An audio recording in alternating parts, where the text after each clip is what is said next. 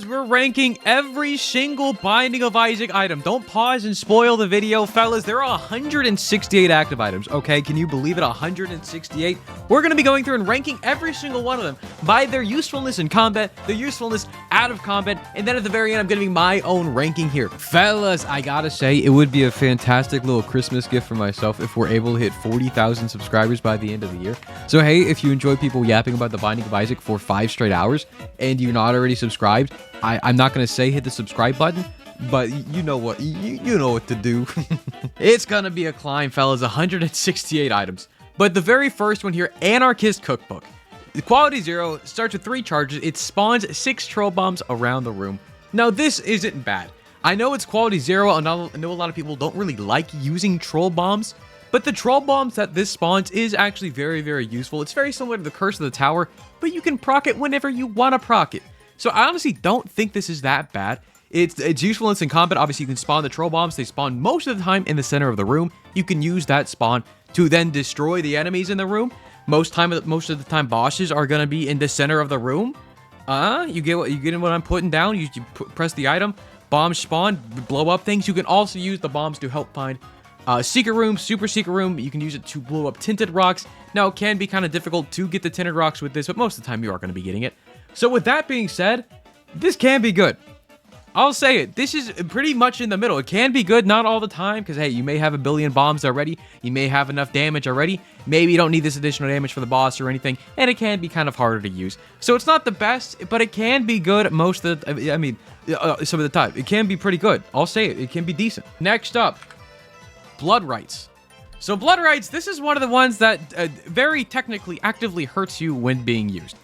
But this one, what it does, it takes a full heart of health and deals 40 damage to all the enemies in the room, very similar to how a black heart procs, and it deals 40 damage to everything in the room.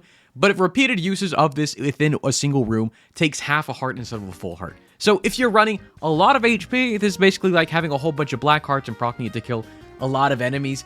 But it only does 40 damage. This is exactly as much damage as a black heart does. So this isn't really a lot.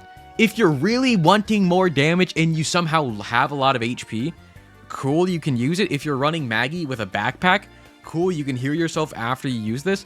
But, if you're not in that scenario, this does literally nothing, okay? It does a little bit of damage. Just shoot him with your tear. I'll say just shoot him in the face. You'll be fine. This item actively does hurt you. There's no reason to be using Blood Rights. Why are you using it? I gave it a 1 usefulness in combat because if you're desperate, you can use it. Other than that, it serves no purpose out of combat.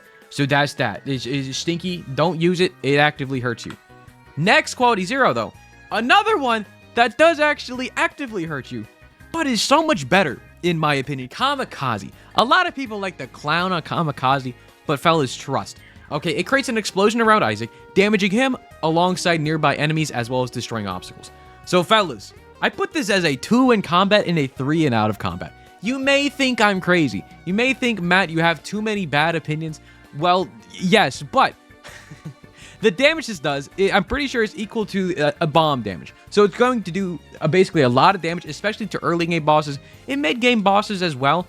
Now, obviously, there are pluses to this as you can get Pyromaniac and things that help you from explosion damage, which does help. I do think this is actually very useful in combat if you have some spare HP. A lot better than Blood Rights, because Blood Rights only does 40, while this will do, I believe, 100. You can correct me if I'm wrong. I think that's right. But out of combat, I think this is where this really shines. If you have the excess HP to be using this, or you only have red hearts and not any soul hearts you're going to be giving up by using this, I think this is very good for similar uses for Anarchist Cookbook, but for a lot more specific uses where you can use this to blow up tinted rocks, to find secret rooms and things like that, as long as you have the expendable HP. Now, obviously, that's why I think it's as good as it is. I honestly don't think it's that bad. Obviously, there are a lot of things that are better than this. I do think it is definitely over Anarchist Cookbook in terms of usefulness, because they serve a very similar purpose, but Kamikaze is just a lot more focused. Next up, we got Lemon Mishap. This one was recently buffed, but it is still Quality 0 and still deserves to be at the very bottom of the tier list. Because what this one does, it creates a tiny pool of yellow creep, damaging enemies that are that cross it, that are in the puddle of pee. So, before pre-Repentance Plus, the Lemon Mishap puddle that spawned, it disappeared after a few seconds. After the buff in Repentance Plus, this now stays on the floor for the remainder of the room, so it'll stay there the entire time. Which, don't get me wrong, is nice for combat if you have a lot of spiders and stuff. That's why I put it in 2, usefulness for combat. But once you go further into the game, or even pretty much early game, there are a lot of enemies that just fly. And I hate to say, but enemies that fly don't touch the ground where the P is. So this isn't really going to be doing anything to those bosses. Now, for maybe smaller things like spiders, obviously put this under yourself. It'll protect you from that, which is nice. But other than that, basically one use, it's not that good. It has maybe like 3 uses early game. It's nice that the puddle stays for the rest of the room now, because before, if it went away after, I believe, like 7 or so seconds, it was so bad. Because the puddle was so small, it barely did any damage, and it went away after a few seconds. Why would you ever use this, if not for novelty? But hey, now it's slightly better, so now you can use it. It's still not good, but hey, now it has at least 3 uses or something. Magic Fingers use 1 penny to deal damage to all the enemies in the room. So this is very similar to Blood Rights, but it's just better because you just give it money and it does things. Now, the only thing here, the damage this does, it equivalates is some kind of portion of the damage you currently have. So it can be good, it cannot be the best, but hey, it does help you do some AoE damage, especially to smaller enemies, as long as you have the money to give. Now, later in the game, this is obviously so much better than early, because, I mean, whenever you get to the womb, there's no more shops to be spending monies on, unless you make it the Hush or something. But besides that, you have no real purpose for money besides playing beggars and other things like that. So you can use the excess money you get for this Magic Fingers to help you clear out some rooms. Now, if you have a whole bunch of money and you want to press one button 99 times, you can do that to help clear out a boss. It does decent damage if you have a shit ton of money on a late game boss and you have some decent damage. It's not bad. I don't think it's great, just because money as itself is a very good resource to have, especially early game where you want to be saving your money. It's not going to be doing much for you. And later game, it's not going to be doing that much damage to enemies that it's really substantial to use over just shooting your tears. So I don't think it's the best. I do think it definitely has some uses. It's definitely a lot better than Lemon Mishap, so I'm putting it above it for sure. But definitely later game, it's not as good in early game. You don't really want to be using it. Next up is Mom's Bra. This is one of the first ones, fellas, that does absolutely nothing, even though it says it does. So this one petrifies all enemies in the room for 4 seconds. Fellas, I'll say it, this does nothing, okay? If you're in a room and you want to, like, freeze a fly or, like, someone coming at you for 4 seconds, go for it. It does slightly help you in those scenarios. But for bosses, for any normal room, this isn't much. It does barely anything. Close to nothing. If you really want to, count your pennies or whatever the heck you want to say, it does a little bit of something. Maybe it doesn't do literally nothing, but in my head it does. It's like this and Mom's Pad are the same exact thing for 3 charges, petrifying an enemy for 4 seconds, and then after that, they're just coming for you. It's not good. Listen, I don't know how to explain this well enough with it just saying it's not good, especially 3 charges. If I can use this once a room, we're talking. Then we're talking. But since the charge is 3, that is such a big number. 3 rooms just to show people a bra once? Come on, man. Where's the panty rate at? Am I right? Anyways. We were just talking about, fellas. Next up is Mom's Pad. Same exact thing. 2 room charges this time. Inflicts fear to all enemies in the room for 4 seconds and spawns a blue fly. So this one is honestly actively worse than Mom's Bra. Luckily, it's less charges, so I think it basically puts it on the same level. But fear, by definition, is not as good as petrifying, because petrifying does freeze the enemies in place, while fear makes them run away from you, so maybe a little harder to hit if they're feared and not petrified. So it is actually going to be going below Mom's Bra, even though the charges are less, so you can use it more often. But honestly, the mass room fear isn't good. You spawn a single blue fly that does double your damage. Maybe that one little fact should push it above Mom's Bra, because it's basically like a very poor man's Guppy's head. Okay, I'm convincing myself it's better than Mom's Bra. But yeah, other than that, it does literally nothing. It fears some enemies for a few seconds, and that's it. Not good, fellas. I'll say it. There are so many better things. Like Portable Slot, which is honestly not that much better. But, okay, what this one does, consumes 1 penny and has a chance to drop a random pickup very similarly to a slot machine. The only downside here is you cannot get paid out with the dollar or other things like a normal slot machine does. So that's one thing I wish they would change about it. I wish there could be one big payout you could get from using portable slots, but the most things you could be getting from this are soul hearts, eternal hearts, normal hearts. You could be getting your money back, some bombs, some keys, a whole bunch of very different consumables like that, but no pedestal items like you can with a normal slot machine. Obviously, this takes up the spot of an active item. It is not good to use because honestly, most of the time, you're going to be finding a slot machine on some of the floors you're on. So do you really need an active item to be using a lot of money? when a lot of the time you may just find one of these on the floor. No, you don't need this at all. There's no benefit. You don't get anything special for using this besides... You know, there's nothing special you can get from this that you can't just find from a normal slot machine. And a normal slot machine is just better because you can get other things, like $1 or another portable slot. Wow. So, fellas, out of combat usefulness is a 1, because, I mean, in the very rare circumstances where you have 99 cents and you just have so much more money laying around the floor, you can use this to help you get some soul hearts and stuff, if you're lucky, but you also have to spam the button a lot, and sometimes that's annoying, and I don't know, you can't get consumables, so it is nice as long as you have the excess money, but again, it's not going to be happening that often. So this thing, it literally does nothing. I'm going to say it, it's probably better than Mom's bra, not as good as Mom's pad, just because, again, Mom's pad, poor man's Guppy's head. I'm sticking with that statement. Next up, we got Razor Blade.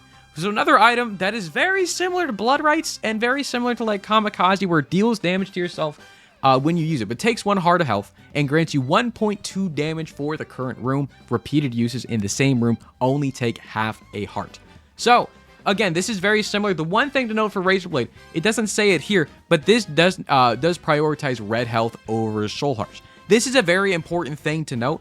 Okay, as this can be very, very good on especially characters like Eve, where they start with this item, you can prioritize using and keeping Razor Blade to make sure your red HP is low to keep Horror Babylon active. That is a very nice use for this. I put here the out of combat usefulness is 0.5. I'm changing that on the fly to be 1 right now, just because you can use this for the same purpose where I said before, this is prioritized red hearts over soul hearts. You can use this to proc, to take damage and use the invincibility frames after you take damage to walk into a curse room for free while keeping your soul hearts okay. So because that's the case, I don't think it's bad. I don't think it's great. The damage up you get from this is very nice, don't get me wrong, and especially if you have a lot of red HP to be using in one room. You can use this to help out clear out some bosses you need some additional help with. So I don't think it's bad for combat. I think it's okay for out of combat for the free curse room aspect, and maybe if you're about to get hit and lose a soul heart, you can proc Razor Blade to kind of help you out, and then you don't take the soul heart damage, you take red heart damage instead. There are some niche cases to be using this. I don't think it's the best overall unless you are playing, what's the character, Eden? Unless you're playing Eden. Not Eden. What's the character? Eve. The other Eve character. On Eve, it's a lot better. On everybody else, it's kind of, it's going to be at the top of, like, it maybe has 3 uses. Because it has maybe 4 uses. I'll say it maybe 4. I do think it is better than Magic Finger's Lemon Mishap. I do think it definitely has more uses than those items. I don't think it's the best still on any character that's not Eve, but it definitely can be good. Next up, we got Teleport. So Teleport teleports Isaac to a random room on the current floor. Charges is 2, quality is still 0. So this one I put in combat a score of 1 and out of combat a score of 2. I don't think this is a terrible item. Like, it definitely has uses, which is why the ranking I put it in is definitely has 3 uses or so. Because in combat, you can use this to basically go in if you get hit, or like if you go the wrong direction and you don't need to do the combat, you can just teleport out and say, oop, we're good.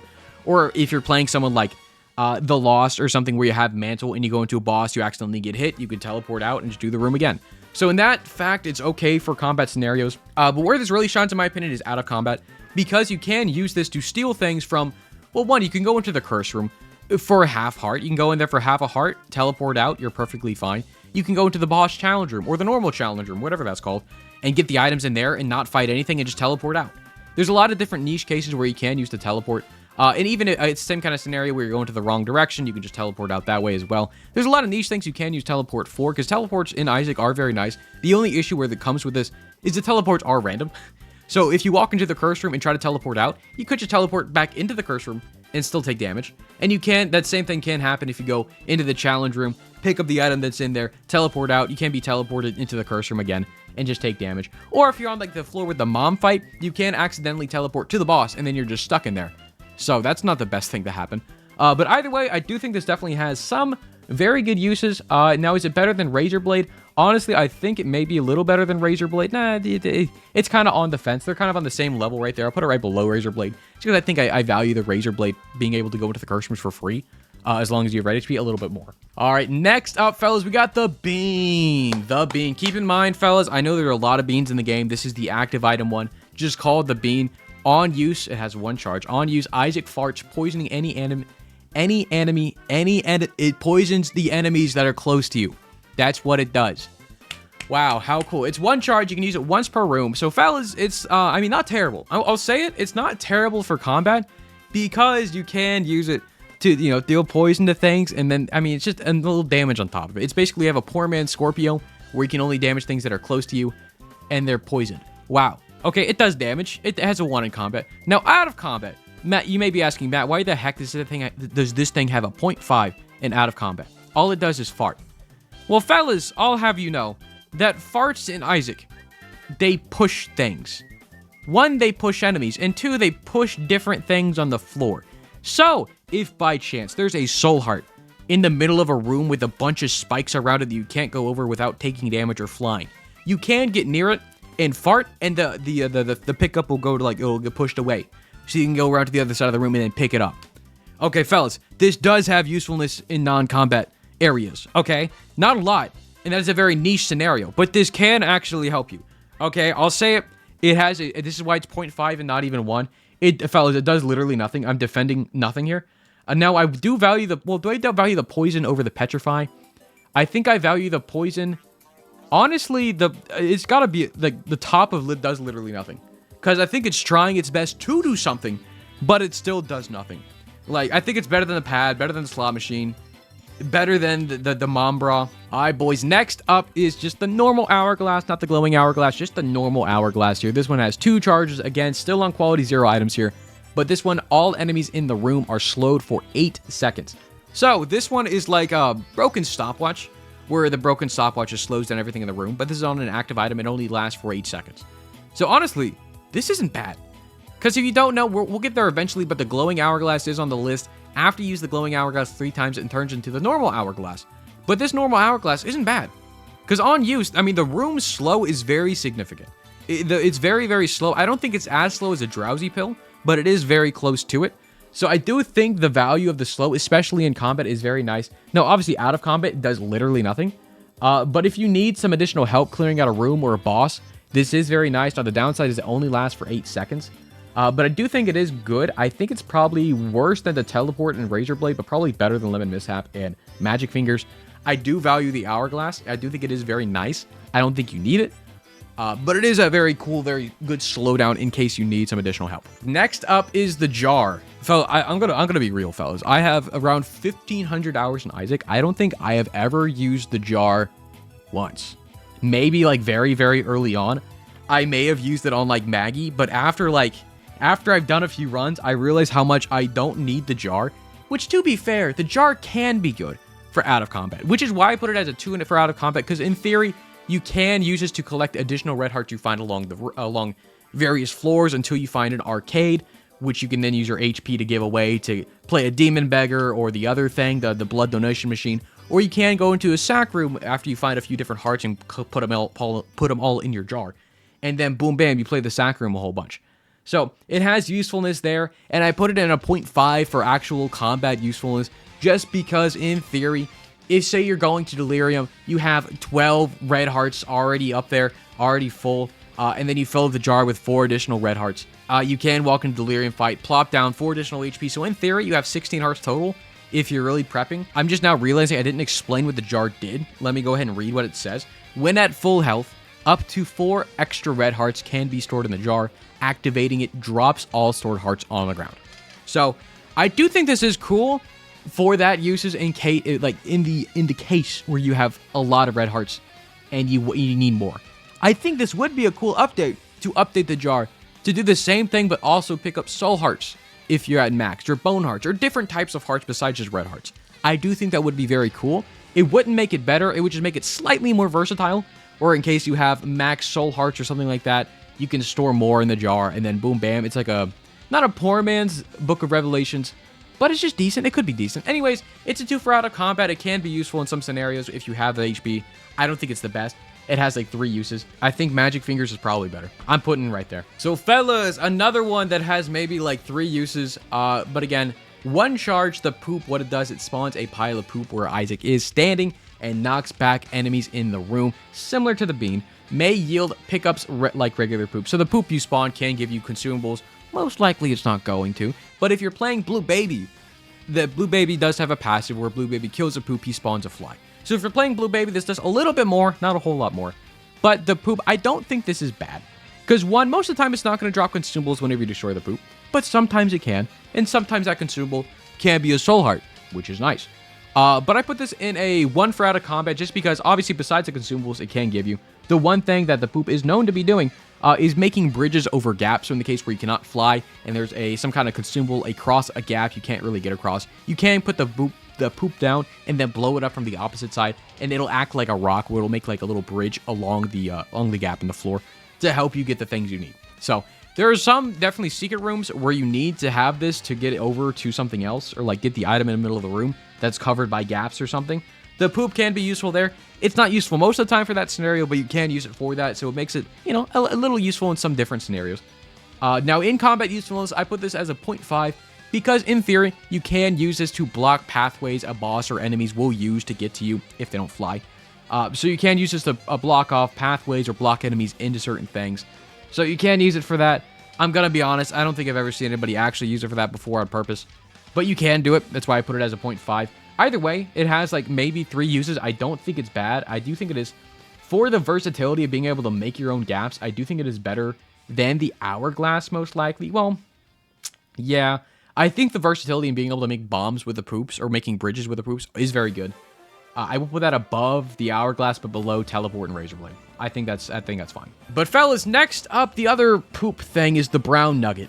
So this one has a 1+ charge. Basically means you can use it multiple times per room, as it'll recharge after you use it.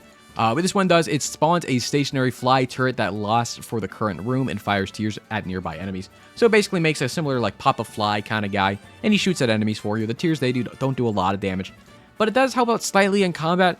And if you're really able to like wait it out in the hush fight, or like any longer boss fights, you can spam this, okay? Like, because it'll recharge during the current room as long as you wait. So if you can just keep putting these down the entire time, and eventually it'll melt bosses, eventually. But most of the time, your average person is not going to be doing this. So that's why I put it only as a 1 in combat. It's not that good. It's a little bit more damage, so it's definitely not bad. It will not hurt you at all. But I put this at literally does nothing. Unless you're one of those people who wants to wait it out and use it a billion times per room. But for that case, I'll probably put it near the top of does literally nothing. Because, I mean, it does extra damage. It doesn't hurt you. But the damage it does isn't very significant. And most of the time, you're going to be wanting to pick up other things, other better active items over Brown Nugget. Next up, we got Clicker. So Clicker, I am so very surprised they did not update Clicker in Repentance Plus.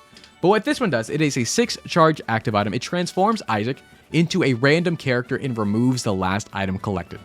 So this is like you're pointing the remote at your PC and being like, hey, I don't want to play Isaac anymore. Let me play The Lost or something like that. And I don't think it's noted here, but I believe the way this works as well is you cannot clicker into a tainted character if you're not already playing a tainted character. So from what I understand, if you're playing a tainted character, you will always clicker into another tainted character. And if you're playing a non-tainted character, you will always clicker into another non-tainted character. So you can't go from someone like normal Isaac over to Tainted Forgotten or something like that. I don't think that's the way it works. But fellas, this is bad. I'll say it, this is terrible. The only reason you would want to use this is if you don't care about your marks and you are just playing the game for fun. Weird, no one does that anymore. But fellas, this does actively hurt you when used. Because I'm going to be honest, I don't get this last sentence. It removes the last item you collected. I don't understand why using the clicker removes the last item you collected. It maybe to like make you not want to use the clicker so you stay on the character you're being originally. But then why are you playing that character in the first place if you don't want to play them, right? I don't get it. Just why does it remove your item? Like, what if the last item you picked up was Sacred Heart? Then you're never going to clicker ever. This just actively hurts you. It takes away your stuff. This is worse than Razor Blade. It's terrible.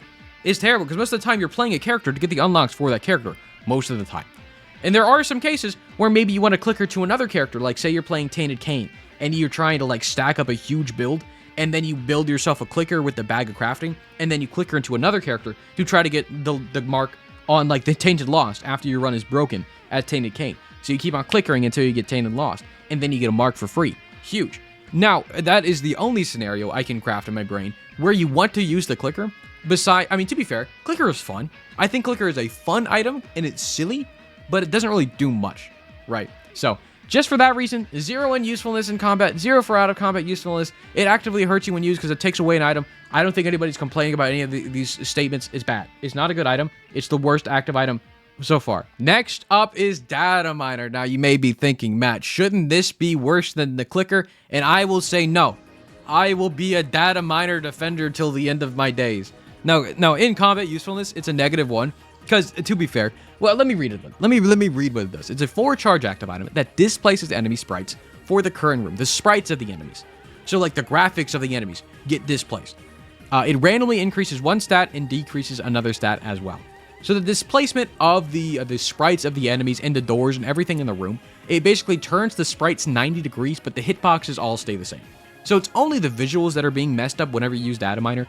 For that reason, the usefulness in combat is -1. It's so difficult to tell where the hitboxes are, and if you're crazy, look up a video or something, or Editor Me, I'm so sorry, Editor Me, put up a video of me using Data Miner in the beast fight. It is literally impossible to win the beast fight if you Data Miner the fight. Just because all the graphics are so messed up, you cannot tell where anything is or any of the things are, so you will be getting hit. It actively does just kill you if you use it in the beast fight, alongside other boss fights as well, but I know it's just more egregious in the beast fight. Besides that, the usefulness in non-combat, I put as a 2.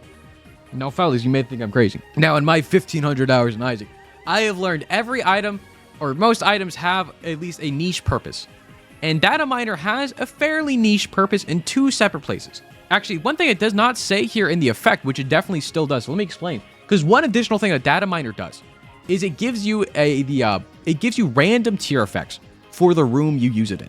So it is a very similar use for, it's a 4-room charge fruitcake, where basically it makes your tiers do random effects for the room. So it can do things like stun enemies, it can poison enemies, it can do a proptosis tier, it can do different tier effects. And one of the tier effects that can happen is what's it called? The sulfuric acid tier, where if you shoot a rock, it destroys the rock. So in theory, you can use Data Miner in rooms with tinted rocks to destroy the rocks in the room and get a tinted heart, quote unquote, for free. So that is a use for Data Miner that I do think not a lot of people use it for, which you can be using it for, and I don't think it's bad for that. Now, the only bad thing with it is every time you use it, you increase one stat and decrease another. And I'm pretty sure people have done math before, but the math behind it, most of the time your stats are going to be going down rather than up every time you use this. It is a net negative in terms of stats every time you use this item. Now, the other thing I mentioned before, I alluded to by saying there are 2 uses. One of them is that fruitcake effect. The other one here is if you use Data Miner enough, and if you're lucky enough to have your tier rate go constantly down, you can stack underflow your tier rate. So if your tier rate goes low enough, where it goes below 0, the game gets very confused, and instead of going like into the negatives, it starts going back up to the highest number it has, which is 120. So you can max out your tier rate by going so far down, it goes up again, which can happen and does happen occasionally if you stick it out. Now, for that reason, I'm putting it at a 2 alongside the fruitcake effect, because I do think it can be decent. Am I copiuming right now? Yes, I am. Yes, I am. I want to make it good. Fellas, I'll put a handshake agreement. Bottom of it has like 3 uses. Okay, is that cool? Okay, I'm doing it. Cool, thanks. Fellas, next up, we got Plan C. So Plan C, this is a one-time use active item, and what it does, it kills all enemies in the room and then kills Isaac 3 seconds later. So in theory, in combat, this just kills literally anything, including things like Delirium and the Beast, I think. It one-shots them. So in theory, in combat, it's a 4. But I put a little like star next to it because like in reality, you're also going to die, which is bad. And most in-game bosses have a very long like ending death animation that is gonna play that lasts more than that 3-second timer. So if you use something on like a later game boss, you can kill the boss, but by the time you die, the animation of them ending or of them dying has not ended yet. So then you die first, and then you have to fight them again anyways, even though they technically died, but their animation didn't finish, so they technically didn't die, right? So in theory, it's really good. It is only really good if you have a revive, but even if you do have a revive, you still have the same issue of that animation not finishing in time. So it's not great. I'll be real, especially out of combat, does literally nothing for you. In combat is also going to do literally nothing for you, unless you want to clear a room or something. And the only other use case is because I know you can use this on Delirium, and I don't know if they patched it out in Repentance Plus, but I know there is a thing where you can actually wait out some of the ending cutscenes by pausing the game at certain times and then unpausing and then pausing again. Then that'll help you like that, because that'll make the animation play out faster for the death animation for some bosses, and then you won't be dying because the 3 seconds are extended because you're pausing the game to like extend it. Either way, it's a lot of weird use cases for this item. It's not good. It does literally less things than Mom's Bra. I'll say it. It's very bottom of literally does nothing, because most of the time, this is going to do absolutely nothing for you. Dude, I've been recording for 30 minutes and we're through 18 items. Goody God. Fellas, next up is Golden Razor, another quality 0. I think we're getting towards the end of the quality 0 active items, but this one, it has no charges. You can use it as much as you want as long as you have the resources. Spend 5 pennies to increase Isaac's damage by 0.1 or 1.2 for the current room. So this is the same thing as the same damage up numbers as the normal Razor Blade, but instead of spending your HP, you're spending money. Honestly, fellas, this is so much better than Razor Blade and Pay to Play. They're like the same thing, but this is just so much better. Because especially late game, you don't have a lot of things to be spending your money on. And if you have this item, and you can spam this for maybe 5 or 6 times in a room, you're getting a 6-7 damage up for that room, especially for later game bosses, like Delirium, like Mother, like things like that, where you just have so much excess money by that point. This is something great to spend money on and a great thing to find before an in-game boss. So fellas, for that case, I put it in 3 in a usefulness for combat. It is very good. Now, out of combat does literally nothing for you unless for some reason you want to get rid of all your money. I don't see a reason why you would want to get rid of all your money. Unless maybe... No, I can't even think of a reason. But yeah, it's a 3 in combat, 0 in out of combat. I do think it goes and can be good, but not all the time, just because there are cases where you don't have the money to be using for this. But I think right now it does go at the top of can be good, but not all the time. All right, fellas, first up of the quality 1 items, we got Best Friend. Best Friend is a 3-room charge active item. It spawns a decoy of Isaac that explodes after 5 seconds. Enemies will always target the decoy and ignore Isaac. So if you've ever played COD Zombies, this is like the little monkey you throw on the ground, then all the zombies go towards the monkey, and then the monkey explodes. I'm pretty sure that's what this is referencing. That's what I've always thought it was referencing. Either way, this is okay. This is basically like a bomb. This is just a spare bomb you have on a 3-room charge. I don't think it's bad. I think the fact that it can attract enemies towards it is nice, but if anything, that can be kind of confusing. Just because some of the enemy... just because of the reason you don't like Punching Bag either, is the enemies go towards Punching Bag instead of you, and then you get all confused, and you don't know where the enemy's going to be going, and then you get hit by accident because you just don't know what the heck's going on anymore. So, I do think it can be confusing, but the usefulness in combat, obviously it's a bomb effect, it attracts enemies, it definitely does help you clear out some rooms. Out of combat usefulness is just a spare bomb, which I think active items that are spare bombs are fine, especially early on, when you're very lacking in bombage. It is very nice. It can be good, and not all the time, just obviously for the cases where it can confuse you in the rooms. If you already have too many bombs, you don't really need this anymore. It is definitely better than Kamikaze. It is definitely worse than Golden Razor Blade. It can be good, just not all the time. Fellas, next up, we got Bob's Rotten Head. So this is the exact same thing as Best Friend, but in my opinion, just a lot better. Another quality 1 active item, 2 charges on this one instead of 3. But Isaac holds a poison bomb, which can be thrown in the cardinal directions and explodes on impact. Now, the one thing it's not stated here is that the Bob's Rotten Head does take your weird tear effects into account. So say, this is basically like throwing a bomb from your head. But since it takes your tear effects into account, if you have something like rubber cement, if you throw Bob's Rotten Head against a wall, it would typically explode. But if you have rubber cement, it then bounces off the wall and then back at you. So keep that in mind if you use this, because then you'll need to like take that into account and stuff. But this is actually very good. The damage just pumps out alongside the poison damage it leaves after you throw it is very nice. And it is very easy to use, and it's on a 2-charge cooldown for rooms. So I do think it's so much better than the Best Friend.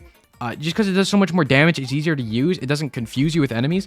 So in combat usefulness is a 3. Out of combat is the same exact thing. There are a few different active items that are all just basically extra bombs. And Bob's Rotten Head and Best Friend are going to be exactly the same as a 2 in non-combat scenarios. Just for uses to blow up Tinter Rocks, get Secrums, and all that stuff.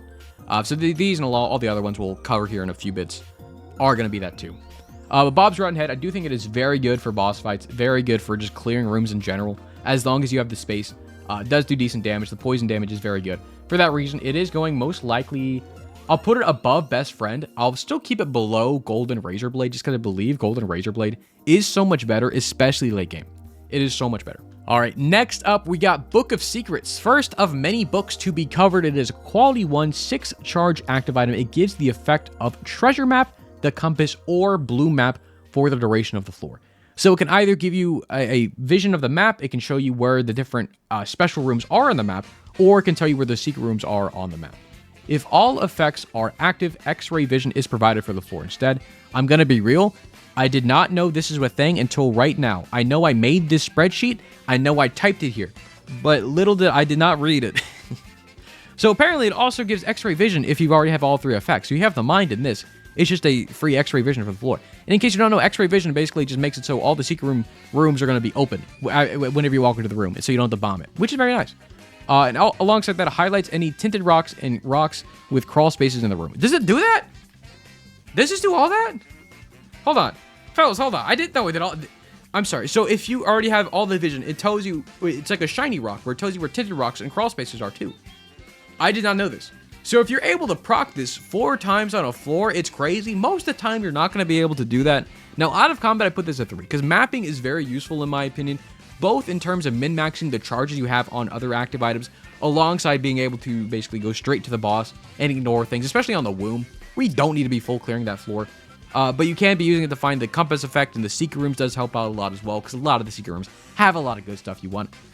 Now, the other stuff, in terms of getting the X-ray vision and like being able to highlight tinted rocks and crawl spaces, I did not know about that. I do think that is still very good.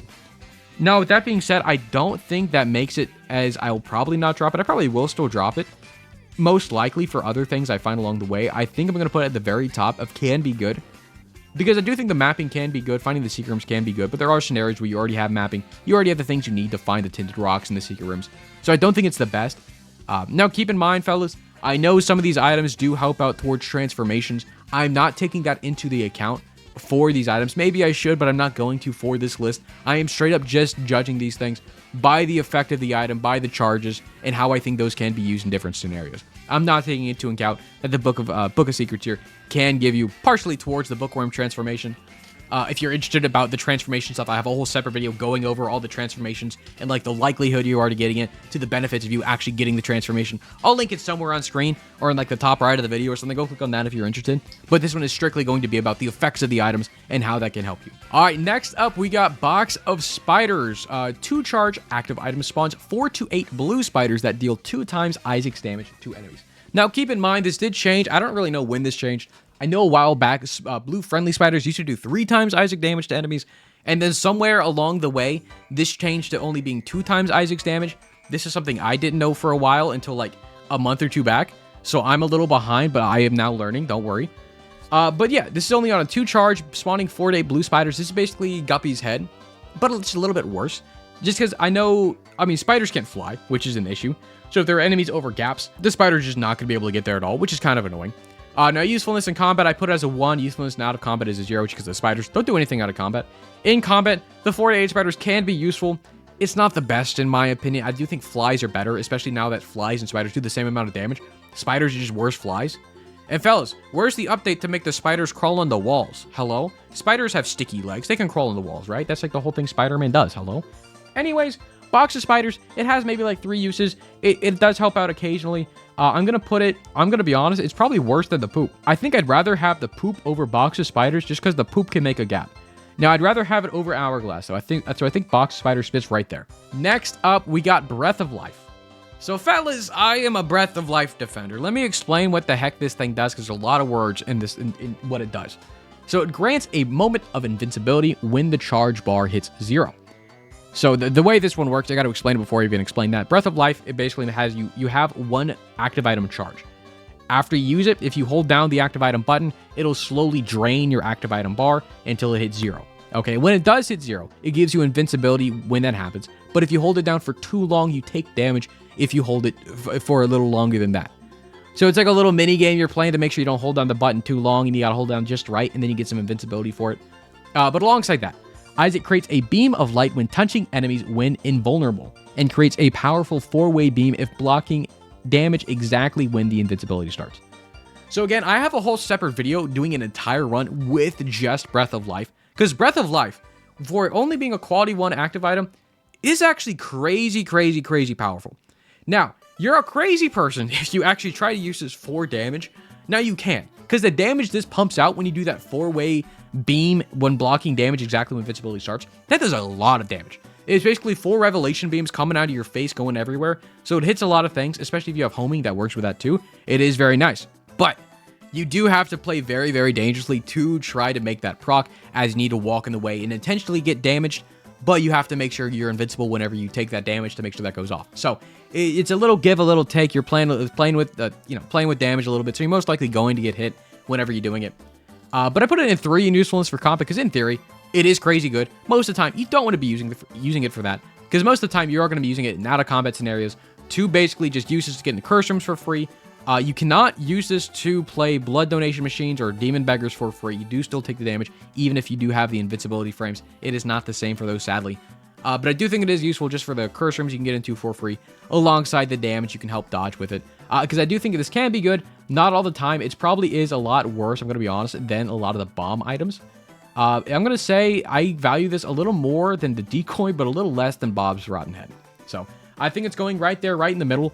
It can be good, just not all the time. And I think it's sitting right there. All right, fellas, next up, we got Butterbean. So Butterbean is a 1-charge active item, but it does recharge slowly in the room you use it in. But what it does, Isaac farts and knocks back enemies and projectiles. Enemies pushed into walls or obstacles take 12 damage.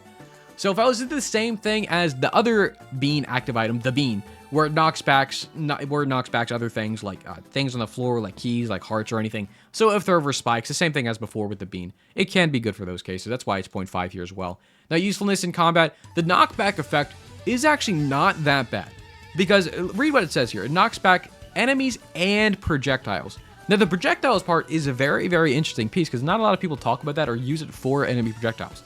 But say you're in the mom's heart fight.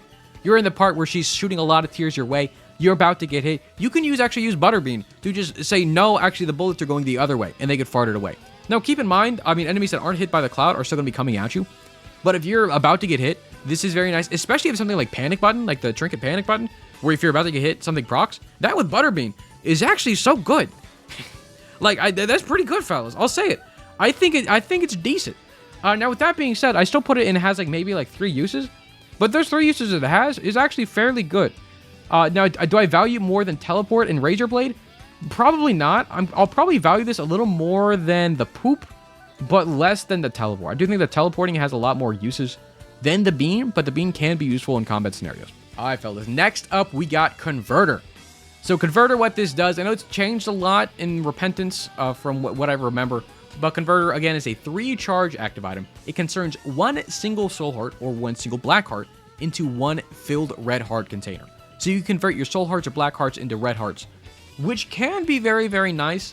But honestly, this is not something you want to do a lot of the time, because the only reason you want to get more red HP is to, what? Use it to spend on devil deals, use it to spend on blood donation machines, demon beggars, other things that take red hearts, maybe even sacrims. It's better to have a lot of red HP just so you can fill it back up a bit easier. But besides that, there's not a whole lot of uses to have red hearts for if you can fill them up with soul hearts instead. So I don't think it's the best, but if you're having a big devil deal run, this can help you out a lot by giving you a lot more red HP to work with to get more devil deals. Not for free, because you still need to find the soul hearts, but I think it can be decent. Now, in combat, it's doing nothing for you. I know there used to be, I think, like a glitch where you can, because Converter actually changed. It used to have no charges at all. You could just be able to use it whenever you want, and it would convert, I believe, 2 soul hearts into 1 red heart. That's the way the conversion worked before. But now, since it's charged, it converts 1 to 1 and has 3 charges on it. Because there was a glitch, I believe, with Dark Judas, where every time you used Converter, it would proc a black heart effect, because it would try to convert 2 black hearts into 1 red heart, but then the red heart converted into a black heart because you were playing Tainted Judas and you couldn't get HP the same way, so it just gave you black heart instead, but it still proc the damage of the 2 black hearts going away, so you could just spam it to do a lot of damage. That's not the way it works anymore, but it was very cool back then. Anyways, I think it's a 3 in out-of-combat usefulness. I think it has some cases where it can be better than other runs. I think it's okay. It's probably going to put it at the very bottom of can be good most of the time. Or can be good, but not all the time. Just because it can be good. Just really, it's not, in most runs I have, I'm probably not going heavy into devil deals. And even if I am, I probably have the red HP or soul hearts just to give forward anyways. I may go into the shop, buy this, use it once, and put it back down. But that's if I have the soul hearts to give away. And I'm going to be honest, most of the time, I'd rather just keep my soul hearts to protect my deal chance. So either way, it's going right there. Nothing yet in the very good tier, which is very surprising, but we're not there just yet. But let's see about this next one, fellas.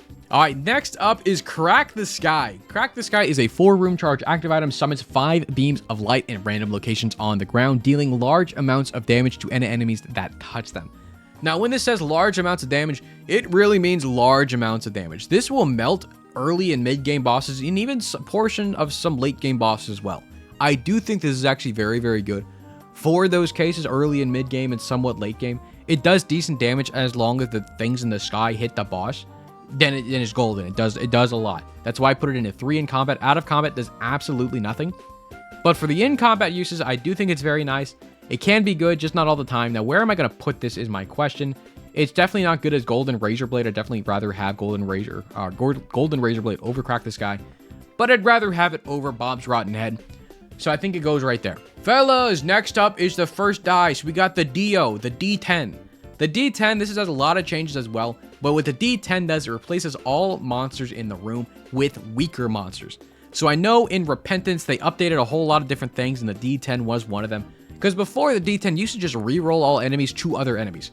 And most of the time, this is just bad. Because you would reroll flies to enemies from, like, the womb and stuff like that. And that is just terrible. Because why would you ever want to do that?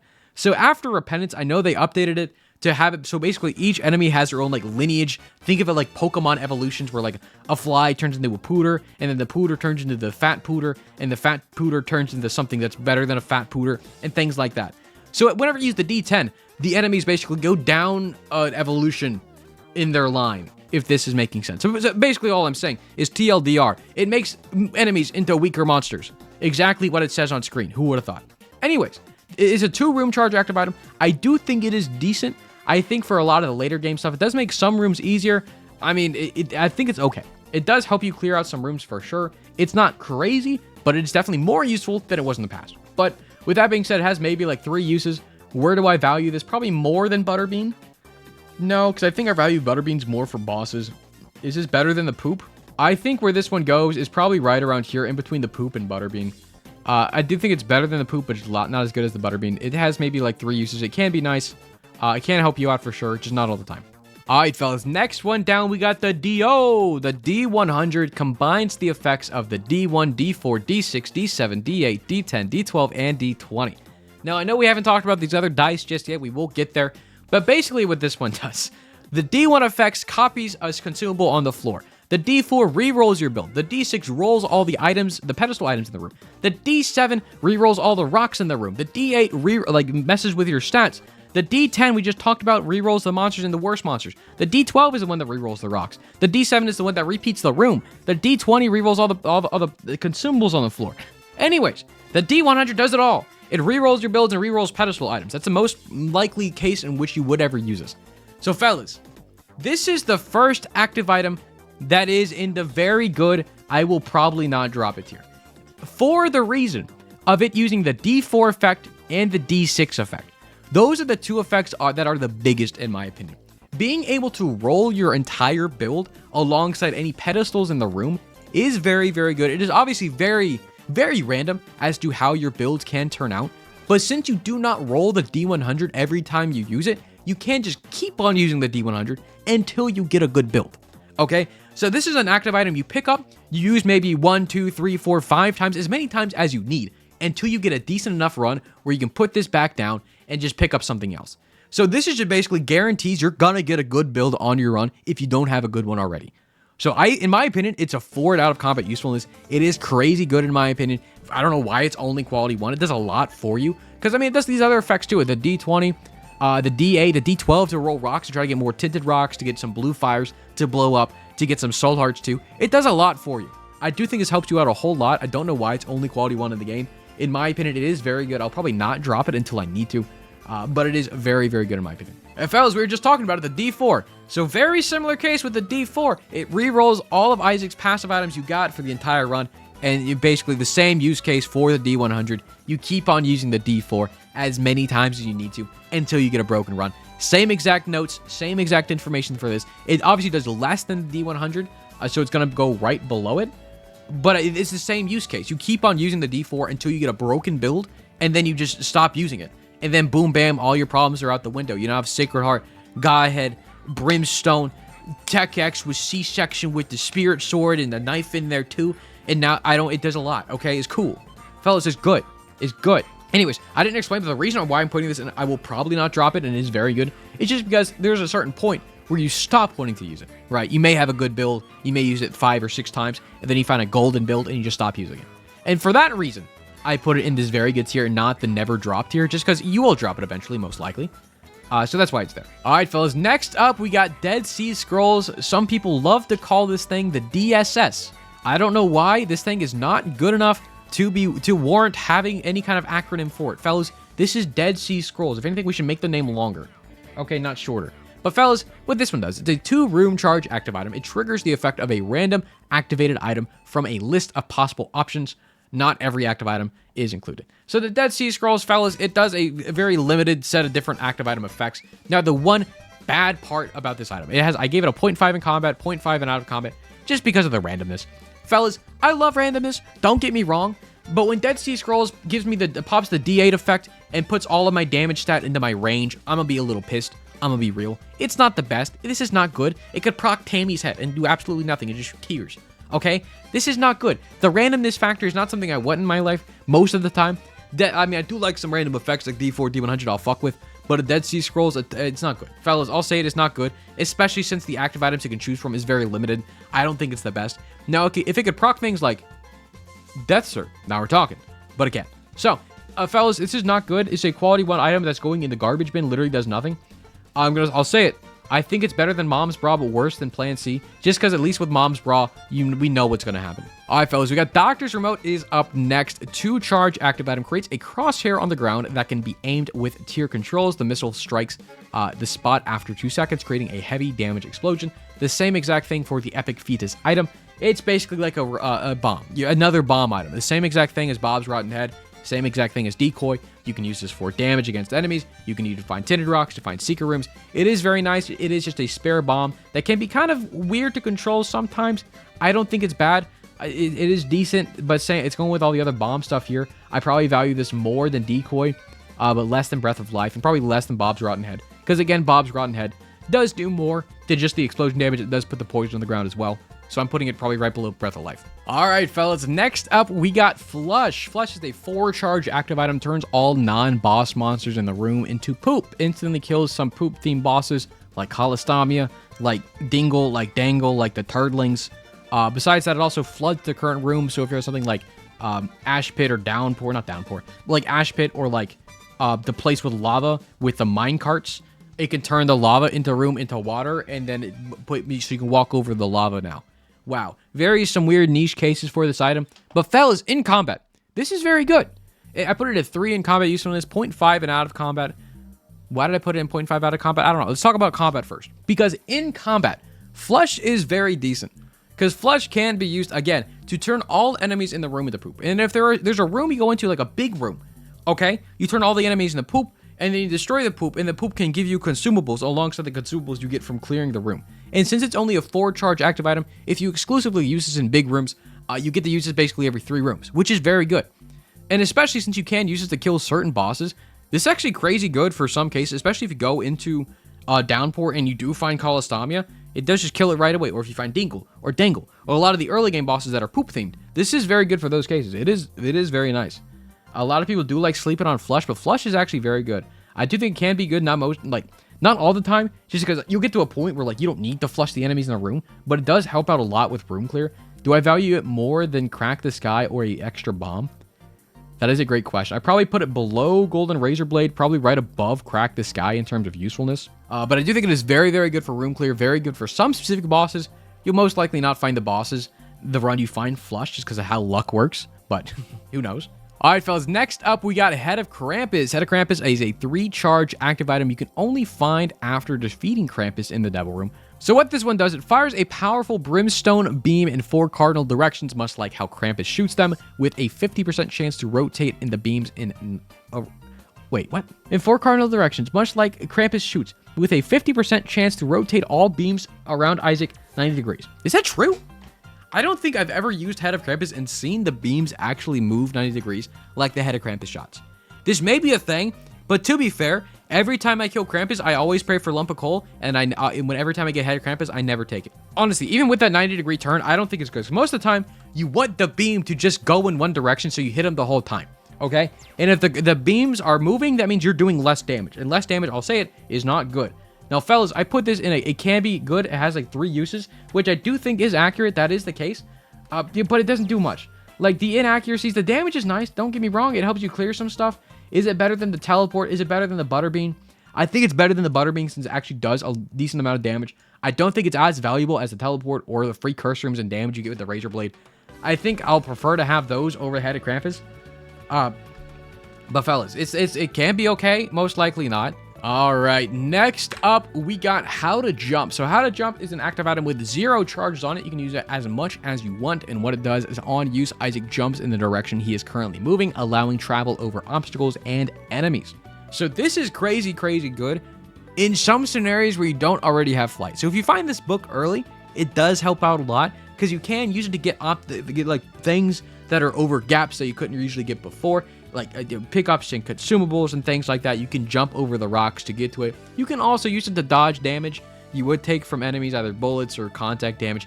It is kind of harder to use it for that, but if you find like the Trinket Panic button, again, this is crazy good with Panic button. You're probably not going to find Panic button on a run you find the book, but in case you do, you basically won the run.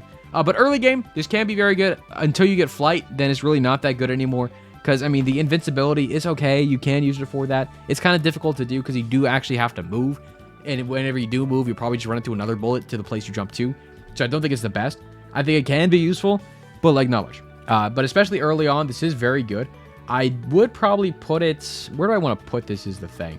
Because getting a lot of consumables and things early is very good, but later in the game, it's not as good. I'll probably put it probably right above Doctor's Mode, but right below Breath of Life. Just because even later game, Breath of Life can be good for the free curse rooms and the aspect of you being able to be invincible, but like more in control of that, if that makes sense. All right, fellas, next up is Isaac's Tears. I've been an Isaac's Tears defender since day one. I want this thing to thrive, but right now this thing kind of sucks. But what this do is a 6-room charge active item, but that's not actually the best way to state it. It's not a 6-room charge active item, it's a 6-tier charge active item. Because what this one does, on use, it fires 8 tiers around Isaac, which retain your damage, your range, your shot speed, and any of your special tier effects as well. But each tier shot by Isaac increases the item charge by 1. So this item doesn't actually charge by you clearing rooms. This charges by you shooting a tier. That's all it is. You shoot a tier, you get a charge. That's how it works. And then tiers from this also have a flat +5 damage bonus. So you might think this is decent. You might think it's good, which to be fair, it's not bad. Just because you can kind of intertwine this with the normal Isaac tier, the normal tiers you shoot out, which is not bad. And after you shoot 6 tiers, you'll be able to use it again. The one downside this item has is the animation time it takes for you to actually use the item is not the best, because I know before it used to be so much worse, because every time you use the item, you hold up the tier above your head, and then the tears come out, and then it takes a second or two for the tears you put down the Isaac's Tears thing, so you can shoot again. It's not the best. I know they fixed it in Repentance and stuff where the animation time isn't as long, which is nice, and it feels okay to be used. But I'm gonna be honest, fellas, it still doesn't really do much. Like, you're probably better off just kind of shooting as is. And one of the biggest gripes I have with Isaac's Tears is you have to remember to use this thing every 6 shots, and it's kind of annoying to hear the tick sound of it charging up every time you shoot a tier. It's kind of annoying, and then sometimes you just forget to use it, so you're losing on DPS. I've talked about this before in so many other videos, but why isn't this a passive active item? Why doesn't the tier just go off after every 6 tiers? Why doesn't it just do it automatically? Why do I have to manually press the button every time and then hear it go ting, ting, ting, ting? Just do it. Just do the thing. Just be a passive active item. Or just be a passive item. Why are you here? Anyways, I don't like it. It does literally nothing. It can be so much better. It can be so much more. Is it better than Dead Sea Scrolls? 1000%. Mom's Bra? Yes. Portable Slot? Probably not. It's probably going right here. In between Mom's Bra and Portable Slot. Portable Slot is actually more useful in my opinion, just because it gives you something. This just gives you pain and suffering and all that. You guys couldn't even see it, could you? It's going right here. It's going right there. It's going right there. It's in between Mom's Bra and Portable Slot. All right, next up is Mom's Bottle of Pills. It's a quality one, 6 charge active item. All it does is gives Isaac a random pill. So fellas, it's a random. Fellas, I'll say it, this is random as heck. Who knows? How do I rank something that's random? By putting it low and putting a little star next to it. So out of combat, fellas, I put it a 1 with a little star next to it, just because it is very dependent on the pills you have for the current run. A lot of the times, the pills can be decent. Okay, a lot of the times, the pills can be terrible or just do nothing for you. But I mean, in the rare chance you're playing Cain and find this, or you already found the Luckfoot, or like Virgo, or to make your pills decent, this can be very good, because since all the pills will be good, or like you find PhD or something. But in the cases where it's not, I mean, a lot of times I like to take pills. A lot of people like to avoid pills, because most of the time whenever you're taking pills, you're more likely to find the bad stuff over the good stuff. So it's not the best, especially in combat. It's all just out of combat stuff, depending on what you find. It'll give you stats up, which help you out in combat, but the action of this giving you a pill does not help you in combat much. So I put it in. It has like 3 uses depending on the pills you have for the run. It obviously can go up or down depending on the pill rotation you have on the run, which varies a lot. I don't think it's the best though. Now, the one thing I'm trying to find here is I don't actually see Mom's bottle of pills on the list. Fellas, where is it? Okay, fellas, I forgot to put Mom's bottle of pills on the list. Okay, either way, let's just pretend real quick. Mom's bottle of pills, it's going somewhere in this category. Right here. Below Head of Krampus, above Butterbean. It's going right here. Next up, we got Monster Manual. Monster Manual 6-room charge active item spawns a familiar from a specific selection for the current floor. So Monster Manual does nothing out of combat, but does help you out during combat for sure. Because the little buddies do help you out. They do spit out pretty decent DPS, and since you can use this multiple times per floor, you can spawn 2 to 3 to 4 buddies, depending on the size of the floor and how many charges or batteries you find throughout the floor. This definitely can be good. It can help you out for sure. Some buddies definitely help you out a lot, like little Brimstone or things like that. Or even little Monster is not bad in my opinion. But things like Hushy and other things can definitely help you out from Monster Manual. So it has a lot of decent uses. There's a lot of randomness, but a lot of the buddies, or like most of the buddies, will just help you out. There's no bad buddies to get in this scenario unless you get Bob's Brain. But even so, Bob's Brain does a decent amount of damage. So is it really that bad? You tell me. Fellas, I'm having the same issue. Where's... Did I just miss a few items? Heck. Fellas, I am also missing Monster Manual. Okay, this isn't scuffed, you're scuffed. Either way, Monster Manual, where am I putting this on the list? It can be good, not all the time. It is probably better than Breath of Life, better than Bob's Rotten Head, better than Crack the Sky, better than Flush, worse than Flush, better than Flush. I think it's better than Flush because it does help you out during the boss fight. I think Monster Manual is going to go above Flush, but below the Razor Blade. So, fellas, mental note, Monster Manual is right here. Okay, cool. We mental noting? Okay, cool. Thank you. All right, fellas. Next up is Monstro's Tooth, a 3-room charge active item. A friendly Monstro jumps on a random enemy, dealing 120 damage to the area. Targets Isaac if used in a room without enemies.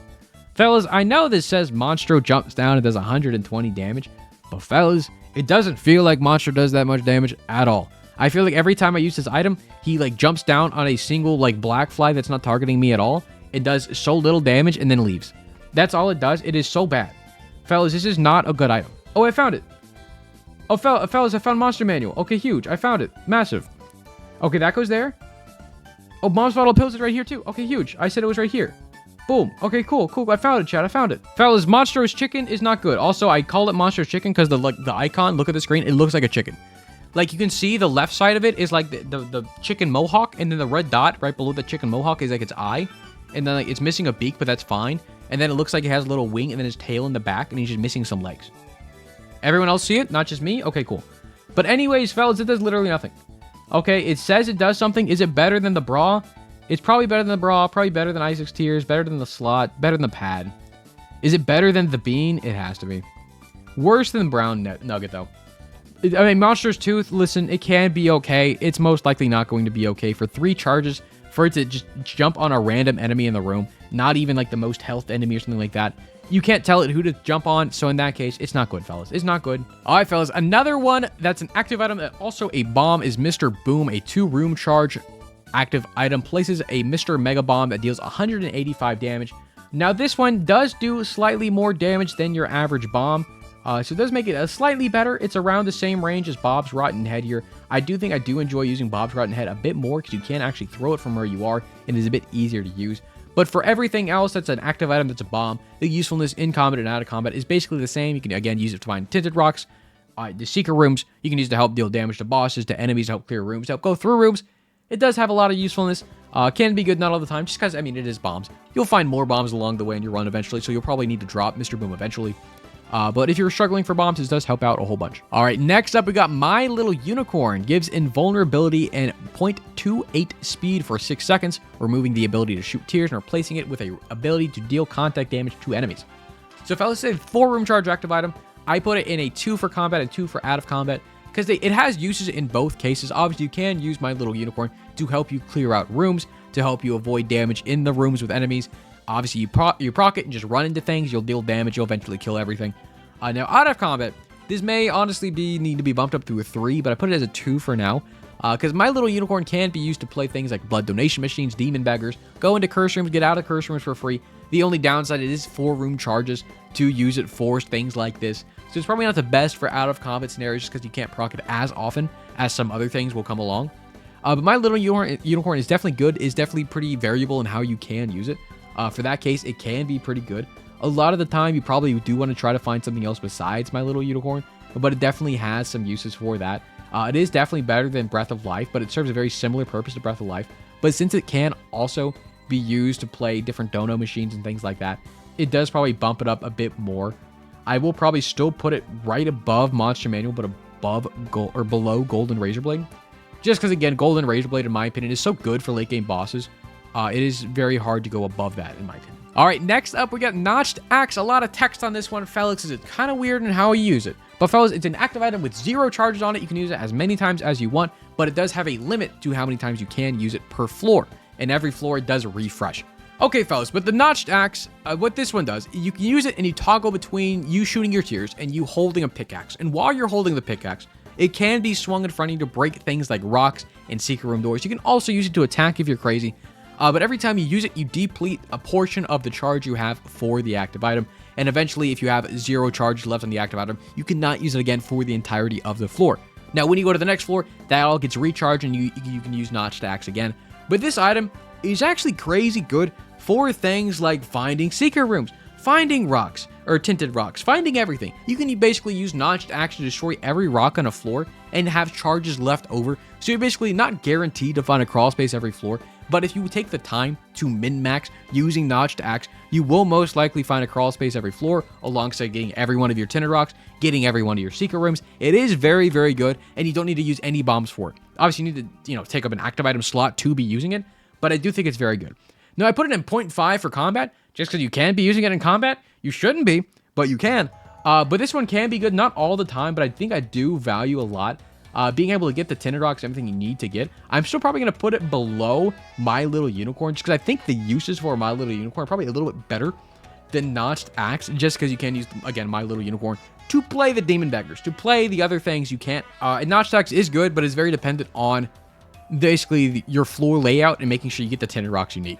So I'm going to be honest, probably shouldn't put this as a 4 in out of combat, but I was spicing it up a little bit. Either way, I'm putting it in this blue tier of it can be good, just not all the time. Next one up is the very first one that's going in the very top tier of a run-defining active item, and you most likely will never want to drop this one, but Red Candle.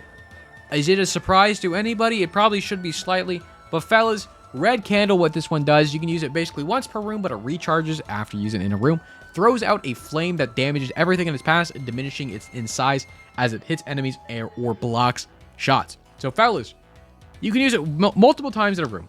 It does damage to enemies, it blocks shots, and it gets you bitches. Holy shit, the Red Candle is insane. Fellas, it is crazy good in combat scenarios. You can use it so much to help deal damage and block shots. It is very, very useful. Even out of combat, you can use it to destroy the shopkeepers that are hanging around to help get you some additional money, to help give you extra deal chance. It is very, very, very good. In my opinion, it does deserve to be in the run-defining tier. This, alongside the normal blue candle we'll get to eventually, they are both very, very good. Fellas, don't put down the candle. Candle good. Candle pog. Alright, fellas, next up, back to the stinky items, Remote Detonator. I guess it's not technically stinky. What this one does, it is an active item with 0 charges, but what it does, bombs placed by Isaac only explode when the Remote Detonator active item is used. It also gives you 5 bombs on pickup. So, I mean, this can be decent, don't get me wrong. You go into a boss fight, you start putting down all your bombs in the middle of the room. They're not going to go off until you hit the active item button. You put down maybe like 5 bombs, you then detonate it. The boss technically gets one shot as long as you spend all your bombs. The biggest usefulness for this item is the 5 bombs it gives you whenever you pick it up, and then you put it back down and move on with your day. Most of the time, you don't need to remotely detonate your bombs. No, don't get me wrong, this can be useful like Dr. Fetus, something funny. But most of the time, you're not going to have Dr. Fetus when you get this. Let's be real, fellas. It has like 1 or 2 uses, maybe. But, I mean, how useful is getting 5 bombs? Probably right there. Probably a little worse than Magic Fingers. Getting 5 bombs is cool, fellas. But other than that, the actual active use for this is not the best. It is decent. It's cool. Don't get me wrong, it's cool. But, like, we're not basing it on cool factor. We're basing it off of usefulness factor. And it's neither. It's not good. Fellas, next up is an active item I have never understood how to use properly or correctly ever, both in game and in real life. Scissors. It is a 4-room charge active item. It turns Isaac's head into a stationary familiar for the current room, which also fires tears automatically. You're now controlling the body instead of the head, and the Isaac's body also shoots a controllable fountain of blood shots for the room. So basically what this is doing is splitting your character into 2. Your head now shoots normal tears wherever you use the active item from. So your head is now stuck where it's at, shooting your normal tears. And now you, controlling the body of Isaac, shoots out some random like blood fountain shots from your neck that do not follow what your tear effects are. They're just random blood shots, which don't do a lot.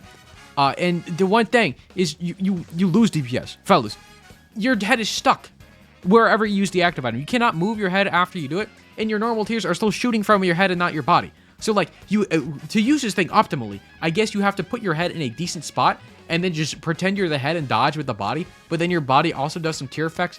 So like you can use it to dodge. It's basically like a very, very, very poor man's sprinkler because it's just so bad. And you can't move the head. If you're able to like kick the head around, it could be decent because you're still shooting tears from the head, but it's just not good. It's just not good. It actively hurts you when used because I can never use it correctly because I always just lose in DPS.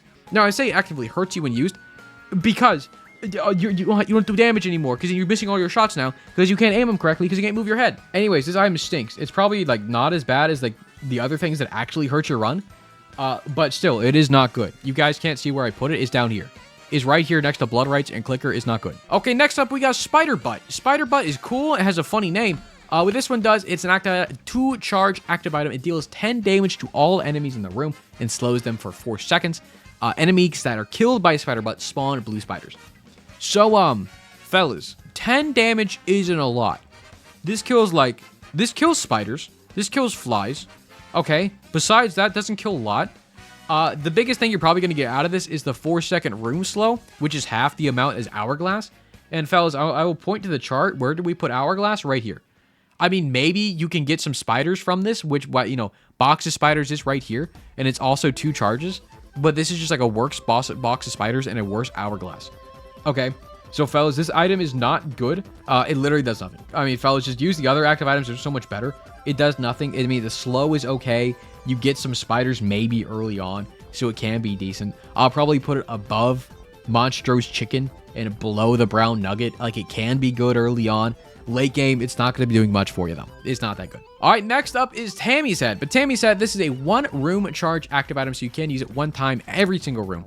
What it does is shoots 10 tears in a circle around Isaac, which retain the damage range, shot speed, and special effects, such as poison, of Isaac's tears. Tears from this item have a flat plus 25 flat damage bonus. Fellas, let's recall back to Isaac's tears, which gave you a plus 5 flat damage bonus, over to Tammy's Head, which gives you a plus 25 flat damage bonus. Now, you may be thinking, Matt, this is just a lot better than Isaac's tears, and you're correct. Isaac's tears is stinky, Tammy's Head is decent.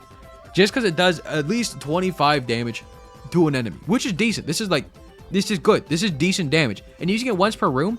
And fellas, they updated this item in Repentance Plus, but not Isaac's Tears for some reason, to basically have literally 0 animation time whenever you use the active item effect. Before, this used to have the same issue as Isaac's Tears, where the animation time was terrible for it, but they ended up fixing that in Repentance Plus, where there's literally no animation for it anymore. You go into a room, you use it, you don't even hold the item over your head, and tears just come flying out. It's crazy good. Milo's here now, fellas. Hi, Milo. But fellas, it's actually decent, okay? Obviously, combat usefulness, I put it as a 2. Non-combat usefulness, it's a 0. It does nothing out of combat for you, unless maybe you have Dr. Fetus, but then why don't you just shoot your tears in the first place to get the Tender Rocks? I don't know. It has like 3 uses, a lot better than Isaac's Tears. Still not the best in my opinion, but if you have Brimstone, Tammy's Head Brimstone is like the infamous combo where you can just clear a room with 1 use, so it is crazy. But that's like one of the 3 uses it has. But here, it's probably going to be better than Krampus Head. It is a lot better than Krampus Head.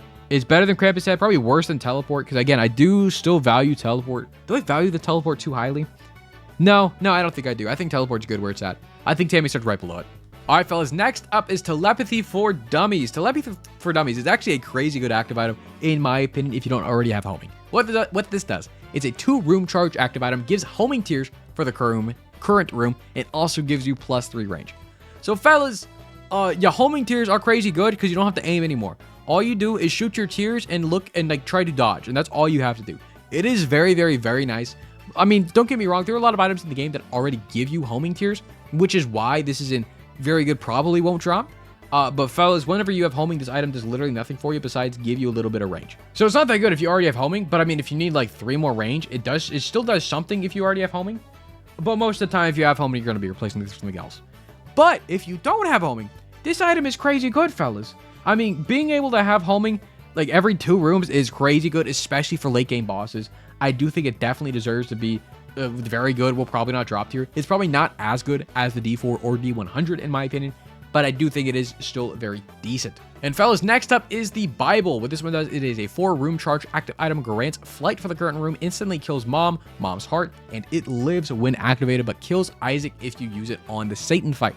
So fellas, this is very similar to how to jump in terms of being able to use this item to get different consumables earlier on throughout the run, before you get any kind of flight or anything like that. I mean, there's no guarantee you get flight throughout a run, so this could be useful late game as well, but there are a lot of items in Isaac that are able to give you flight in one way or another.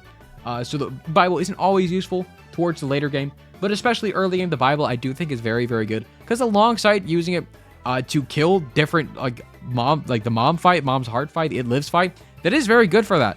I mean, most of the time, you're going to be okay destroying those if you're like pretty used to the game. But if you're new to the game, this is very useful, especially fine for those fights. Alongside using the flight to pick up those consumables you need to get. I'm going to be honest, I value the flight over it killing the mom fight. But even during that, I do think it can be good. Not all the time, because again, you can have flight, especially late game. It's not as good for you. Now, where I'm going to be throwing this one is a great question. How much do I value flight? It's probably going to go very similarly to how to jump, in my opinion.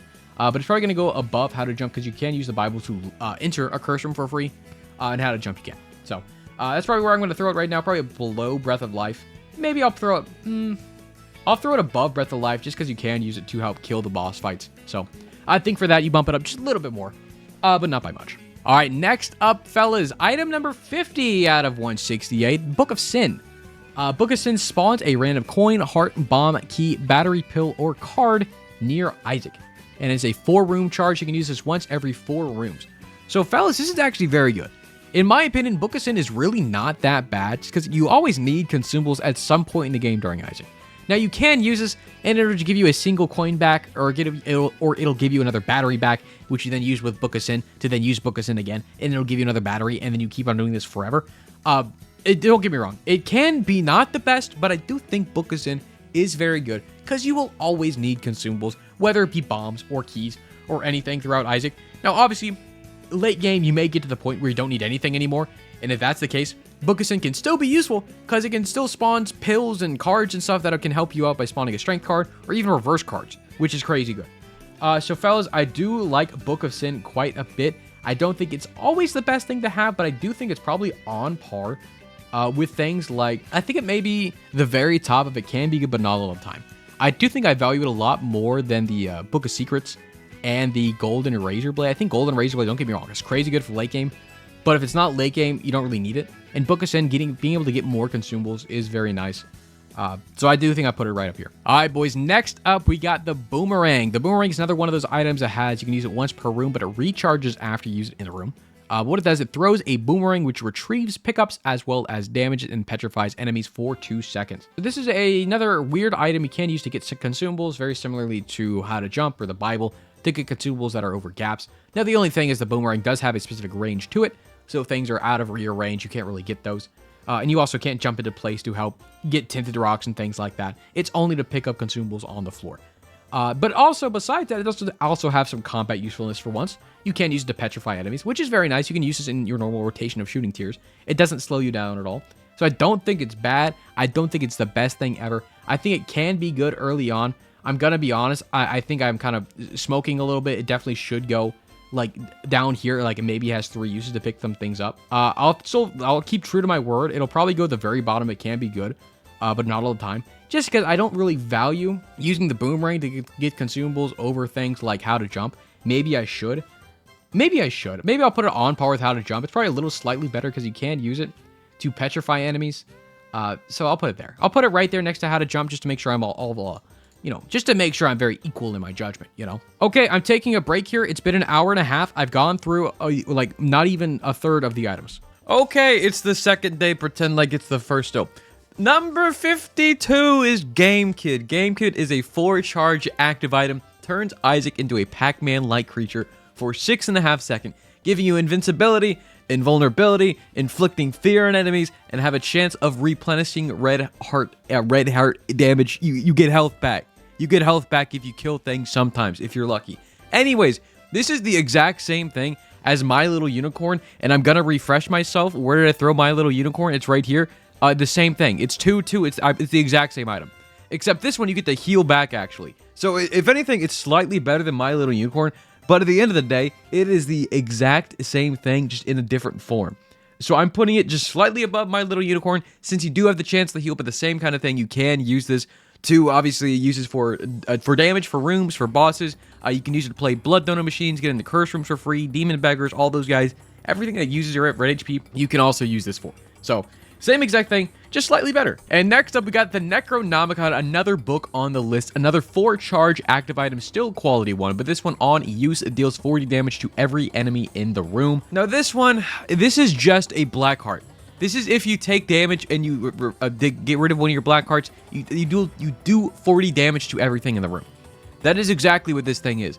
But it's a 4-room charge. I mean, don't get me wrong. It is slightly useful in some rooms where there are a lot of mini enemies that can help you out, but on any kind of boss fight, 40 damage is negligible. It will do nothing in late game fights, and maybe even mid or even early game boss fights. It's not doing too much for you anyways. It just helps slightly with some room clear. It's really not that good. It doesn't hurt you on use, obviously, so it's not bad to have, but if you have an option to pick up anything else, I would vote to get anything else. But with that being said, I do think it is probably... It's better than Tammy's head, better than Krampus's head, just because it does damage to everything in the room. Well, no, maybe it's a little bit worse than Krampus's head. It does help you with room clear, but Krampus's head you can use to melt some bosses, and that is better than Necronomicon, in my opinion. So, I'll put it right below Krampus's head and right above Mom's Bottle of Pills. Next up, we got Undefined. Undefined is actually a pretty good active item for only being a quality 1. It is a 6-room charge active item, and on use teleports Isaac to the Secret Room, Super Secret Room, Treasure Room, or the I Am Error Room. Now, this is kind of a scary item to use because it can teleport you to the I Am Error Room. And if you're not prepared for that, it can kind of just screw up your entire run. Because if you're on the mom fight floor and you actually go to the error room, oops, I guess you're just not getting the Polaroid or the negative that run, and you can't do any of the endings. So, as long as you're accounting for every time you use it, you may go to the error room, you're good. Or if you find any kind of batteries on the floor, it basically guarantees you find your secret rooms on that floor, or the treasure room as well. It helps you teleport. So I do think this is actually a crazy good active item if you do not have one, especially early on, so you can find early error rooms and you can go there with no issues. It is very nice. With that being said, I do think it is very good. You do not want to drop it. I do think I would put it over Telepathy for Dummies, but below the reroll items. Just because I think the reroll items, they guarantee you're going to have a good build. Undefined does help you out find the secret rooms for sure. It does help you out get the I Am error rooms, but the error rooms aren't always the best. And again, the secret rooms aren't always the best. It definitely just does help you out there. So I think it deserves to be in this tier, but near the top. Next up, we got Unicorn Stump. Weirdly enough, Unicorn Stump is just the better version of My Little Unicorn and Game Kid. But what this one does, it is a 1-room charge active item, meaning you can use this every single room. It gives invulnerability and increased speed for 6 seconds, but removes the ability to shoot tears. But alongside that, the invulnerability and increased speed you get, you do not actually deal damage with this, which is the only thing that's different from My Little Unicorn. My Little Unicorn does the exact same thing, but you can deal damage while you're in this invulnerable state, but with Unicorn Stump, you cannot. But the one key difference is that this number 1 right here, that this number 1 is the one key difference, is because you can use this every single room. If you have any form of orbital, like a cube of meat, ball of bandage, tiny toma, any kind of orbital at all, this item is absolutely crazy. Because not only can you use it every single room, and not only can you use it for damage, obviously you can use this more frequently to go in and out of the curse room for completely free. And honestly, the best part about My Little Unicorn and the Game Kid is the invulnerability you get from it, not necessarily the damage you get from it. So this is just the best of both worlds. You get to use it more frequently, you get to use it for more things if you want. Now, in combat usefulness, I put a 0 with a star, because obviously by itself, Unicorn Stump does nothing for combat unless you have that orbital. But you're more likely going to find an orbital on one of your runs, or like, you're most likely going to find at least one, right? At least one. So with that being said, I do think this item is crazy good.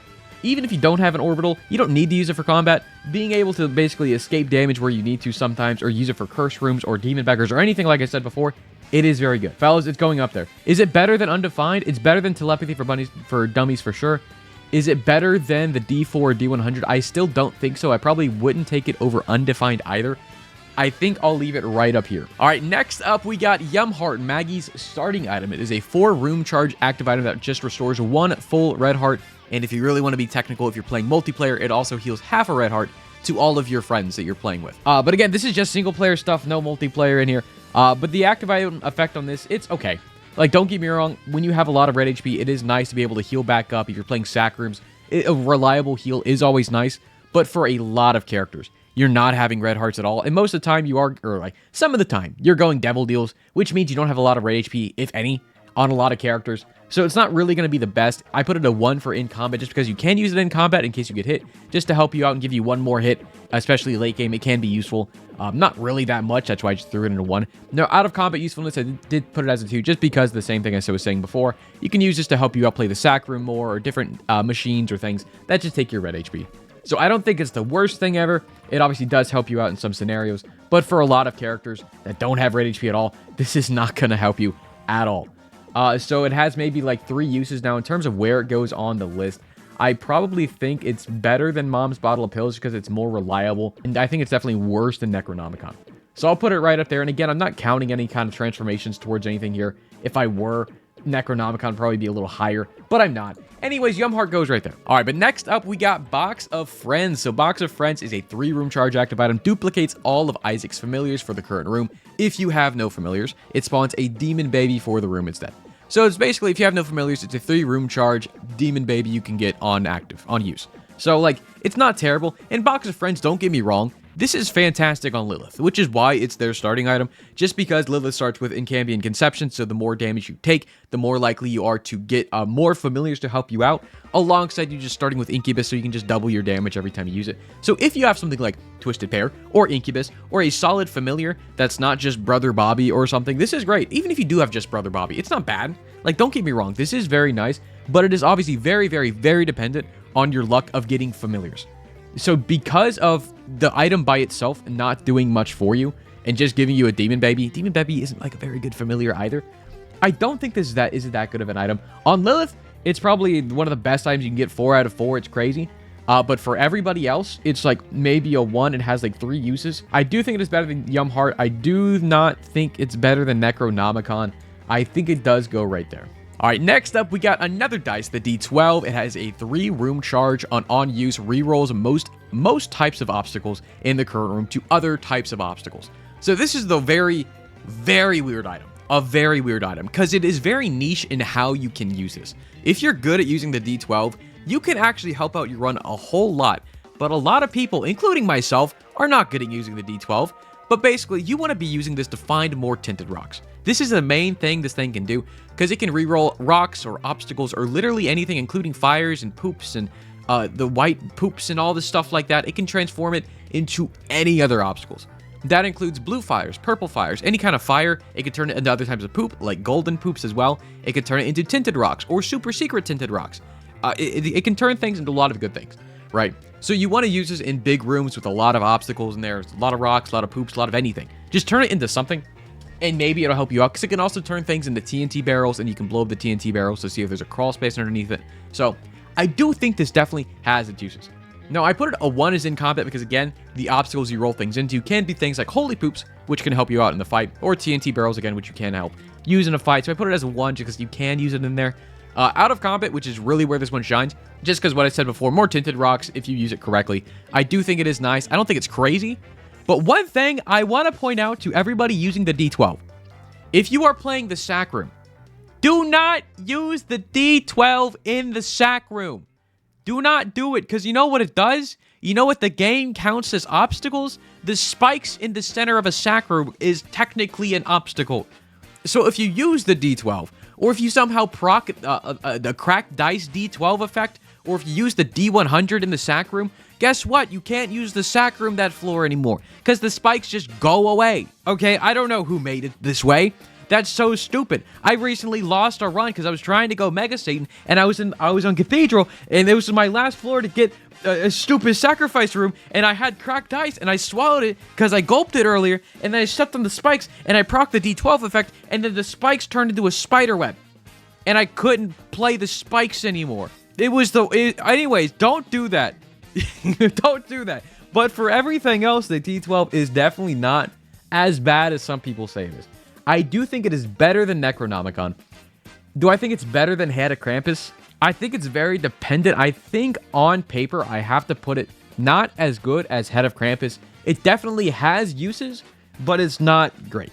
Okay, next one up, another dice. We got the D7. This one is a 3-room charge, restarts the current room, and brings back all enemies, allowing more rewards to be acquired by completing the room. So basically, this is just you get to complete a room more than one time. So the only big benefit of this is to use this in the very late game in the chest in the dark room, so you can have more of a chance to get chests to spawn, which give you more items. Now, previously, before the chest or dark room, you can also use this in easier rooms or quick rooms for you to complete to help you get more resources like keys or bombs or coins or anything you may need to help out your run. So don't get me wrong, it does have its uses early on as well. It's just where this item shines is later in the game to help you get more chests, which again give you more items. So I don't think it's bad. I think it definitely has its uses. Now, the uses are very, very limited in my opinion, and you having to slow down to complete another room multiple times to help you out, it can be nice. Don't get me wrong, but really not all the time, especially if you already have a lot of resources and you don't need to complete more rooms. There's no reason for you to proc this. I mean, I still put it as it can be good, just not all the time, because again, it's very dependent on when you find this item and how starved you are of resources. So in my opinion, the D7 isn't the best. It does have its uses. It's probably going to go pretty low down here. It's probably better than the bomb items because it can help you out get more bombs. But I'm probably going to put it lower than How to Jump and Boomerang, just because I think those are a little bit better than the D7 in my opinion.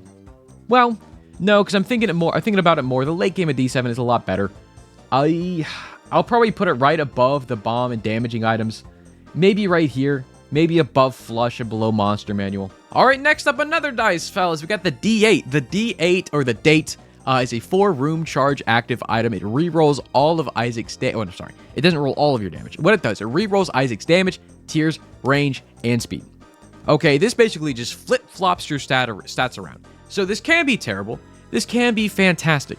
The good part about the D8 is if you use it and you basically take away all of your damage or your fire rate, you can just use it again a few rooms later until you get a better roll. And the biggest use for D8 is to continue using it until you get a lot of damage or fire rate and then just stop using it altogether. That is the best course of action for the Date, unless you have rock bottom. Then you want to just be proccing this 24/7 to try to get as many stats and everything as possible. So if that's the case, you want to keep proccing it. In most cases, you use the Date maybe once or twice to see if you get some good damage or good fire rate, and then you put it back down and never use it again. So with that being said, I think that is clearly the definition of it has maybe like 3 uses, and then you stop using it forever. I do think it's decent. I think it probably goes alongside the D12. It's probably better than the D12 because it does have some better scenarios for it. I'm going to be honest, it's probably slightly better than the Razor Blade. I'm going to put it at the very top if it has maybe like 3 uses. I really think it's decent. I don't think it's great, but it has scenarios where it can be really good. All right, next up, we got Friendly Ball, the Pokemon, not Pokemon item. It's a 2-room charge active item.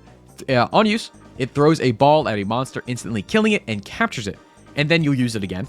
The captured monster can then be released on the second use and will be a friendly fighting friendly monster for Isaac. It's a friend. You make a friend by throwing a ball at it, and then it goes in the ball, then it comes out the ball, and it loves you because that's how it works. Anyways, this item stinks.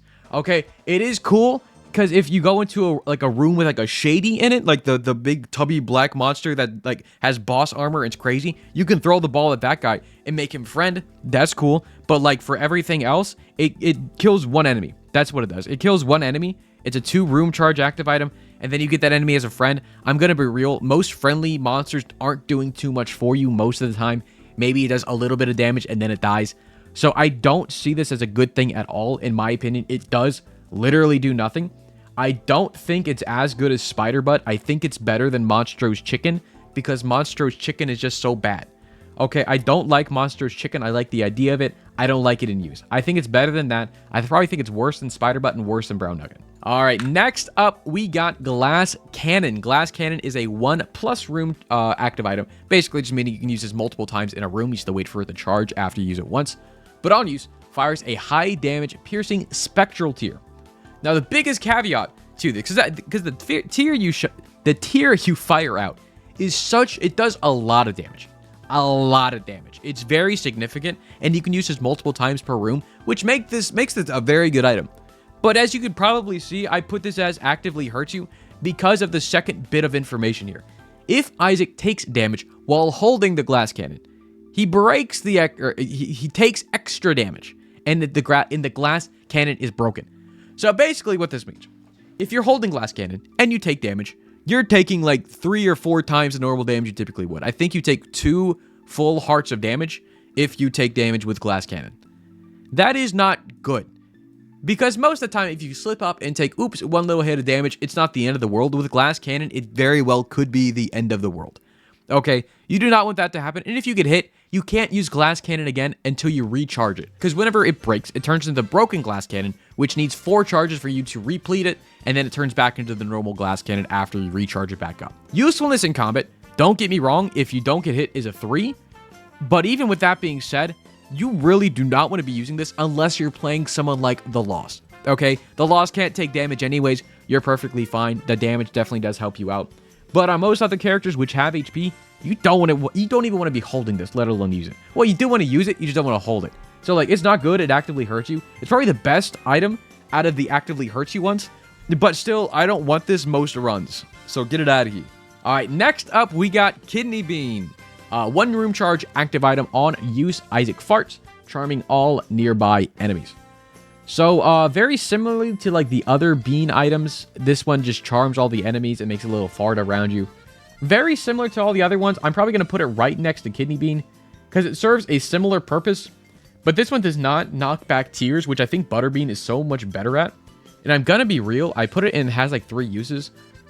I don't really know why. I think it was being a little, I think if anything, it needs to go very low. It has like 3 uses. I don't think it's that good. Charming is nice, and the like knockback it does is okay. Do I think it's worse than Data Miner is the big question. I think it's better. I think it's worse than Lemon Mishap. Is it better than Data Miner? Is it better than Data Miner? I'm going to be real. I think it's better than, I think Data Miner is better. Now that Data Miner can make glitched items, like glitched items aren't good. Don't get me wrong. But I think Kidney Bean, this is not good. If anything, I don't know. I need to change. I'm changing this on the fly. This does literally nothing. I'm putting it with the other bean. Gross. Haktua. You guys can't even see it. Haktua, it's better. It doesn't poison enemies. Get it out of here. All right, next up, we got one of the biggest buffs for any items in Isaac I have ever seen, Mega Bean. Mega Bean is absolutely crazy after the buffs from Repentance Plus. Because what this one does now, I'll explain it real quick. I believe it is a 3-room charge active item now. It may still be 4. I should be the one fact-checking this. Hold on. But Mega Bean, what this one does, on use, it petrifies all enemies in the current room for about 1.5 seconds, poison all nearby enemies, and sends a rock wave across the room in direction. Okay, this is the old effect. Fellas, okay, I'm changing it right now. Mama Mega in the room. For some reason, the information I got from the wiki is not up to date. But anyways, fellas, Mama Mega, or Mega Bean is crazy. Mega Bean is absolutely insane. It's a 3-room charge active item now. It used to be 4 charges. And the effect of what it does the Mama Mega effect for the room you're in. It makes a super big fart. Not only destroys everything in the room, it finds secret rooms. It opens up Hush. It opens up Boss Rush. It sadly does not open a Mega Satan, but it is just a Mama Omega effect for the current room. And I'm gonna be honest, this is probably better than Mama Mega itself. Because Mama Mega's big issue is that it uses Mama Mega for the entire floor, which is nice, but say you find an arcade on the floor, a beggar or 2 you want to play, if you want to go into the shop and donate money, you cannot go in there because the Mama Mega effect will proc in every single room and will destroy every single machine or beggar that you find throughout the entire floor. But with this item, with Mega Bean, you can choose which rooms you use it in, which is so much nicer. And now you can also use this to find Boss Rush or get Hush, and you can take your time. It's actually so nice. Not only does it help you with util, with like, just finding those rooms, but the util of being able to clear a room you don't like is absolutely insane. Alongside maybe just finding the secret room by accident by clearing a room, is insane. Like, this item is actually so damn good now. It's insane how much they buffed it. I'm trying to look for it on my list. Give me just a second. We found it. Fellas, I think this is better than the D100 and the D4. Can I say it? This item is really good now. I don't know if I'm just glazing it too much, but being able to do boss rush and hush and help you clear very bad rooms, and the damage it does is very substantial, especially to bosses.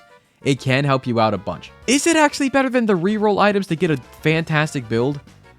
Maybe not. Maybe the reroll items are just slightly better, but still, Mega Bean is absolutely insane. All right, next up, we got Minecrafter. Definitely not Minecraft at all. Anyways, fellas, a 1-room charge active item places a movable TNT barrel that can be pushed and used to destroy rocks and damage enemies. If used again, it will remotely blow up the TNT barrel.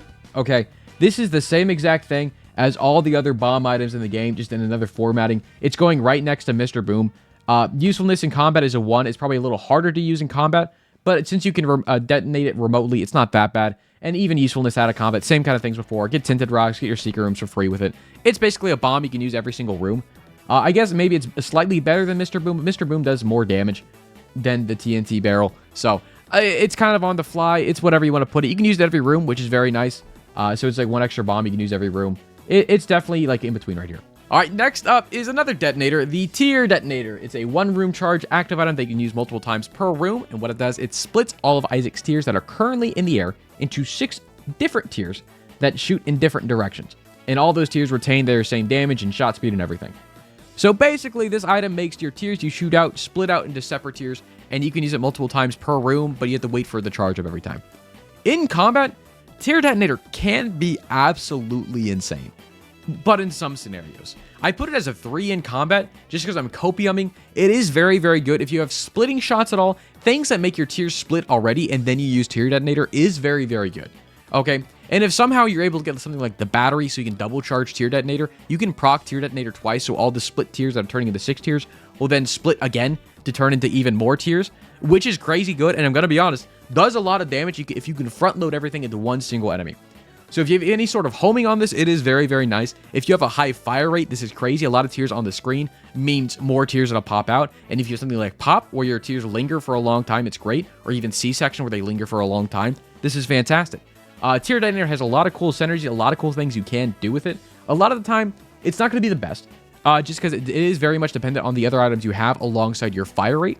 But even if you have a low fire rate, if you have a high damage with polyphemous or something, splitting one polyphemous tier into a whole bunch of other ones, it can't hurt you. It is very good. And it's from the shop too. It's 10 cents in the shop. That's really good, right? It's like sale most of the time. It's crazy. I'm going to be honest. It's probably, I don't think it's as good as, well, I'll put it below Flush, but above Crack the Sky. I think Flush is definitely better for the room clear and a lot more reliable than Tier Detonator. But Crack the Sky, I'll probably put it right above that. All right, next up, we got Ventricle Razor. Ventricle Razor is a sleeper pick, in my opinion. What it does, it is a 0-room charge active item. You can use it as much as you want, as many times as you want. What it does, on use, it creates up to 2 portals, that remain even if Isaac leaves the room. Upon entering one of the portals, Isaac is teleported to the other portal. So this is basically just Portal the game, but it's a funny Razor item. So you make a portal, you hop in, you go through the other one, and you go out. Now, what this description does not say is whenever you are jumping out of the portal, like whenever you hop in one and jump out the other, whenever you're jumping out, you actually get invincibility frames. It's not many frames. You can't really use this too much to like dodge attacks and stuff in a room. But what you can do is put this door next to a curse room. You hop in the other door, you hop back out of the original door, and you go in and out of the curse room for free. Okay, so this is basically a similar thing to what Stitches does. We'll get to Stitches later. But this is very similar to how Stitches works, where you can hop in and out of curse rooms for free. But alongside that, you can use Ventricle Razor as basically a pseudo teleport to go into the boss challenge rooms for free, normal challenge rooms for free. If you want to like kind of fast track and you go to the wrong direction, you can go back to the base room and just start again. And maybe if you go the wrong direction and don't want to complete a room, you can just boom, bam, you're out of there. Okay, I think a lot of people sleep on this. Out of combat, this thing is absolutely fantastic. I will take this if I have no other active item, because again, this is another one of those items that's only 10 cents in the shop. It is actually crazy good for the util it can provide, and I feel like a lot of people aren't aware of that. So with that being said, it is crazy good. You don't always need it, because again, the usefulness is coming from like the teleports and everything from it, and going in and out of the curse rooms for free. It doesn't help in combat at all. But in terms of things it can do, I'm probably going to put it probably near the other util items here at the top of My Little Unicorn. in game kit. I'm probably going to put it maybe right below those two. Probably above Monster Manual, below Pickaxe. I think Pickaxe is maybe just a bit better to help you get a lot of the tinted rocks and everything you need to. But Ventricle Razor is absolutely crazy. I think you shouldn't be sleeping on it. Actually, you know what? No, I'm putting it above the Minecraft item. It's better. I'll say it is better. All right, next up, we got Wooden Nickel, the active item that Keeper starts with. It is a 1-room charge active item, has roughly a 50-50 chance to drop a penny, nickel, or dime, and roughly 50% chance to do absolutely nothing. So it's either a 50-50, either you get some money or you don't. On Keeper, don't get me wrong. This is like a 10 out of 10 item. You kind of need this in order to not die as that character, since your money is your health. But on every other character, it's still not bad. Because especially early game, you need money. You need money because shops and shop items and everything in a shop is so good. There's nothing wrong. Like, there's so many good things to get in a shop, so the more money you get early on, the better. Now, the only issue that comes with this is at a certain point in the game, and that point being womb onwards, there are no more shops to go to unless you hit a hush. Now, because of that, you don't really need that much money. Keep in mind, you can still get arcades. You can still play a crane game or two. You can still play beggars or slot machines or tarot card machines. Like, all those things are still options for you. But since there are no more shops, you don't really need that much money most of the time. So you don't need Wooden Nickel after you get to the womb. So with that being said, I don't think it's the best for the entire run. It can be useful. Don't get me wrong, especially early on to guarantee you get some good stuff. But even if you have, I mean, in a scenario where you already have 50 cents, you probably don't need to be running Wooden Nickel if you find a better active item to take. So with that being said, Wooden Nickel, it can be good, not all of the time. I'm going to throw it probably below the bombable items. I probably put it right above the Bible. I'll put it below the... I'll probably put it right here. Below Breath of Life, right above Boomerang and How to Jump. I think that's a fair place to put it. All right, next up, we got Black Hole. What it does is a 4-room charge item. It throws a black hole on the ground, which sucks in and destroys enemies and destroys nearby obstacles. So Black Hole is I wouldn't call it a sleeper pick because I don't think it's the best, but I don't think it's bad at all. Because Black Hole, alongside being able to suck in enemies, it sucks in tears as well. So if you're in like the Mom's Heart fight and they shoot a bunch of tears at you, just throw in Black Hole. It'll suck in all the tears as well. You don't even need to worry about dodging. Same thing for like the Hush fight and things like that. Now keep in mind the Black Hole you throw does not last a super long time, so it won't help you throughout the entire fight, but for a portion of the fight, it's definitely nice to have. And since it is 4 charges, you're not going to be using it that often. Maybe every few rooms, it's not bad. But besides those bigger boss fights towards the end of the game, it's also not bad to help get tinted rocks and stuff, because it does say here, it does destroy nearby obstacles, which do include rocks, tinted rocks, and it does actually open up secret room doors as well, if there is one nearby. So it's not the worst. There is some utility with this item, alongside a little bit of combat stuff. It's not the best in either, but it is okay in both.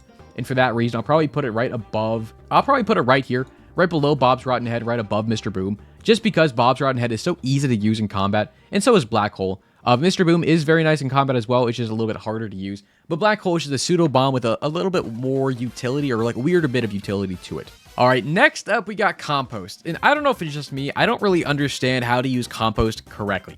But what it does, it is a 2-room charge active item. And what it does, on use, it doubles Isaac's blue flies and blue spiders, or spawns 1 if Isaac has none. Alongside that, it converts pickups in the current room into blue flies and spiders. The weird thing is with this item is I just don't understand it. Because the goal, in my eyes, the goal is to use this in a room that has 1 billion pennies that you don't need, to make that into a bunch of spiders and flies, and if you keep on using this every 2 rooms, you'll sustain that same amount of flies and spiders throughout the entire run, because you'll keep on doubling the amount you have, right? I think that's the goal with this item. But the way I've always used this item is it never turns out that way. I use it, I double my spiders to have like maybe 10 spiders, 10 flies or something. I go into a new room, they all run into one of those host guys, and they all just die right away, and then I lose all of my spiders and flies, and I can never build them back up, because a lot of the rooms and resources I get early on, I just want the resources, and I don't want flies or spiders. So, like, I don't want to convert a key or bomb I need into a one single fly or spider. I'd rather just have the bomb or key to help me out later. I don't know if I'm the crazy one here. The only big scenario is if I blow up like a blood dono machine, or if I use the blood dono machine a bunch to get a bunch of blue flies and spiders. But if I'm playing the blood dono machine, just give me the money. Just give me the money, Lebowski. I don't know. I don't think this is good. I think it can be funny. I think it can have its uses. But for me, I've never actually found that usefulness. If anything, it just takes away your resources you probably just need instead of it. But if anything, it has maybe like 3 uses. It's not that good. I'm going to be real. I'm going to put it below data miner. I don't think compost is good. I'm putting it, well, yeah, no, it's below box of spiders because it serves the same purpose as box of spiders. It's just worse, right? It's just worse. I'm putting it at the very bottom. It has maybe like 3 uses. I think I'm being generous. If anything, it can I could throw it and actively hurt you because it just takes away the resources you need. But I'm not going to. I'll be generous. I'll leave it. You guys can't even see where I threw it. I threw it right here. It's right here. It's bad. It's not good.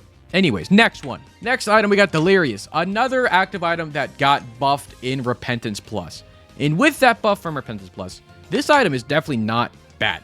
Because before, Delirious used to have a solid charge of 12 charges. It used to be a 12-room charge every time you use it.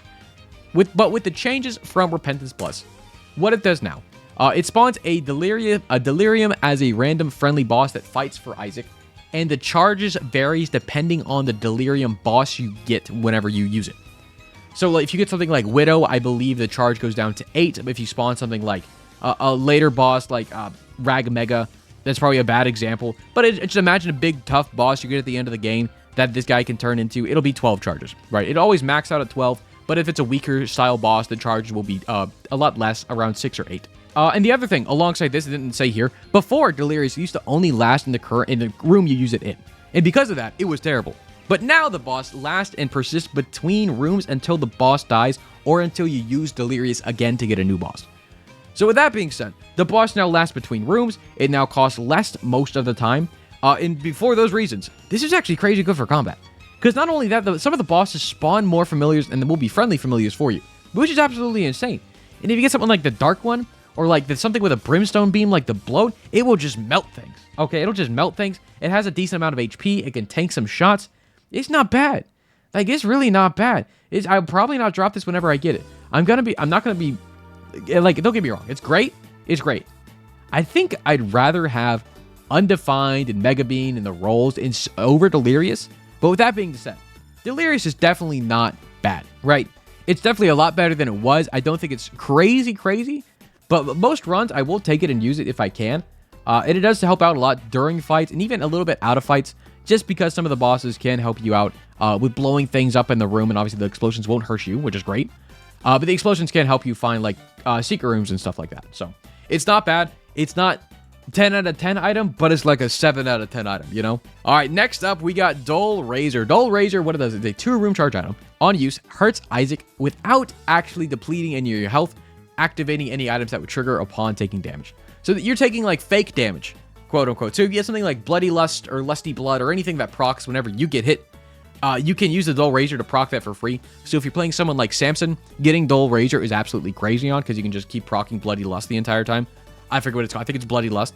It's crazy. It's really good. And for that's why I put it a slightly usefulness in combat. It's very dependent on the items you have. And since there aren't too many items that help you out during combat whenever you take damage, it's not the best for it, but I still put the asterisk there, just in case you're playing as Samson or somebody. Now, out of combat, you can also use it to proc things like Piggy Bank, or like Fanny Pack, or other things that drop health, or could drop something whenever you get hit, like Gimpy as well. It could be great. It is obviously very situational, but alongside that, you can also use Dull Razor to get in and out of the curse room for free. Like so many other these active items, does help you out with that, because you can fake taking damage. You do get a few invincibility frames, and with those invincibility frames, you can just hop in and out of the curse room. So that being said, it has maybe like 3 uses, but those uses aren't really that bad. If anything, I'll probably put it right below the D12, probably right below, and actually no, because I mean, the uses it has isn't fantastic. I'd rather have that. I'd rather have Mom's Bottled Pills. Would I rather have Butterbean over Dull Razor? Yes. Yes, I would, but the D10, we'll put it here. We'll put the Dull Razor right there. Right below Butterbean, right above, I think it's the D8, D10, one of these dice, I already forget. You guys can't even see it. It's right here. It's right next to the dice. Okay, it's going right there. But next up, we got Metronome. Okay, Metronome. Fellas, Metronome is funny. What it does, it's a 2-room charge active item. It grants a random item effect for the current room. So, fellas, this random item effect could be literally any item, I think, except like C-section or something. I think they took that out of the list, which thank God. The item you get is completely random. It can absolutely hurt you. It can be Razor Blade. It can be things that hurt you. It could be Decap Attack. It could be Scissors. It could be any of these items that are down here. Like, it could be Clicker. Okay, but alongside that, fellas, it could be Death Certificate. If anything, Metronome should go in the very top tier I haven't revealed to y'all just yet. It's literally every item in the game. Now me, I wasn't that bold. I didn't put it in the top. Maybe I should.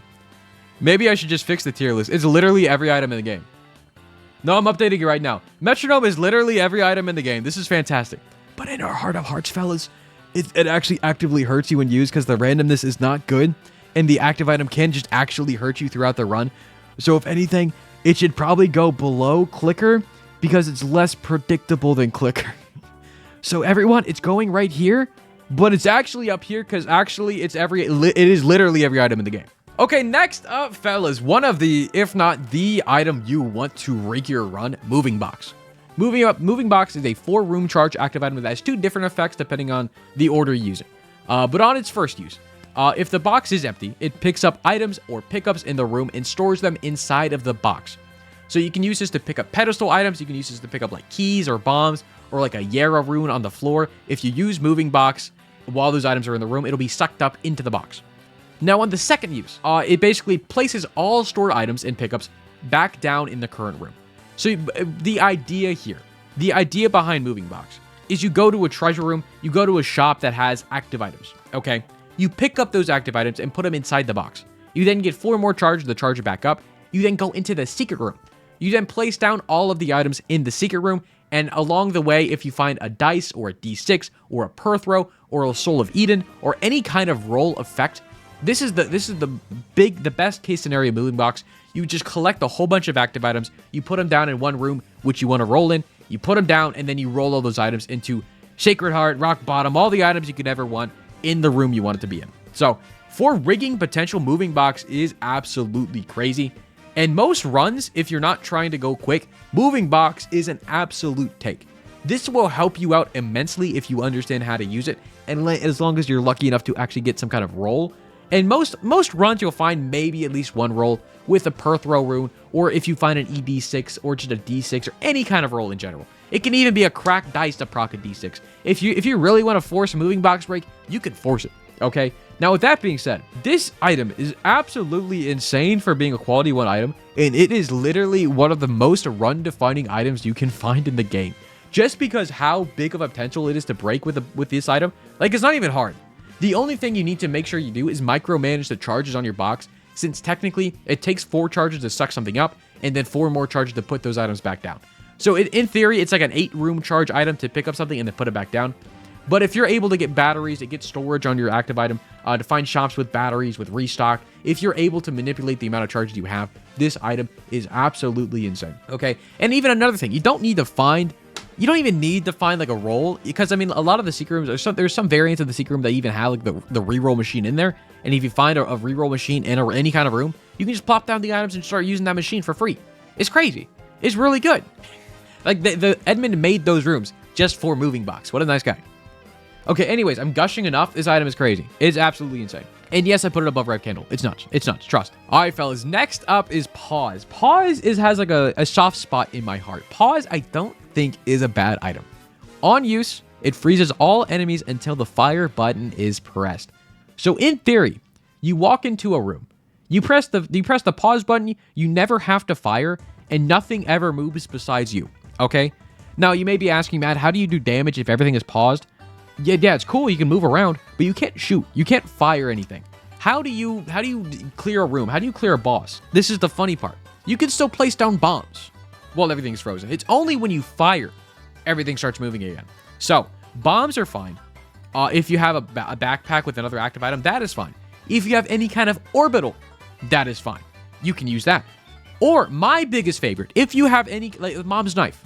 Mom's Knife and Pause is an instant run one, in my opinion. Because you walk into a room, you pause the room, and you don't even have to shoot out Mom's Knife, because Mom's Knife always has a hitbox in front of you. So you just stand there and wait for the boss to die, and then after they're dead, you just fire, and they just play their death animation. It's crazy good. Alongside that, there are other things besides the knife, like what, Spear of Destiny. Sadly, the sword does not work. Spirit Sword does not work. It does not have an active hitbox. But any kind of orbital that has an active hitbox that you don't need to press the fire button to use is absolutely insane. And for that reason, it has maybe like 3 uses because you need to have like those things to make it work. But it also works with bombs. So it is very nice for that reason as well. With that being said, do I think it's better than the teleport? Do I think it's better? I think it's better than Tammy said. I think it's better than Head of Krampus. Is it better than the Teleport? Probably not. I'll probably put it right here next to Teleport, just because I think the utility from Teleport is probably slightly better than Pause. But Pause can be very nice, especially for some late game bosses, if you have the right setups. All right, next up is Sprinkler. Never mind that the sprite is like near the bottom of the screen. What the heck is going on? Okay, anyways, Sprinkler. This is a 4 room charge active item. What it does, it creates a stationary sprinkler for the current room that rotates and fires tiers in 8 directions, 1 at a time. The tiers copy Isaac stats and fires in most tier effects. So basically, you put this down, it's like its own little turret. It'll fire in a little circle around it, 1 tier at a time. It's not bad. But fellas, I mean, I know we're not talking about greed mode. This tier list is specifically for base game, hard mode, or I guess normal mode technically as well, Isaac. We're not counting greed mode or greedier mode. But if we were, Sprinklers absolutely bonkers insane. Sprinklers is what you're trying to find for greed mode. Because in greed mode, I'm not going to go too far into it, but because you're fighting in the same room and you always get charges for fighting in the same room, you can plop down like 4 or 5 sprinklers in the fight and to help you do damage. It's crazy good. But this is for base game Isaac. And fellas, base game Isaac, the hard mode, this thing sucks. This thing is stinky. Like, unless you have a crazy synergy, unless you have some sort of homing, this is not good because the sprinkler tiers will just miss most of the time. Now, the dream is if you run it to the middle of the room, you put down sprinkler, you have homing, and you have like a pretty high fire rate, so the tiers will just keep on pumping out, no problem. It can be decent that way, but it's not reliable damage unless you have all those things. So, most of the time, you're never going to be using this correctly. It's not going to do barely any damage. It's not going to be good. And for that reason, it has maybe like 3 uses. Because it will still do damage. Don't get me wrong. It doesn't do literally nothing. But it just feels like it. So with that being said, I think I'll put it right here. I think its usefulness falls right below 5 bombs. It's worse than getting 5 bombs in your inventory. A little bit better than the heart jar. And I'm putting it right there. Now, don't get me wrong. Greed mode, it's like up here. Greed mode, it is run defining. You want it. But for not greed mode, it's down here. It's stinky. Haktua. All right, next up, we got Telekinesis. Telekinesis is a 1+ room charge active item, meaning you can use it multiple times per room. What it does is on use, any enemy shots that come near Isaac for next 3 seconds are held in place and then fired back. This just makes you invincible to bullet damage for the next 3 damage. And fellas, late game, most items or most bosses you fight don't do contact damage, or they're not going to be running at you. Think like the Hush fight. Think Mega Satan. Think even Blue Baby and Isaac. They're not coming at you to do contact damage. They're shooting tears at you. And what does this do? It makes you invulnerable to tears for 3 seconds. Okay, tears cannot touch you for 3 seconds. And you can use this multiple times per room. Telekinesis is absolutely insane. Now, don't get me wrong, for the room clear before those endgame bosses, this isn't the best, because a lot of those enemies are trying to do contact damage to you and trying to just run into you. Okay, and for those enemies, this is really not good because it's not going to do anything. But for those bigger fights, which all the bosses at endgame are going to be shooting tears at you instead of running into you. Okay, this is really good. This is really good. Okay, fellas, I feel like a lot of people are sleeping on Telekinesis. It's crazy good. I'll probably put it above Undefined, above Delirious, probably below Mega Bean. But Telekinesis is crazy good, fellas. Don't be sleeping on this one. It is really good for late game fights. All right, next up, we got Butterbean's late cousin, Wait What? Wait What? It looks exactly the same as Butterbean. And what it is a 1+ room charge active item on use Isaac farts, sending out a circular rock wave that destroys obstacles and hurts enemies. Fellas, this is just another kind of bomb effect item you can use to find, you can use to find secret rooms, you can use to help you get tinted rocks, and you can use it multiple times per room. Alongside that, the rock wave does do okay damage to enemies. It's not absolutely insane. It does help out a lot, though. With that being said, Wait What is just objectively so much better than Butterbean and is very similar to these other rock effect items. I don't think it's as good as Mr. Boom. No, I think it's slightly better than Mr. Boom, slightly better than Black Hole. No, I think it's dependent. I mean, since you can use Wait What so much more often than Black Hole, I think it's better. I don't think it's as good as Bob's Rotten Head, just because it doesn't do the same amount of damage, but they serve a very similar purpose. So I think it's going right here. All right, next up, we got Alabaster Box, a Tier 1 Angel Room item that has 12 charges, but like kind of. But what this one does, on use, it spawns 3 Soul Hearts and 2 Angel items, and is consumed and no longer used again. It's a one-time use item. But this thing, it starts with no charges and can only be charged by picking up 6 Soul Hearts. So each charge of Alabaster Box is technically half a Soul or Black Heart. It is not charged by your normal means of clearing rooms. It is only charged by picking up a soul or a black heart. So because of that, you actually cannot gain soul hearts or black hearts if this thing doesn't have its charges, which can be such a big hindrance. Say you find Alabaster Box early on in your run, when you're playing Isaac and you don't have any soul hearts. After you pick this thing up, if you're not able to drop it, any soul hearts you find will go to Alabaster Box instead of your health.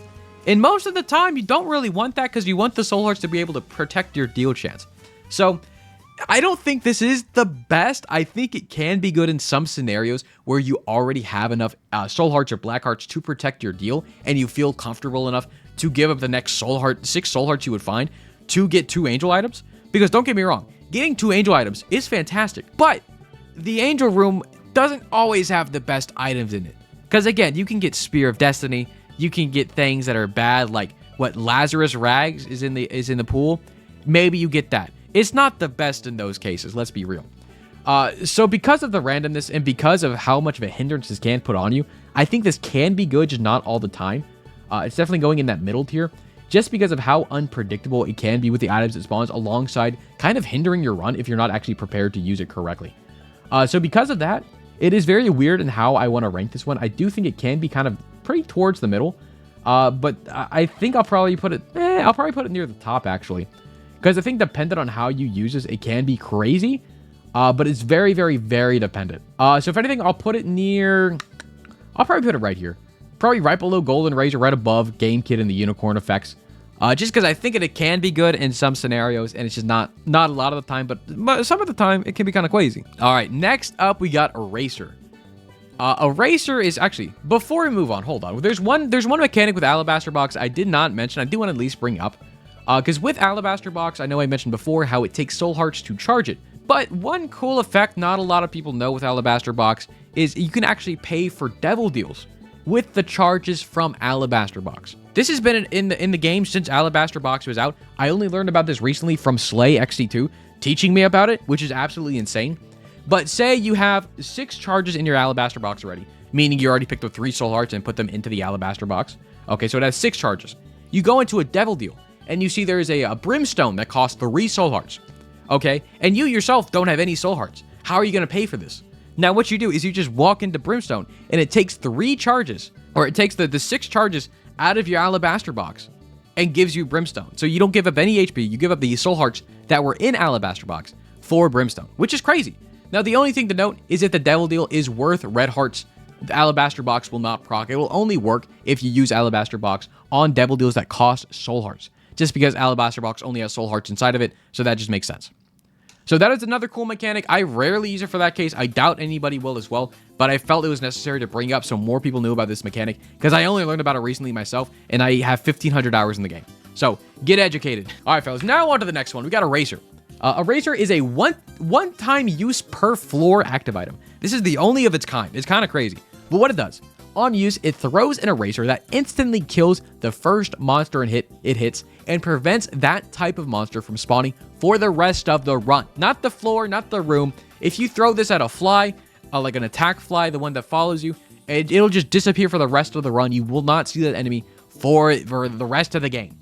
It's crazy.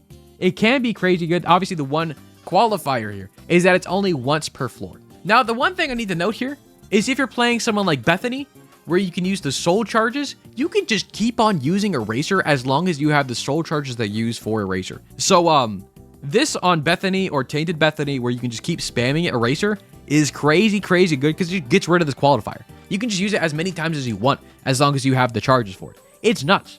Now, on everybody else, on every other normal person, it is still great, because you can pick and choose which enemies are going to be a hassle for you, like chargers, or like any enemy you just hate specifically. You can just erase it, and it's gone.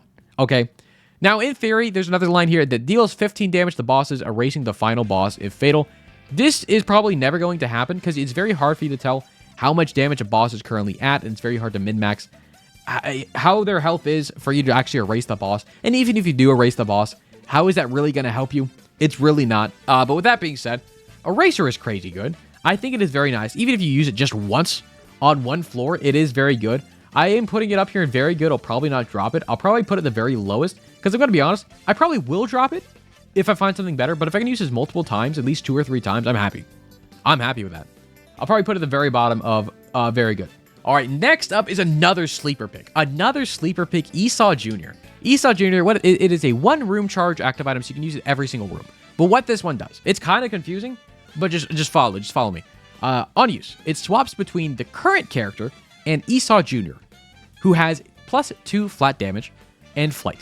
Characters have independent items and health, dying as either character ends the run. Okay, this description doesn't really explain it too much, but basically think about it like this. Esau Jr. is their own separate character outside of the run. They're their own character. Okay, on use, you swap between the current character you're currently playing. Say you're playing Isaac.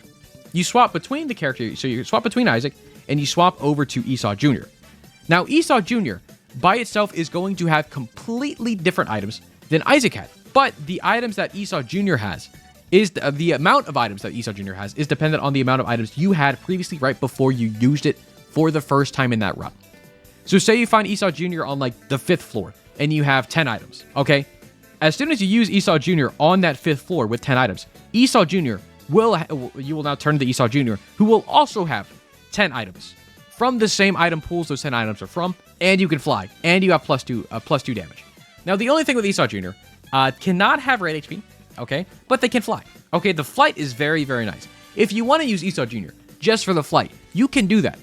But I think the biggest thing to know with Esau Jr. is the items that Esau Jr. spawns with will happen as soon as you use Esau Jr.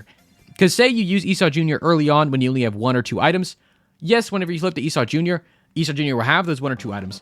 But if later in the run you still have Esau Jr. and you proc it on like the chest, thinking you'll get more items with Esau Jr., that is not the case. Because it gives you the items as soon as you create the Esau Jr. for that run. So if anything, you want to wait until later in the run when you have like 15, 20, 25 items or late game, and it'll give you a secondary character to help you out in those harder boss fights, which can help out. It is a very confusing item, okay? I'm not lying to you. It is a very confusing item. But honestly, where I see benefit in using this is I find it in a run. I proc it right away. I see if the run with Esau Jr. is better than the current run I have, and if it is, I just ditch the other character I'm playing, I swap out my active item, and I just stick as playing as Esau Jr. for the rest of the run. Now, if you are playing as Esau Jr., obviously you still get the marks for the character you're playing as. You're just now this guy who has a little more damage and can fly, and has a different build, and can't have red HP. Okay, again, it's slightly confusing, but basically think of this as a pseudo D4, and if you don't like the run you have as Esau Jr., you can obviously just flip back to your normal character to get all your other normal items back, and you're good to go. Okay, again, very confusing, kind of niche in how you want to use it. I basically use it as a pseudo D4 to see if I like the other build. If I do, I just stick with it. If not, I flip back and, call it a day. But for that reasoning, to be able to get flight on command and seeing like a secondary build to see if you like it and want to run with it, it is very nice. I at least proc it once and called it there. I'm going to be honest, I probably put this... I think it's better than Golden Razorblade. Obviously, I'm not going to be keeping Esau Jr. most of the time. I think I'll put it at the very top if it can be good, but not all the time. I don't know if that's just me copiuming. I do think it can be very, very good. Just being able to flip your run can be so nice if you don't have anything good going for you. And even if it gets you something that's worse than your current run, just clear one room and then flip back and call it a day. Okay, I think the utility here is very nice, and obviously the combat usefulness to help you out with the new items it gives you, with the flight, with the damage it gives you, is very nice. All right, next up, we got Free Lemonade. Free Lemonade, a 4 charge room active item, and while in use, creates a large pool of yellow creep beneath Isaac. So this is just the better version of the Lemonade one that's down here. And fellas, I'm gonna be honest, it's worse than that one. This is just actively worse than the other Lemonade effect. Yes, the pool of creep is nice, don't get me wrong, but the creep that it spawns, it's a 4 room charge item. Okay, 4 room charge item, and more than half the enemies in the game fly. And the creep on the floor is not going to do anything. Like, cool, it can help out a little bit. And the one thing I didn't update with this is I know now that this lemon pea item, the creep now stays on the floor for the rest of the room.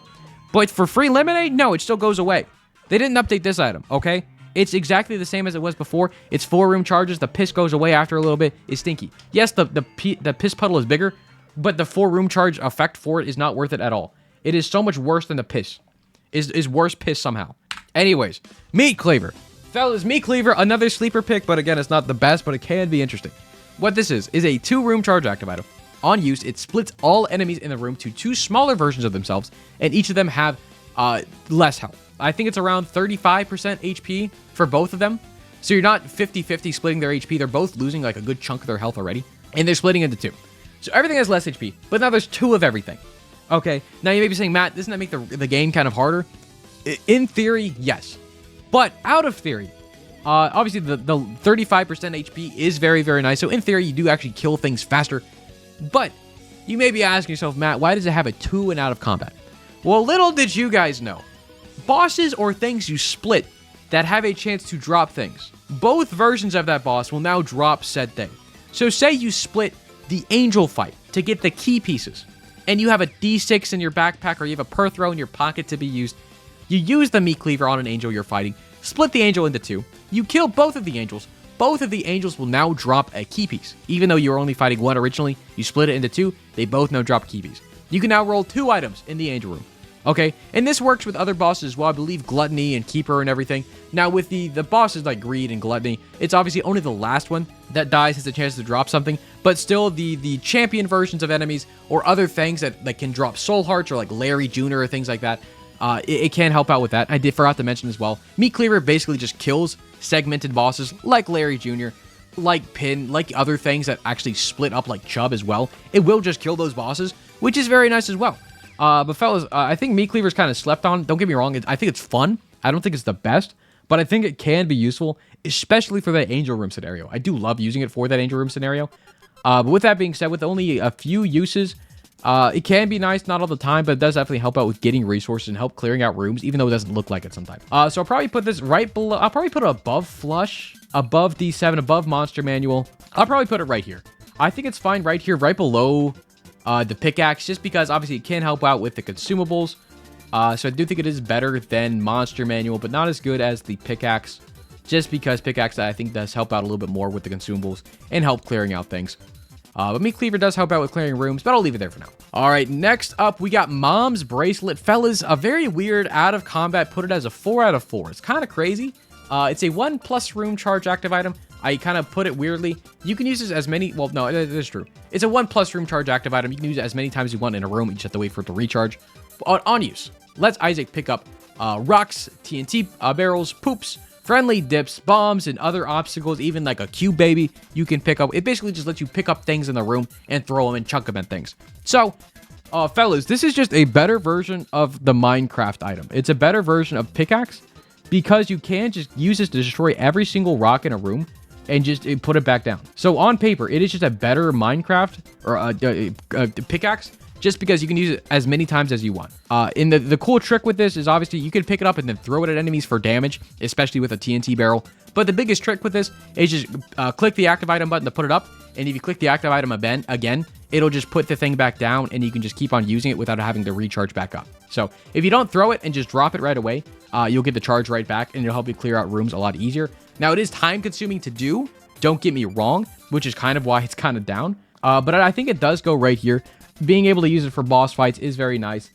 Being able to find tinted rocks, being able to throw TNT barrels at enemies, at secret rooms, it is very nice. It does help out a bunch. I think it's going right there. All right, fellas, sad news. Plum Flute. Fellas, it literally does nothing. It's a 4-room charge active item. On use, it summons the boss, Baby Plum, to fight for Isaac in the Corona Room. Now, when it says fight for Isaac, I don't think it means fight for Isaac. I think it really just means Plum says, hey, what's up, for like 5 seconds and then leaves. Because Plum does not stick around for a long time at all. Plum got places to be, got things to see that's not in the room we're in. So they drop in, they shoot a little bit, they can block some tiers, and then they just leave after like 5 or 6 seconds. It's really not a long time they're in the room. Like, don't get me wrong, the damage Plum does can be kind of nice, but it's not very consistent at all. The only consistent part of it is how cool Plum looks whenever they drop down and say, hey, what's up? And that's about it. But alongside that, the tiers they shoot, Plum still fires out like the red colored bullets, which look like enemy bullets, so it's kind of confusing what you need to dodge and not. So if anything, it can technically go and actively hurt you. I will never do that to my boy Plum. With that being said, it's probably... it's better than some of these items, don't get me wrong. I think it's a little better than Monstro's Chicken, but it's still not good. I think it's going right here, right below Friendly Ball, right above Monstro's Chicken. And it's a 4-room charge active item. It's insane how many charges you need for Plum, which barely does anything. Okay?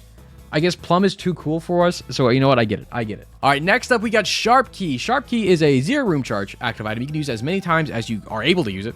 But on its effect here. On pickup, it adds 5 keys, and on use allows Isaac to throw his keys to deal damage to enemies, destroy obstacles, and open doors. Now, one thing that's not noted here is you can use Sharp Key to throw it at enemies, and occasionally the enemies that are killed by the Sharp Key being thrown at them drops loot that would typically be in like a golden chest. So it can actually spawn other things like bombs and keys and things if you kill them with the Sharp Key effect, which I'm going to be honest, you probably shouldn't be using Sharp Key for that. The biggest thing to use Sharp Key for is to help you open up different kinds of doors, because I know Sharp Key can open up weird kind of doors. It can open up the bedroom doors for only 1 key. It can open up, obviously, shops and things like that. It can open up multiple golden chests at one time if you have them in a line and you throw 1 key in that good line. You can open up both of them for 1 key. There's a few small things you can use it for. I don't think it's bad. Now, obviously, in combat, I put it at 0 with an asterisk, just because, I mean, technically, you can throw the keys at the enemies. You probably shouldn't be doing that most of the time, because most of the time, you don't got a lot of keys in the first place, and you want to be saving them for, like, better things to use them on. But out of combat usefulness, very nice. I mean, obviously, everything I just said, being able to open up so many different things that help you out. It is nice. It is very nice. And also, you're getting 5 keys for free. Quote, unquote, for free. It's not bad. I don't think it's the best. I don't think it's the worst. It's probably going to go near the bottom if it can be good. Because even if you just pick it up, I don't think it's bad. But the active part, you may not be using all the time. Do I want to put it above Converter? I think I'll put it right here, very towards the bottom if it can be good, not all the time. Just because it does give you the 5 keys, which is nice. But I think Anarchist Cookbook is probably a bit better just for utility it provides and the damage it does. So it's going to go right there. All right, fellas. Next up, Spin to Win. Spin to Win is a 1+ room charge active item, meaning you can use it multiple times in a room. And on its effect, on use, gives Isaac plus 0.5 speed and greatly increases the rotation speed and damage of orbitals for 3 seconds. So if you have a cube of meat and you're using Spin to Win, the cube of meat is going to go flying around your body. But alongside that, it passively gives Isaac a spinning top orbital that blocks damage and enemy shots that would deal contact damage. So fellas, this is basically just another orbital to add to your list, but it's also an active item with a passive effect. Fellas, I know I'm such a sucker for those kind of effects, but I will say, I don't like Spin to Win that much. I do like how it gives you an orbital that helps you block enemy shots. That is nice. And I think the effect is very novel. I think it's a very novelty effect for an active item, which makes your other orbitals spin faster. Most of the time, that's probably not the best thing to do, because it honestly makes it harder for the orbitals to block the shots you're trying to. In theory, the faster they go, the more likely they are to hit the bullet that's coming your way. But I mean, if you don't have many orbitals in the first place, it's probably better just to adjust your own self to dodge the tier than try to have your orbitals block the tier that's going to hit you. So, I don't think it's the best. The speed it gives you, I only put it as a 1 here because of the speed it gives you and helps you transverse throughout the floor. That's about it. You can run through the floor faster, and you can use it to kind of block your bullets if you're being cool. But fellas, don't be cool. This doesn't do anything. It's better than the bean effects, I'll give you that. It's not as good as Monstro's Tooth, though. Monstro's Chicken is not as good. It's going right here. All right, next up, we talked about it a bit earlier, but Stitches. I know we talked about it whenever we talked about Ventricle Razor, because they serve kind of a similar purpose, but Stitches is just the better version of Ventricle Razor. But what this is, it is a 1+ room charge active item. You can use it multiple times per room. Gotta wait for it to charge. But on use, passively spawns a familiar, it just passively spawns a familiar in the room in the direction Isaac shoots. So basically, you can control this around by shooting your tiers and you move it throughout the room. Now, this thing does do contact damage, not a whole lot of contact damage, but you can put this on top of enemies and it'll do a slight bit of damage. And on use, Isaac swaps place with that familiar. Now, it doesn't say it here, but whenever you do swap places with the familiar, if the familiar is on top of enemies, whenever you teleport there, you will do a good solid bit of damage to enemies that are in your immediate area. And alongside that, you get a small bit of invincibility frames whenever you do teleport over 2 Stitches. Now, whenever you do teleport, since you have the invincibility frames, fellas, guess what? You can use that to also go in the curse room for free, and also leave the curse room for free. It is very, very good, because not only can you use this for damage, you can use this for utility, to pick up things over rocks you couldn't before if you can't fly. You can use this to, did I say damage already? Teleporting, which is good. You can use it in that one room that has the item blocked off by the wall. Stitches is one of the only ways you're able to get that item that's trapped within the wall, which is absolutely insane. Okay, this is crazy good because not only that, you can use it not only for damage, for the teleport to get that one item. You can also use it for curse frames. You can use it to get invisibility frames to like run into things. And no, you can't use it for like blood donation machines and things like that. But you can use it just for util. To like if you're about to get hit by a tier or an enemy, you can just teleport to the other side of the room. And then boom, bam, the enemy has to run all the way to the other side. That's crazy. Anyways, fellas, this item is kind of crazy. Because it's good in combat, good out of combat. It's crazy good. I don't think it's as good as a moving box. I do think it is run defining though. This item is crazy good. It is so much better than Ventricle Razor. Just because Ventricle Razor only helps you get it in and out of the curse rooms. It doesn't really give you that many invincibility frames. It doesn't help you do damage to enemies. But this helps you do damage to enemies. And you can go in the curse room and you do damage and you can fly. And it's crazy. Fellas, it's a good item. And it's only quality 1. And you can use it multiple times per room. Oh my god, this item is crazy. Fellas, anyways, on to the other okay item. Scooper. We got Scooper. A 3-room charge active item. On use, it summons the Peep. The Peeper for the current room, which leaves a trail of red creep. And the Peeper effect is basically just another eye that walks around the room and does like, it leaves creep on the ground. It does like a diagonal DVD logo for the room. And if it hits enemies, it does contact damage. You know what I'm talking about. Anyways, it just summons that guy. One thing it's not mentioning here, whenever you do use the Scooper, you do actually get a slight damage up in the eye. I think it's your right eye. I think it's like a plus 0.3 damage up or something like that whenever you use the Scooper. So it does give you a slight damage up, which isn't negligible. It's not the best, but the slight damage up it gives you, plus the familiar that helps you do damage. It leaves creep on the floor and helps do damage to bosses. It's not the worst. I think a lot of people count it out. I don't think it's the worst item out there because it does help out. Not a lot, but a decent amount. I'll probably put it above Breath of Life. No, I probably put it right here, below Breath of Life, because I do think I value going into curse rooms more than doing the additional damage from Scooper. I don't think it's bad. I don't think it's the best, though. All right, next up, we got Vade Retro. I don't know if this is another sleeper pick or if this is an L take, but Vade Retro, I don't really fuck with. I'll be real, fellas. I don't really fuck with Vade Retro. What this one does, it is a 0-room charge active item. You can use it as much as you want, as long as there are ghosts to blow up. But what it does, while held, enemies leave behind a ghost on death. Stronger enemies will leave bigger ghosts. On use, the item causes those ghosts to then explode and deal damage to enemies and instantly kills all ghost enemies that are less than 50% HP. So like the Haunt just blows up and dies over less than half HP.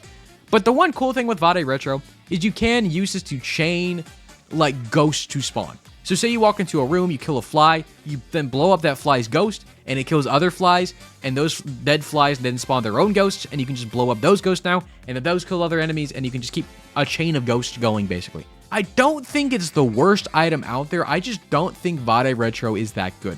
Because the damage, in order to do damage to Vade Retro, you need to initially kill a single enemy, and then hope an enemy is near a ghost to then blow it up to then kill the other enemy.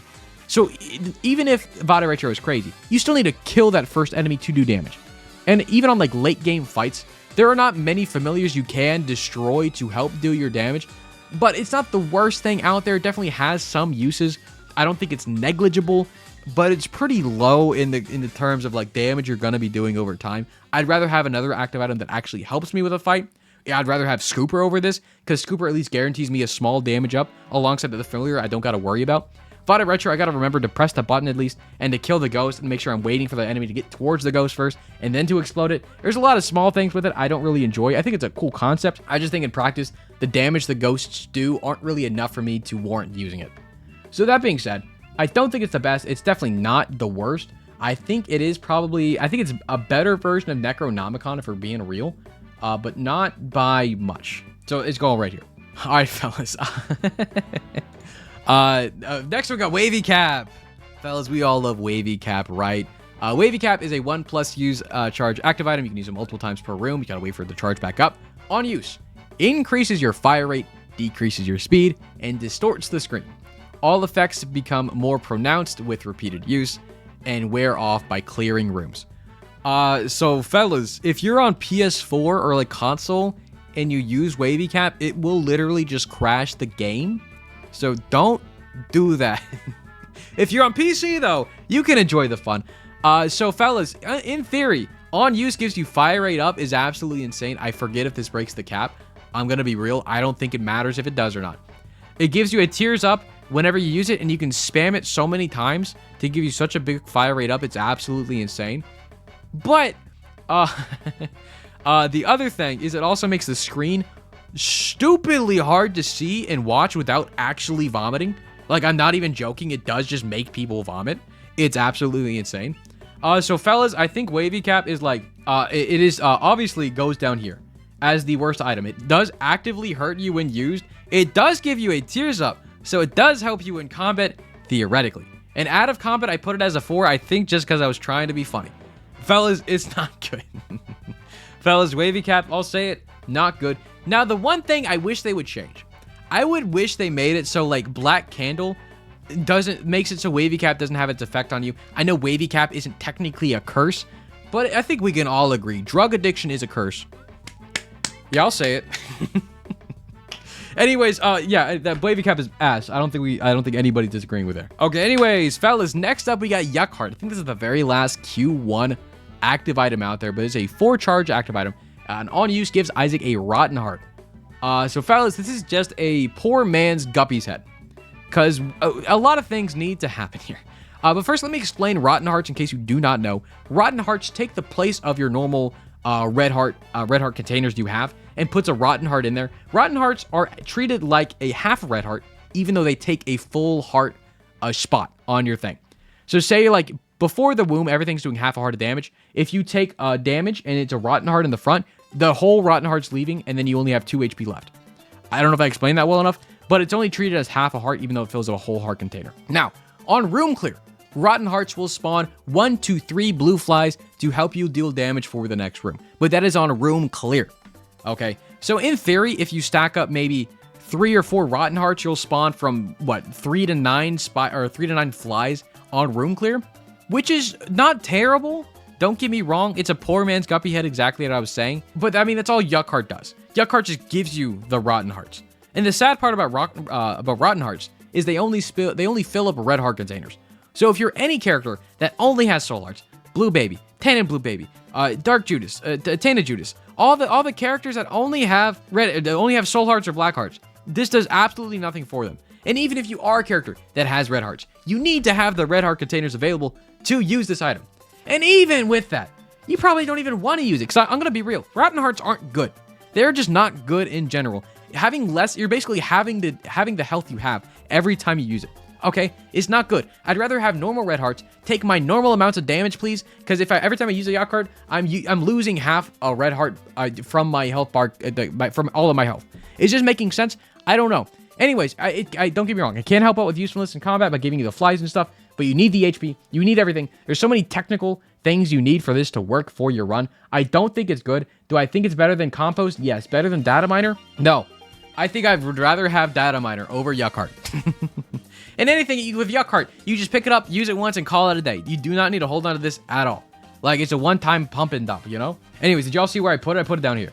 I put it right next to that miner. Fellas, hey, quick little potty break here. 2.5 hours into the video. I'm sure you didn't skip to this point at all. I'm sure everyone watched it all the way through at like half speed. Like, so it's basically been 5 hours for you guys. Anyways, hey, just want to say, hey, how you doing? You should probably go to the bathroom, go get a snack, because there's like 2.5 more hours to go. I hope everyone agrees with my take so far. Sorry, this is like post-editing Matt after I went through everything. I just want to say, hey, what's up? Thanks for watching the video, guys. I hope you enjoyed the rest of my takes. Hopefully they're not all L. Fellas, on the quality 2 items. First one up is a pony. Not the pony or just pony. It is a pony. What it does, it's a 2-charge active item. It passively grants you flight and increases your speed up to 1.5. Upon use, Isaac charges in the direction pony is facing, giving invulnerability during the charge and dealing damage to enemies hit. So, fellas, one thing I want to specify first of all, it increases your speed to 1.5. And 1.5 speed is now your minimum speed you will have while holding pony. Even if your speed, when you don't have pony, is 0.2 or 0.3 or 0.65 or whatever it is, it will go up to 1.5. And even if you get speed downs, your speed will remain at 1.5. Now, it can go up to 2 as normal, but the minimum it can be is 1.5. And this is actually a crazy good thing. Speed is such an underrated stat in Isaac. It is always good to have more speed in the game. And alongside giving you speed, it also gives you flight. Like, I'm such an advocate for more passive effects on active items, and a pony is such a good passive effect on an active item. Alongside that, the use is very good as well. getting the invincibility, dashing through enemies to do damage if you really need to. The damage it does isn't really that good, but it is actually very nice, because the other pony we'll talk about here later, that does the light beam effect, is a lot better in terms of damage it can do.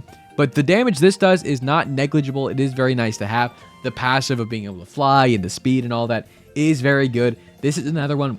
This is another one we're throwing up here at the top, as I will probably not drop it. I'm going to be real. It's probably better than a lot of these. Is it better than telekinesis? I think it's probably a little bit worse than telekinesis, especially for late game fights. But I think going right there is very, very good.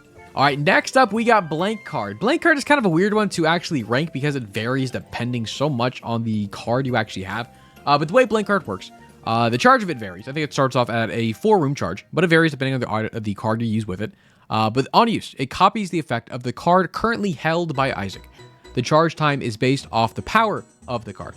So I know pre-Repentance, Blank Card used to work on runes as well, but post-Repentance, this only works on cards. So runes and stuff has a whole separate item it'll use called Clear Rune. Blank Card only works on normal cards and reverse cards, and that's it. So Blank Card can actually be absolutely insane. Obviously, if you get something crazy like a reverse judgment to spawn a restock machines as much as you want, the charge of Blank Card will go up to 12 charges, but it only maxes out at 12. So, I mean, depending on the card you get, Blank Card can absolutely be insane, especially if you're playing someone like Tainted Lost, where you need to use a bunch of holy cards.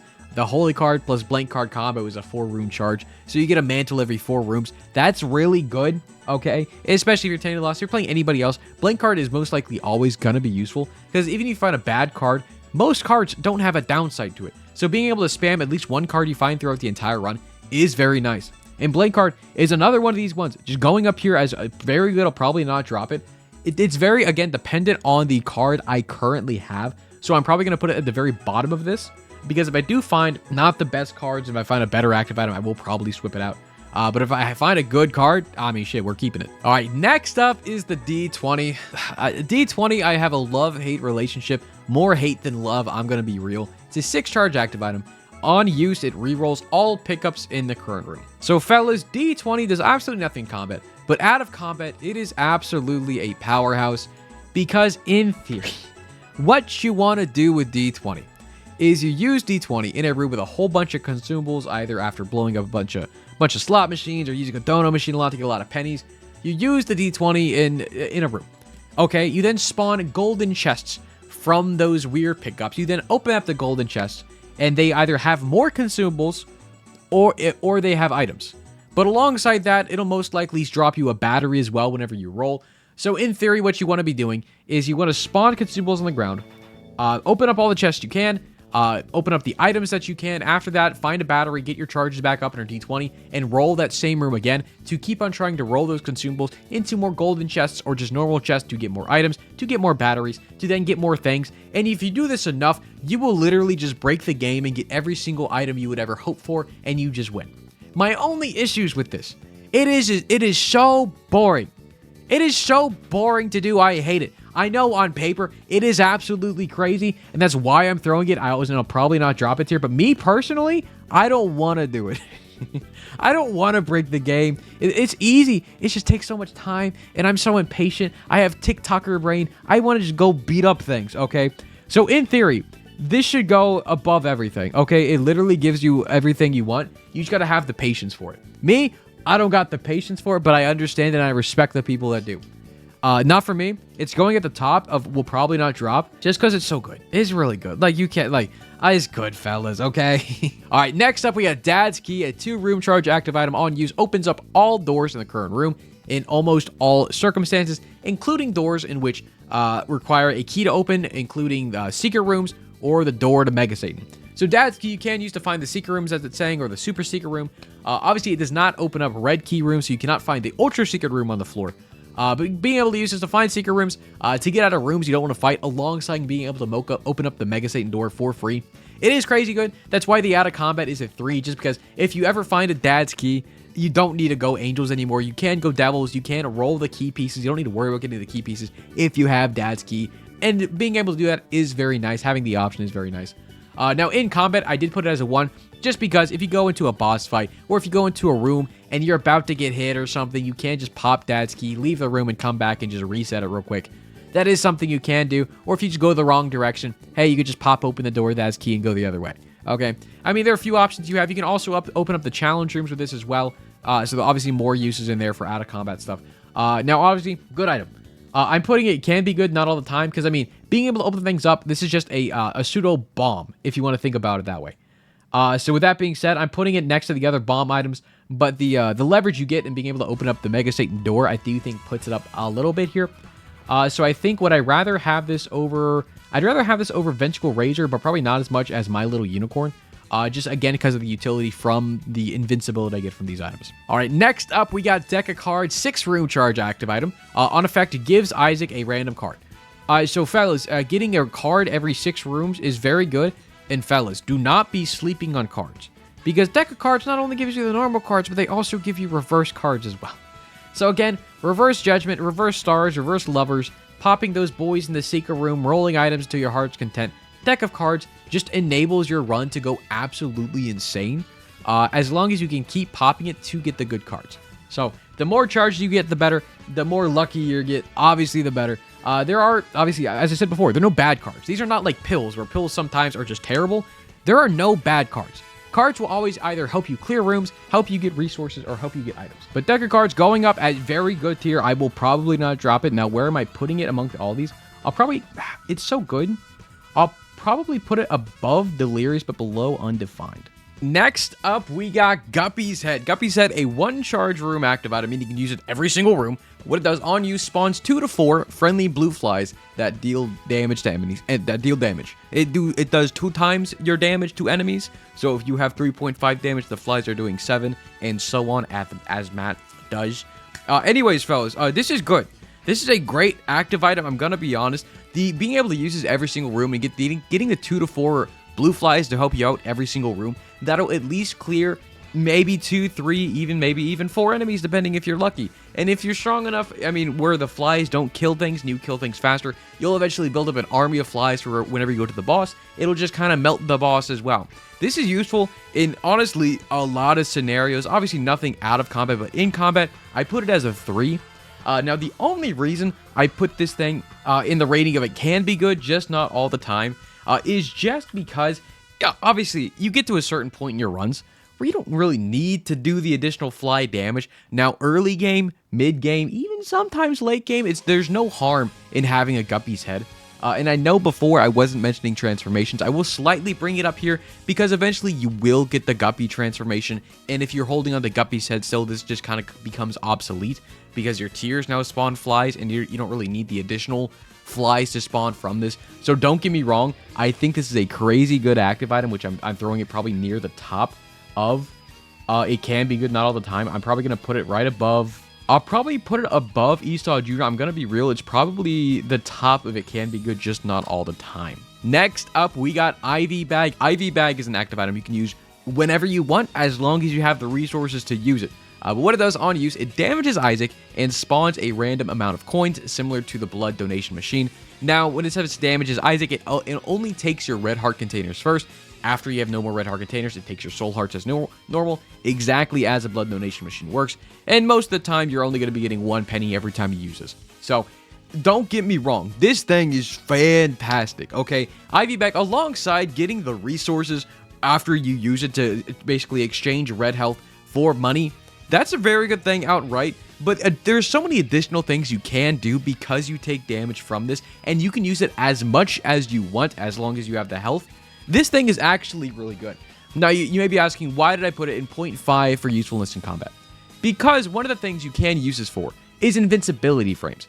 Okay, you can obviously use those invincibility frames to help you get into curse rooms, to help you play different machines if you really want to. But really going in and out of curse rooms, getting the money from it is very, very nice. Alongside that, you can use the invincibility frames to also, I mean, if you're about to get hit from a bullet and you don't want to take soul heart damage, oops, just pop IV Bag and you have a slight bit of invincibility frames. You get some money for it too, and then you don't take soul heart damage, you take red heart damage instead.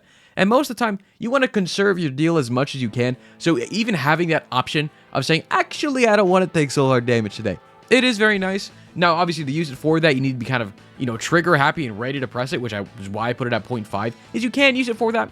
Most of the time, you're going to be using Ivy Bag to slip in and out of the curse room for free, get some spare money when you need to, and honestly, if you just run throughout the floor, collect as many red hearts or extra red hearts as you can, and every time you find an extra red heart, just pop Ivy Bag a few times, get some money, go to your shops, buy literally everything you need to. It is really, really good. It can set up your runs to be absolutely crazy. And you can find this fairly easily as well. I know that's not really a thing I'm taking into consideration, the likelihood of finding these items, but IV Bag and Blood Bag are two of like the most common items you'll find because most runs are you're gonna have a blood donation machine somewhere. Anyways, where am I throwing this guy? I'm gonna be honest, above deck of cards, above Undefined. I think it may be, I'll probably put it right above Undefined. Above Pony? No. I'll put it right there. I'll put it below Pony. I think the power of the flight is too good from the Pony to say IV Bag is better. I'll throw it right there. All right, next up, we got Pandora's Box. Now, fellas, Pandora's Box does so many different things. Let me open up the wiki real quick, just so I can tell you guys exactly what this thing does. Because Pandora's Box is a one-time use active item that whenever you use it, obviously goes away right after, but what it does is dependent on the floor you use it on. Now, most of the time, you're going to get either resources or some very rare occasions, you're going to get items. Now, on the first floor, you get soul hearts. Second floor, you get bombs and keys. On the third chapter, you get a boss item.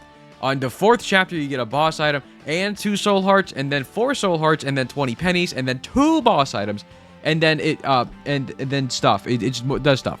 Dependent on the floor you're on.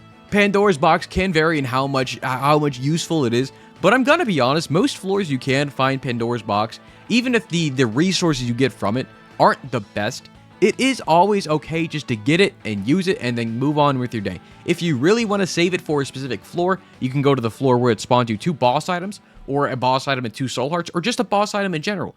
Basically, most boss items are absolutely crazy, and there's a reason you only get so many boss items throughout the whole run. That's a stupid statement, but there's a reason why people love boss items. It's because boss items are almost guaranteed to give you some sort of stat up. Now, compare that to like treasure room items where it's no guarantee you're going to get a damage up or a fire rate up, but boss room items are more than likely going to do that for you. Anyways, this is me just gushing. Pandora's Box is crazy good. Even if you just one time pick it up, use it, and then you're done, that works. I'm trying to find it real quick. Now, Pandora's Box, where did I put it? Oh god, where did I move Scooper to? Scooper, you're going there now. I'm not fixing it. It's there now. Pandora's Box, it doesn't really make sense, as I will probably not drop it. Well, this is a one-time use item. I'm gonna drop it. Now, this could fit in so many different places. I think, honestly, I'm gonna put it below IV Bag, but above Undefined. I think right in the middle of very good, just because obviously it is very dependent on the floor you use it on. Alongside, it's only a one-time use item. I mean, it's not going to give you a grand, stupidly amazing thing for the rest of your run. I do think it is nice. I'm probably going to put it, I'm going to bump it down a little bit. I'll put it right above the areas, but right below deck of cards. I'll throw it right there. I think I'm more comfortable, like a little lower, and very good. All right, next up, we got Shoop the Whoop. Shoop the Whoop is one of like the OG Rebirth items, or like not even Rebirth, OG like Flash items that were like very good and it was unironically very good. But what it does, it's a 2-room charge active item. On use, it fires a laser from Isaac's mouth that deals twice Isaac's tear damage. I believe that's every tick. So this does honestly a solid amount of damage. Now, being able to use it every 2 rooms isn't bad either, and it will help you shred some bosses. Now, obviously, later in the game, it does eventually fall off, just because it does scale with your tier damage. And because of that, it can go crazy, but a lot of the runs, you may not get a lot of damage up, so it can't always be the best, especially if you pick up something like soy milk or anything that gives you either like a damage down or something like that. It's not always the best. It can be decent. It does definitely help you out a lot early, in my opinion. But honestly, it would probably go and maybe has like 3 uses. As it can be good. It's not like crazy, but like as once a Flash player, I do enjoy this item, and it's gonna come out that this wasn't in Flash. I'm just making this all up. I really hope I'm not lying. But where is it going in? It maybe has like 3 uses. I do think it probably is. I think it is better than Krampus's head, unironically, because Krampus's head, these both do the same thing. Don't get me wrong. But Shoop the Whoop, it doesn't do cardinal directions. It only shoots out 1 beam compared to Krampus's head's 4. But this is only 2 room charges. And I'm gonna be honest, whenever you're using Krampus's head, you're only hitting things with 1 of the beams most of the time. So it's just a better version of Krampus's head. So I'll probably put it right there. I think I'm comfortable right there. All right, next up, we got Book of Belial, a 3-room charge active item on use, gives Isaac +2 damage to the current room, and increases your chance to open the Deviled Room or the Angel Room after killing the boss by 12.5% while you're holding it. So this has that passive effect of raising your deal chance at every floor, alongside on use giving you a flat +2 damage up. Okay, fellas, people love to sleep on the Book of Belial, and I don't know why. I think this item is absolutely kind of crazy and cracked, because the damage you get from it is really good, alongside the boost to deal chance is crazy. Okay, anything that gives you additional deal chance in my heart is very good, because most of the god items, quote-unquote, you'll be finding are from the devil or angel pools, and that's what you really want. And this just boosts your chance to get that, alongside having a very good active use of giving you kind of some stupid damage, especially early on, especially mid-on, and even kind of later in the game is not that bad either. Like, this is really not that bad, even after the womb, if you go to Cathedral and stuff. I mean, even if you don't have a deal chance, this is still decent to hold. I mean, the damage up is not negligible. So with that being said, additional deal chance, I do think it's probably better, in my opinion. I think it goes right there. I think between Ivy Bag and Undefined is very good. I do think the passive effect from it alongside the damage you get on use is very nice. I think the utility of Ivy Bag and the money you get from it is probably a bit better, alongside the Flight from the Pony. I think it makes sense right there. All right, next up, we got the candle, the normal candle, the blue candle. Now, it's not called the blue candle, but it's the candle that is blue. It's a 1+ charge active. It's the same thing as the red candle, but it's blue this time. The only difference between the two candles is something I learned recently. It does the exact same effect, by the way. It's just a blue fire instead of a red fire. The differences between this blue candle and the red candle is the blue candle, the fire actually does a slightly more damage than the red fire, but the fire of the blue one goes out a bit quicker. The red fire does slightly less damage, but lasts longer. The blue fire does more damage, but goes away quicker. Those are the real main differences here. The other main difference is some enemies, if you hit them with the red fire, can like get ignited and like boost them up, like the bloody clot guys that shoot in like the cardinal directions every few seconds. And if you light them on fire, they go absolutely insane and like start firing even more. The blue candle will not light them on fire. It will just kill them, which is great. But anyways, this goes in the exact same tier as the blue candle. I think the candle items are absolutely nuts. If you cannot fire tiers, I mean, you can win a run by just using candle. Like, I'm not even joking. It is very good. Now, in my opinion, and I think a lot of people's opinion, blue candle is better than red candle. Again, because more damage equals good. And also, alongside both the candles, I know I mentioned it before, they block shots as well. Okay, so you just kind of throw this in the enemy's face. Even if you miss hitting the enemy, the fire itself will kind of linger for a little bit and will still block shots. Okay, this is crazy good, fellas. I mean, in combat is great. Out of combat is not bad either. For the same uses of red candle, you can use it to kill like the shopkeepers that are hanging around to get some free money, or even like a Steam sale if you're lucky enough. It is very good for those purposes as well. Anyways, the candles are crazy. I think everyone's in agreement. I'm going to move on to the next item, which is the nail, which is, okay, like I put it in threes, and it's a lot of pink going on the screen, but fellas, the nail 6-room charge active item on use gives you half a black heart. For the current room, it gives you damage up, less speed, and you have the stompy effects. You're able to break rocks and deal contact damage for that room. I'm going to be real, I didn't know you dealt contact damage for the room, because who the heck is trying to run into enemies? But anyways, I don't think this is bad at all. I think a lot of people also sleep on the nail. This is like a pseudo satanic Bible. On use gives you a half a black heart. That's not bad. Any kind of like soul heart or black heart generation in my book is pretty good. The only downside to that, if you're only using it for the half a black heart, is that it's a 6-room charge. So it takes you 12 rooms to get one full black heart. And like later on in the womb and stuff where you're taking one full heart of damage, it's probably not the best, which is why I only put it at a 3 out of 4 here for both of these. I don't think it's the best, but the damage you get from it as well, I mean, it does so many different things. You can use it to help you get tinted rocks. It gives you a damage up for the room if you need a boost in health. Obviously, the speed down isn't the best, but hey, I'll deal with it. It gives me more damage. That's fine with me. Gives you health, gives you damage. It lets you break tinted rocks for free. Lets you find crawl spaces for free. I think it's very nice. It has a good amount of utility. Has a good amount of help enduring fights as well. I think this is good. Okay, I'll say it.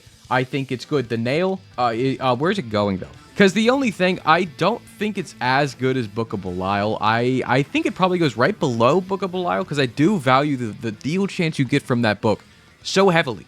So I'll put it right below it because the health generation you get from this alongside the damage you get is very nice. All right, next up, another really good item in quality 2 is Pinking Shears. Pinking Shears is a 4-room charge active item. On use, it separates Isaac's head from the body for the current room, granting flight and turning the body into a familiar that chases enemies. So imagine this as whenever you use it, you grant flight and gain a super Meat Boy familiar that goes around and just auto kills things. Okay? Now you're controlling the head, you're firing from the head. So this is very, very different from the scissors, which, may I remind you, is all the way down here at the bottom. Scissors, yeah, this is not a good item. This is the better version of scissors, because instead of you controlling the body, you're now controlling the head portion, and you can fly. So it's very nice. If anything, if you don't even want to use Pinking Shears for damage, you can use this just to have flight for the room. And need I remind you, the Bible is a 4-room charge active item that just gives you flight, which is what this thing is, but it does so much more. Okay, because alongside giving you the flight, so you can get the resources and everything, but it does, the body damage of this thing just running around does actually it does a good amount of damage. Like, this thing itself can kind of melt some bosses. You pop Pinking Shears, go hide in the corner, the body will take care of it. It's basically like, it's sick Super Meat Boy, plus you get flight. Okay, Pinking Shears is very, where did I throw it? Where is it? Pinking Shears. Pinking Shears is really good. I'm throwing it way up here. Out of combat's a 2 for the flight you get. In combat is fantastic with a 3. For the, you can use it in the flight for, to dodge things. The flight is always nice for that. But the damage to the body is also nuts as well. Now, do I think it's better than blank? I mean, again, the blank card eraser is kind of very dependent on the cards you get. Where would I throw this? I would probably throw it, where would I throw this one? Because the flight you get is nice. It is very, is it better than IV Bag? Is it better than Book of Belial? Is it better than the Nail? I think it is better than Undefined. I think I'll throw it right here kind of in the middle of very good. I don't know why. That's just where my gut's telling me to put it. All right, next up is we need to go deeper. We need to go deeper. On use creates a trap door to the next floor. But if you use this on a special tile on the floor, you can actually get a crawl space instead. Now, that last bit of information was only added in Repentance, and it made this item from an F tier booty cheeks item to a S tier, holy shit, this is a god tier item. Because this guarantees you get a crawl space every single floor as long as you can recognize the special tiles on the floor, which once you know what you're looking for, they're so easy to find. Like, it's not a puzzle to try to find where to use this to get a crawl space. It is very easy to do. Now, the crawl spaces, need I remind you, are some of the best rooms in the game. Well, I wouldn't say the best rooms in the game, but basically think of it as a free item every single floor. Now, you're not guaranteed an item to get, you're not guaranteed to get an item in the crawl space every single floor. But I mean, if you're proccing this for 3 floors, 4 floors, you're guaranteed maybe at least 2 items. At least 2, if not additional resources. There's never anything in a crawl space you don't want to get unless there's money in there and you're already maxed out on money. But even so, money does have resources. You can buy stuff and then get more money back. Anyways, this is really good. Out of combat's fantastic. Alongside, if you're really desperate, you can use it to skip floors. I don't think you ever should be skipping floors in Isaac unless you're on Sheol or like the womb and you're going down. Like maybe you could skip womb 2 to go to Sheol. That is like the only scenario which I would want to skip a floor. Or if you're just very lazy and don't want to go back to the boss room to find the trapdoor to the next floor. Those are like the only scenarios in my head. Because, I mean, you get so many things by just completing the floor. So just go complete the floor to get the stuff and then leave as normal. I don't think there's really use there. But I put it as a 0.5 in combat. Because if you're desperate, you can use the crawl space or the hole you make as a way to get out of the current room you're in to just dodge all the tiers. That is the only reason why it's 0.5. Does it deserve that? Probably not. Anyways, I think Shovel is crazy good. Like, with the updates from Repentance, this item is crazy good. It's definitely going in very good. I'll probably not even drop it for the rest of the run, unless I find something better. But most of the time, it's going to be going... How much do I value crawl spaces? I think it's going right there. I think I value it a bit more than flight. Yeah, well, it's kind of on the fence. I do like it a lot. Is it above telekinesis? Telekinesis is crazy for boss fights. Y'all need to understand how crazy telekinesis is. Don't sleep on it. I'm putting Shovel right beneath it. I'm going to put it right there. All right, next up is Jar of Flies. I'm going to be real. I don't believe this item is quality 2, and if it is, I don't know why it is. I don't know if I'm just sleeping on it. I'm probably sleeping on it. Jar of Flies. What it does, you can't use it until you kill things. But basically, killing an enemy adds a fly to the jar, up to a maximum of 20 flies in the jar. On use, you release the flies in the jar, and then they, become the blue flies that deal double your damage, and they go out and kill enemies. So, You need to kill enemies to make flies, and then you use the active to take the flies out, and the flies help you do damage. Now, keep in mind, the friendly flies that you make that kill things do not count towards other, fly jars, if that makes sense. So you can't have an infinite repeat of flies by making flies that kill things, and those killed things turn into flies. Sadly, not how it works. You need to kill it yourself. You need to put in the elbow grease yourself to get the flies you want. But this, I don't think it's that good. Like, in my opinion, it's kind of a worse Guppy's Head. Yes, you can theoretically get more flies depending on the rooms you go in, which I guess isn't bad. But you needing to kill the flies in order for you to get the flies back, and if you're summoning a lot of flies in the first place, it's hard for you to get the flies back in the jar. I would rather have so many more items than this. I don't think it's bad, don't get me wrong. Like, all these active items, most of them are not bad unless they're down here. Like, they have a use. But this one, maybe like 3 uses. So I'm probably going to put it probably near the box of spiders. They serve a similar purpose in my head. I'll probably just put it right above it. I do think it's slightly better than Box of Spiders, but it's going to go right there. All right, next up, we got Mom's Box, a 4-room charge active item. On use, increases your... Well, not on use. But basically, when used, drops a random trinket on the ground. And this also has a passive effect where it increases your luck by 1, and it doubles the effect of the trinket that you're holding. Now, keep in mind, this doubled effect doesn't always apply to every single trinket. Like with Cancer, where it gives you that flat fire rate up, this will give you double the fire rate up if you're also holding Mom's Box.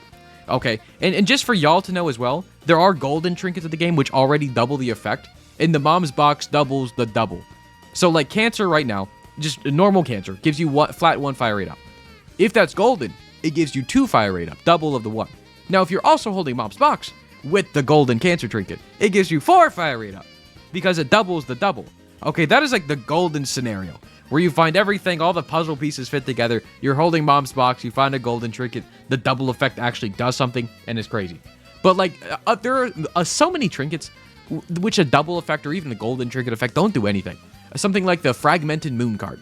Okay, the Fragmented Moon card trinket is the trinket that allows you to have 1 additional secret room per floor. Okay, now if you find that golden, or if you double that effect, you would think, oh, you get 2 additional secret rooms on each floor. No, sorry, that just doesn't do anything, actually. So there's a lot of trinkets that the doubling effect doesn't do much, but I think the value of Mom's Box doesn't come from the doubling of the effect. It comes from you being able to produce so many trinkets, and trinkets are very, very good. There are a lot of trinkets that can carry you. Again, Cracked Crown is crazy, Cancer is crazy, Curved Horn is crazy. There's so many good trinkets that can help you out throughout the run, and being able to keep on continuing to proc Mom's Box until you get the trinket you want is very nice.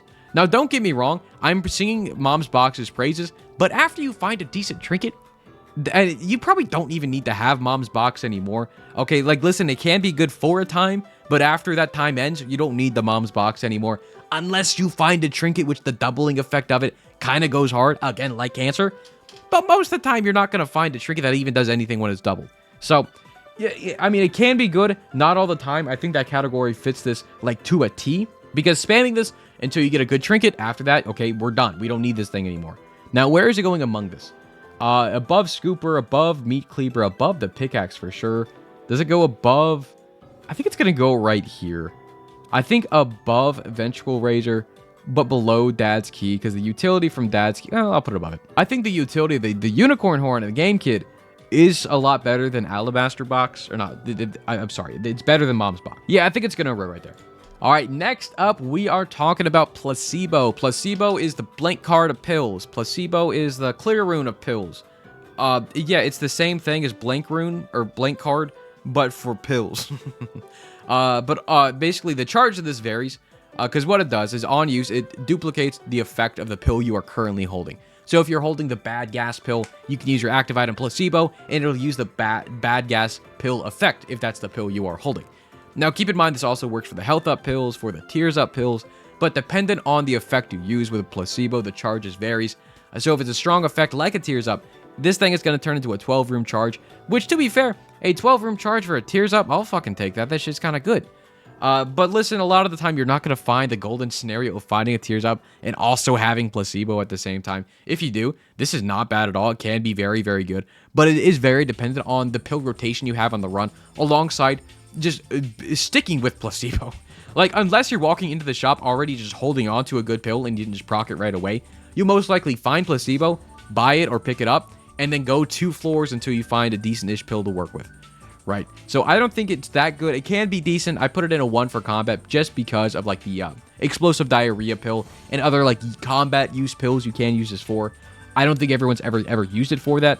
I think what you want to be doing with the pill is finding a decent stats up, like a range up, like a luck up, like something like that, and just spam it as much as you can. Get as many batteries as you can. In those cases, it can be decent, but again, it's very, very dependent on the pills you have in rotation for that specific run. Now, placebo, it will go and can be good, but just not all the time. In my eyes, it's probably going to go towards the bottom just because the randomness isn't that good. I'll probably put it below the bomb effects that can help you out. I'll probably put above sharp key. I think placebo is probably better than getting 5 keys, but 5 keys is kind of not. I'll put it down here. It's going like the very bottom. It can be good, not all the time. Just because of the randomness and you just having to be lucky. I think blank card on paper is better because there's no bad cards you can get. Okay, blank card deserves to be up here. The placebo, sorry buddy, you're down there. All right, next up, another book on the list is Book of the Dead. 6-room charge active item on use creates a friendly bony, black bony, bone fly, a revenant, or an orbital bone, can you say it? Say it right now. Or an orbital. Or an orbital bone for each enemy killed for that current room. Anyways, what this thing does, you want to proc it at the end of rooms. You go in, clear a room that has like 5 or 6 flies coming at you. You proc Book of the Dead in that same room before you leave the room, and you'll spawn friendly bonies and different orbitals that'll help you out and protect you from doing, getting hit. It gives you orbitals that protect you and that go away after they're hit. Also spawns friendly bonies that help you do a lot of damage. And you can stack this thing up. Okay, do not sleep on Book of the Dead. It is actually crazy. If you go into a large room that have a bunch of enemies and proc Book of the Dead after you clear the room, you will get a lot of bonies. The bonies do a lot of damage, especially the black bonies, because they explode on death, and that doesn't kill your other bony guys. It's really good. Okay, Book of the Dead is very, very good, both for doing the offensive stuff and the defensive with the bone orbitals that go around you. Because I don't believe, though, there is an end to it, but like you'll get to a point where you have so many bones around you that you just cannot get hit until the bone orbitals go away.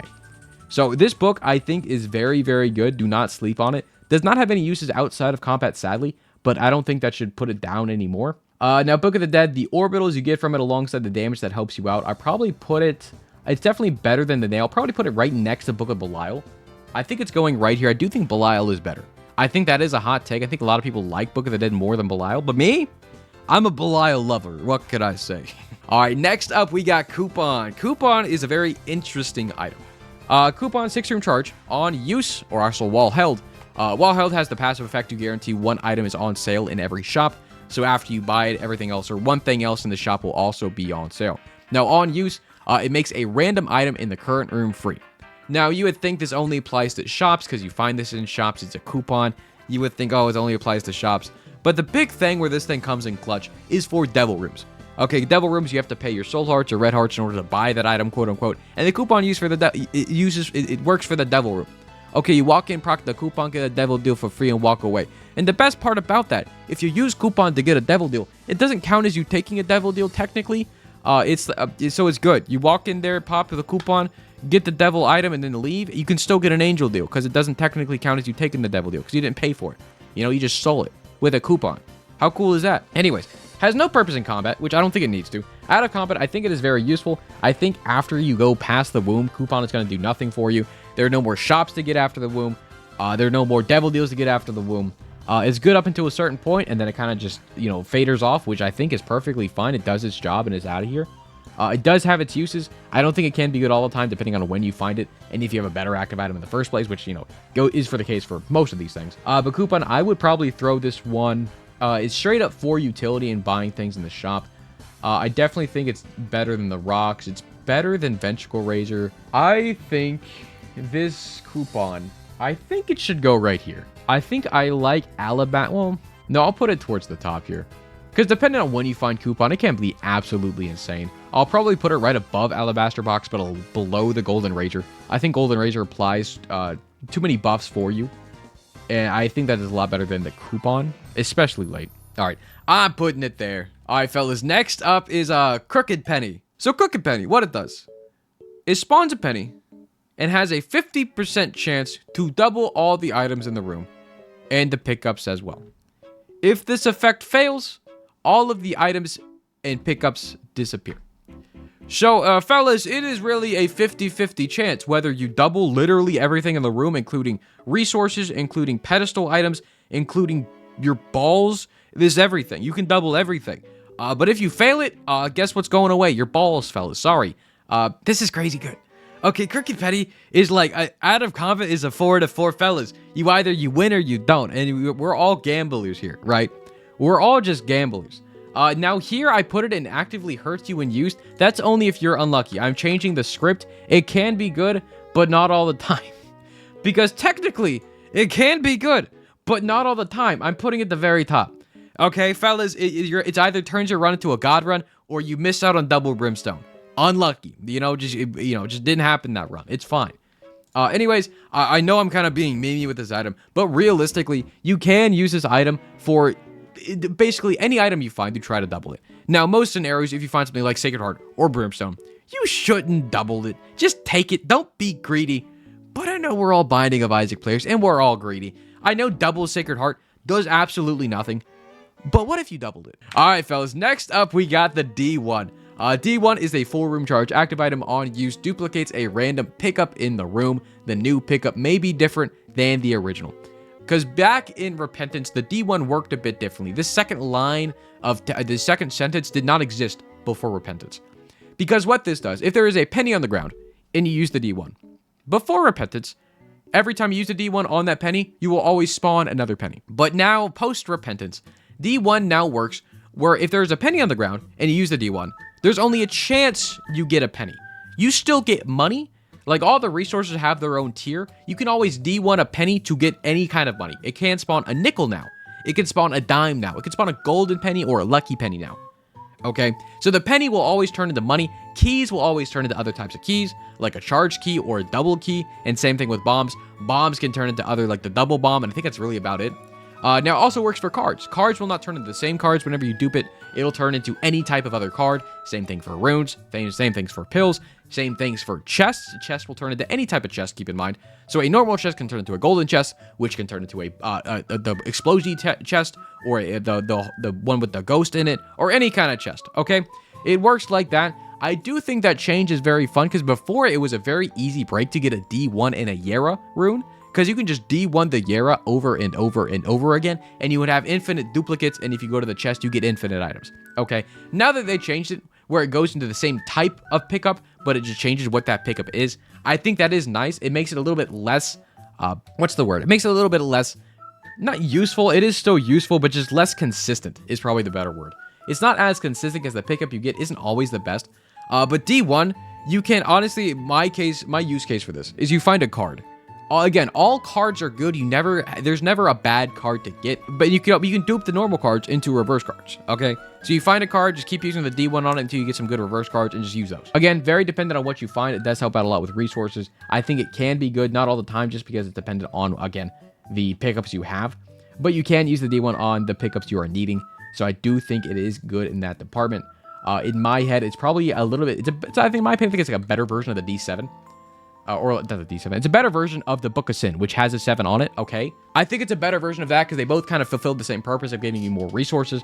But the D1, you can kind of manipulate a bit more than the randomness of the Book of Sin. All right, next up is Potato Peeler. Potato Peeler is a 0 charge active item. You can use it as much as you want, but on use, it removes a full heart container from your health bar and increases your damage and range for that room. And whenever you leave the room, that goes back down. But alongside that, after it removes the heart container, it grants you a cube of meat. All right, now keep in mind, this is completely useless on characters that do not have red heart containers. You cannot use this if you do not have a red heart container. So you need the health for it, first of all. And second of all, the cubes of meat that you get, don't get me, are not bad. But the damage it's going to do is not going to be very substantial, and you only get 1 orbital out of it unless you use this 5 times, right? Because obviously, if y'all don't know, the cube of meat stacks every time you use it. It'll level up, so the 1 cube of meat orbital will turn into level 2 that then shoots, and then once you get a level 3 cube of meat, it turns into the Meat Boy, and then level 4 is just a better version of the Meat Boy. But if you use it that 5th time, after you already have a fully upgraded Meat Boy, you'll get another orbital. So, I think Potato Peeler can be nice in some situations where you have a lot of leftover red health, or you're just wanting to get rid of your red health for whatever reason. So I think it can be okay, Very dependent on how your run is going, and very dependent on your red heart situation, and if you're going devils or angels. If you're going devils, you probably don't have any red hearts to give up anyways. If you're going angels, you probably have too much red hearts to give up, and then you just want to use a potato peeler a bunch, which is fair. Where do I want to put it on the tier list? The cubes of meat are pretty good. Getting rid of red hearts can be okay. Very, very dependent. I'll probably put it, I think I want to put it right here, right above the bombable stuff. I think, again, it can be good dependent on the scenario, and you can use it in combat scenarios as well. If you need a damage up for the room, you can use the potato peeler offensively, go into an active room, use potato peeler, get your cube of meat, get your damage up and range up for the room, which is not bad. And I put it in a 2 there just because the cube of meat, and eventually the meat boy you will get is decent to help you out throughout the run. The out of combat is just a 1. Just for the same reason, you can get rid of your red hearts to help you out, like proc different kinds of items depending on how you want your run to go. I'm putting it right there. All right, next up, another kind of weird active item, Sacrificial Altar. This is a one-time use active item. That on use, it sacrifices 2 of your familiars and spawns an item for each of the familiars sacrificed. Alongside that, it converts all friendly spiders and flies into coins. So basically, you want to use this on any kind of, well, first of all, you need to have the familiars in order to use Sacrificial Altar. Now, most runs, you'll find at least 1 familiar, if not more. They're pretty prevalent throughout all of Isaac and all of the different kinds of rooms and shops and item rooms you'll find throughout the entire run. So you'll most likely have at least 1 or 2 by the time you find Sac Altar. But basically, on use, you'll get a devil item.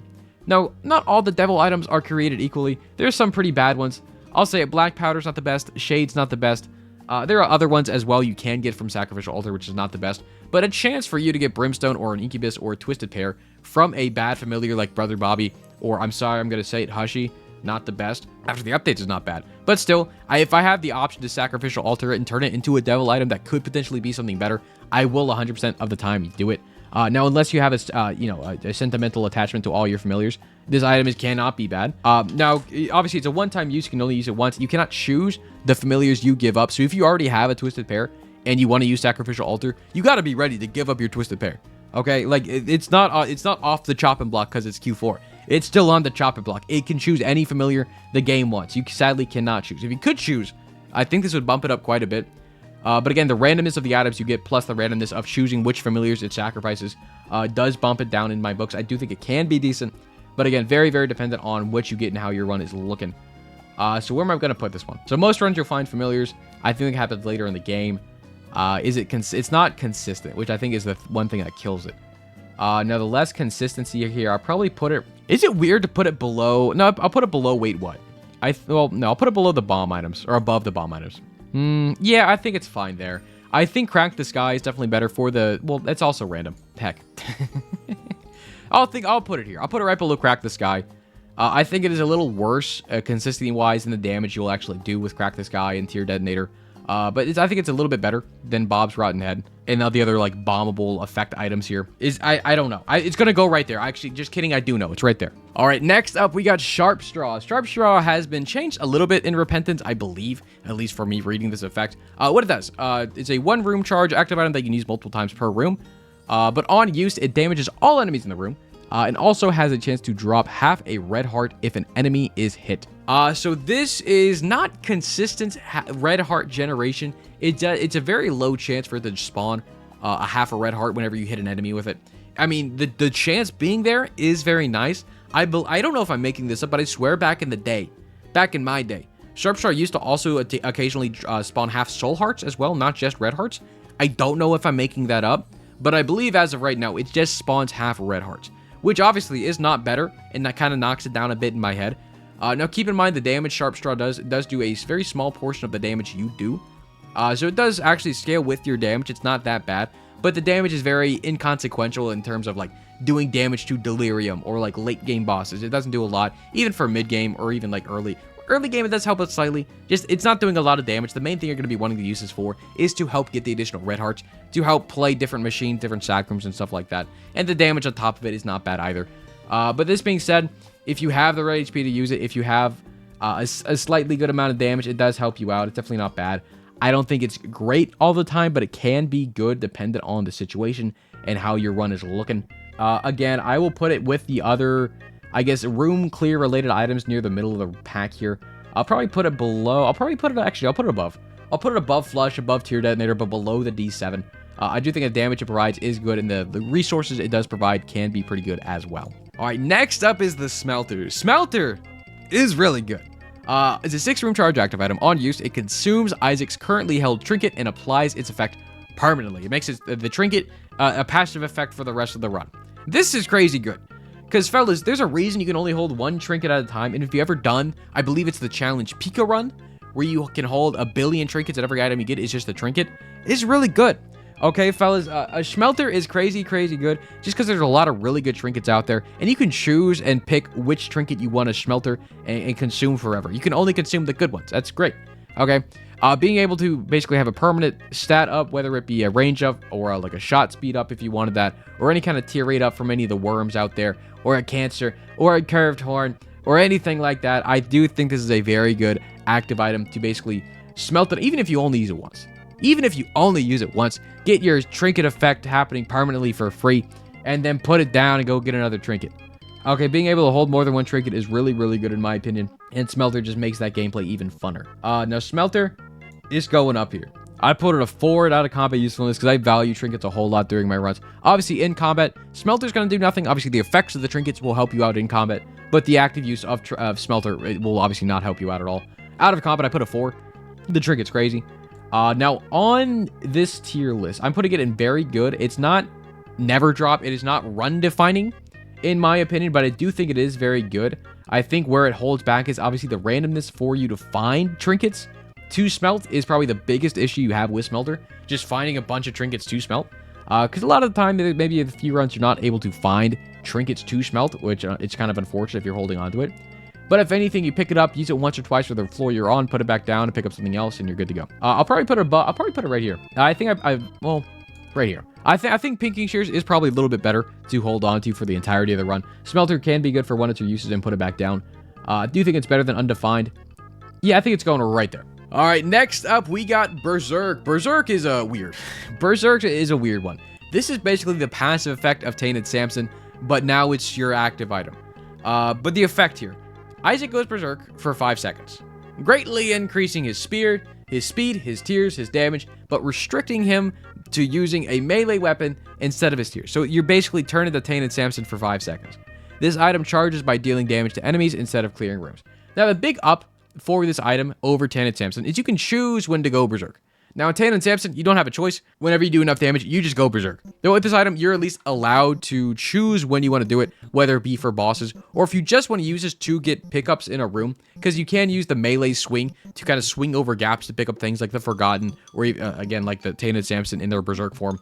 So it's like a melee swing to pick up things. That's why it's a 1 and out of combat usefulness. It can be useful for those things. Now, in combat, the damage you do with Berserk, obviously, you get that tears up, you get that speed up, you get that damage up. It is very nice. It is a little bit dangerous, especially for late game bosses, but for individual room clear leading up to bosses and even some mid game bosses, this does just kind of melt them completely. So Berserk can be good, but like so many of these other items, not all the time. Now, I do think it is very good. The room clear provides is very nice. I will probably put it near the top of it can be good, but below the Golden Razor. I do value the damage you get from Golden Razor for the room so much more than Berserk, especially for the late game fights. I think where it holds Berserk holds back is, again, the late game bosses where you can't really utilize this too much, but it does help out a lot with the room clear. All right, next up, we got Clear Rune. Clear Rune is the placebo of runes, and it's the blank card of runes. Clear Rune, it does the exact same thing as placebo, exact same thing as blank card, but for runes. Obviously, the effect it does is dependent on the rune you are currently holding, whether that be a soul stone, like a Soul of Isaac, or a Soul of Magdalene, or a normal rune like Yara or Perthro. You can clear rune to copy that effect, and it's the same thing with all those other ones. The charge you get for the item is dependent on the effect you use or the rune you have in your pocket. Things like Yara or Perthro are gonna be a higher charge than other things like, not an AWAS, I think AWAS is about the same. What's a bad rune? Soul of Blue Baby. That's probably a low charge. I don't think I've ever used Clear Rune on Soul of Blue Baby. If anyone has, please let me know the charge rate, because I have no idea. But Clear Rune, I think, is very good. Because alongside copying that, the one thing I didn't mention is on pickup, it does actually spawn a rune as well. So if you're missing a rune and you need one, Clear Rune will actually just spawn one if you just touch it. You just touch it, pick it up, it spawns you a rune. If it's a good rune, if it's a good match, run with Clear Rune. If it's a bad rune, you can probably just put Clear Rune back down and just move on with your day. Anyways, there's a lot of good ones. Again, I mentioned them a lot already. Soul of Isaac is crazy good. Perthro is crazy good. Yara can be crazy good. Other runes, all the other runes, all the other good runes you can copy. It's very good. It's basically like a pseudo D6. It's a pseudo anything you need it to be. Okay, you can copy an AWAS, get a crawl space every floor like the shovel. There's so many utility things you can do with Clear Rune. The only thing that holds it back, again, like everything else, is the randomness of finding the rune you want to be using, right? That's the same thing with the blank card. Blank card is crazy, but it's dependent on the card you find to blank card, So very similar story. I'm throwing Clear Rune right next to blank card. I think I value cards a bit more than runes, just because I believe more reverse cards are better to have than the majority of runes you can find. Now, don't get me wrong, there are a lot of good runes. I just think there's more good reverse cards and normal cards over runes itself. All right, next up is Dark Arts. Dark Arts, fellas, we can't deny the strength of Dark Arts. This thing is absolutely insane. Okay, what it does, it's a 1+ room charge active item, but its effect on use, it briefly grants you +1 speed and makes Isaac invulnerable and intangible. When the effect ends, it destroys all projectiles and enemies, damages all enemies that you ran through. So this is a Tainted Judas's like starting item. What, you just go invincible, you run through bullets, you run through enemies, they go like Umaiwi Mo Shimui DB, or whatever the heck the saying is, and then it just damages everything, and then you get damage based off... Wait, no, I'm sorry. I want to make it clear, because I just remembered this one fact, and it's very important to state this. On Tainted Judas, whenever you use this effect and run through tiers and enemies, you get a damage up, depending on how many things you ran through.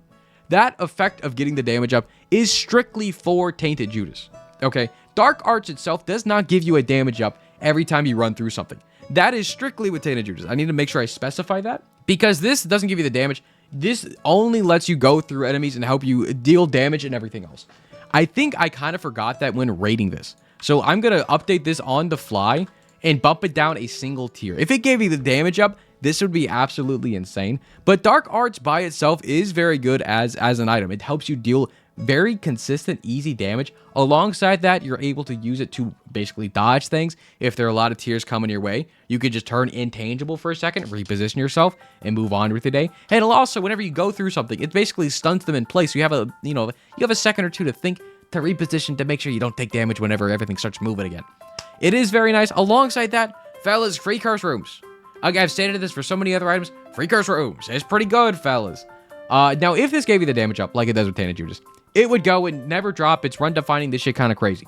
Since it does not do that, I bumped it down to it is very good. I will probably not drop it. And I think the one thing that really holds this thing back, I know I'm not taking it into account, but it's the back of my mind, is the fact that it's in the Devil Room pool only, and I gotta pay for it. I don't want to pay for it. I want to get this thing for free. But in terms of consistency and how good it is on paper just a better version of Unicorn Stump. So I think I will just put it right next to it. All right, next up is Decap Attack. Someone needs to explain to me what the heck this item is supposed to be used for. Okay, I'm trying to be a Decap Attack lover. I'm trying to understand and make this thing cool. It just sucks. But what this thing does, it is a 1+ use charge active item, so you can use it multiple times per room, in theory. But on use, it throws your head, which is still able to fire tears as it lands in the spot. Okay, so imagine instead of scissors just kind of chunking your head on the floor, you can now pick up your head and toss it.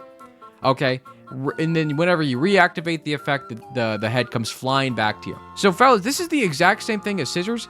On paper, it's slightly better than scissors because you can use your head as like a projectile, I guess, and maybe it does damage. But like after you lose your head, the tears are still coming out of your head and you're still controlling the body. Like your head doesn't take damage, thankfully. Your body still does. But now you can't really protect yourself from taking damage because you don't shoot tears anymore. I don't know why this is quality 2. I don't know why this is just a slightly better version of scissors. They just remade the same item. It's kind of insane. I think it's kind of cool on paper. I just wish it did more, or like the damage you do by throwing your head does more, or something, or it came back right away. You having to wait for the charge to come back up for you to get your head back is kind of silly. I don't like it. Fellas, I don't like this item. It's not good. All right, next up is Everything Jar. Everything Jar, fellas, I think is kind of crazy. It could honestly go in this never drop. It's run defining. I don't think I'm going to do that, but what it does, it is a 12 room charge active item, kind of. It has 12 charges, but similar to how Pandora's Box has a different effect based off the floor you're on, everything jar has a different effect based on the amount of charges it currently has. So I know at 1 charge, it gives you a poop, going all the way up to, I believe, at 11 charges, it gives you a golden bomb. At 10 charges, it'll give you a golden key. At 12 charges, it'll just do something completely random that's either super crazy or nothing. You can use everything jar to help you out get the resources you need throughout the entire run. If you're lacking on keys, I believe it's like 4 or 5 charges, get yourself a key. If you need a bomb, get 4 or 5 charges, get yourself a bomb. If you need some spare money, go get some money with 2 charges. If you want to kill a poop, fuck yeah, get 1 charge. You can also use the poop to make a bridge. Who would have thought it? Anyways, everything jar is so versatile in everything it can do. Alongside, you have the funny, wacky gambling thing at the end with 12 charges. Because the 12 charge effect, it can do so many different things, and I think that's very, very funny. But yeah. Anyways, guaranteed golden bombs, guaranteed golden keys if you need it, guaranteed money, guaranteed poop, guaranteed good time. Everything jar is sick. The only downside is obviously you need to make sure you get the 12 charges or 11 charges that you need to get those things. But usually later in the game, there's a lot of rooms to go through to help you out. Now, obviously, in the combat department, this isn't doing much for you. So if you need your active item to help you out clear rooms, this is not going to be the case unless you wait to get the golden bombs. But out of combat, getting the additional resources to help you out does help out so much. And that is why it's going in very good. I'll probably not drop it unless I find something cooler. Now, unlike Blink Card and Clear Rune, the consistency of everything jar is 100%. You're always guaranteed to get what you want unless you're greeting for the, the 12 charge thing. So because of that, I'll probably put above a lot of this other random stuff. Is it better than Book of Belial? I do think it is. Better than IV Bag? I think it is. Better than Flight? Better than the Shovel? Better than Telekinesis? I think the guaranteed resources you can get from it is going to put it way up here. I think it's similar to the D20 in theory, where it gives you a bunch of resources. D20 kind of goes absolutely nuts sometimes. Everything Jar does less, but it's more consistent. So I think I'll put Everything Jar right here near the top of very, very good. All right, next up, we got Fortune Cookie. Fortune Cookie, another 2-charge active item. On use, gives Isaac a Fortune, Soul Card, a Soul Heart card, rune, or trinket, similar to a fortune-telling machine. Also, it gives you a fortune sometimes instead of something else. So, fellas, Fortune Cookie is absolutely insane. I don't know. There's a lot of quality 2 items which are kind of nuts. But the chance for you to, every 2 rooms you can proc this. Every 2 rooms. That's kind of nuts, right? To be able to get a Soul Heart every 2 rooms, be able to get a card every 2 rooms, a rune. Now, don't get me wrong. Most of the time, you're most likely just going to get a fortune instead of a Soul Heart or a card or a rune or something like that. But the ability to get lucky and be able to spawn 3 Soul Hearts in 6 rooms is kind of insane. And even spawning cards or runes, again, there's no bad cards or runes. So you're always happy with this paying out with something, as long as it's not a fortune. Now, you can't get unlucky and get fortunes over and over and over again, but since it is only a 2-room charge, it honestly does not even feel that bad whenever that does happen to you. So out of combat, this thing is absolutely insane. The health it can give you, the resources it can give you, the cards or runes it can give you to help you out throughout the run is stupidly good. Now, the biggest part, in my opinion, the biggest issue is just how big the fortunes are on screen whenever you get it, and because of that, it's kind of stinky. But this is better. This is better than Deck of Cards. This is better than Smelter. This is better than Pinking Shears. This is a better version of the Nail. Better than Book of the Dead. Better than Book of the Dead. I'll probably put it right here in between Book of the Dead and Book of Belial. I do think the deal chance and the damage up you get from Belial is a lot more consistent and better than Fortune Cookie. But Fortune Cookie has so much potential to go crazy. All right, next up is Friend Finder. Fellas, I'm not a Friend Finder-er. I don't like this item. I'm going to be 100. This is my personal list, and because of that, it's not the best. What it does, it's a 4-room charge active item. And on use, it spawns a random friendly monster that mimics Isaac's movements and attacks. So, in a way, this is very similar to Pokego, the passive item, where it spawns a friendly familiar after every few rooms. But this is on an active item, and it does give you a bit more control as you're able to control the enemy's movements and their attacks slightly. It works similar to Marked, where you get like a little arrow on the ground, and you can control it with your tier button. So, like, it can be okay. Don't get me wrong. And you can use there's some enemies that you get that explode or like deal exploding shots or stuff like that. And you can use that to help you get resources like Tinted Rocks or Secret Rooms and things like that.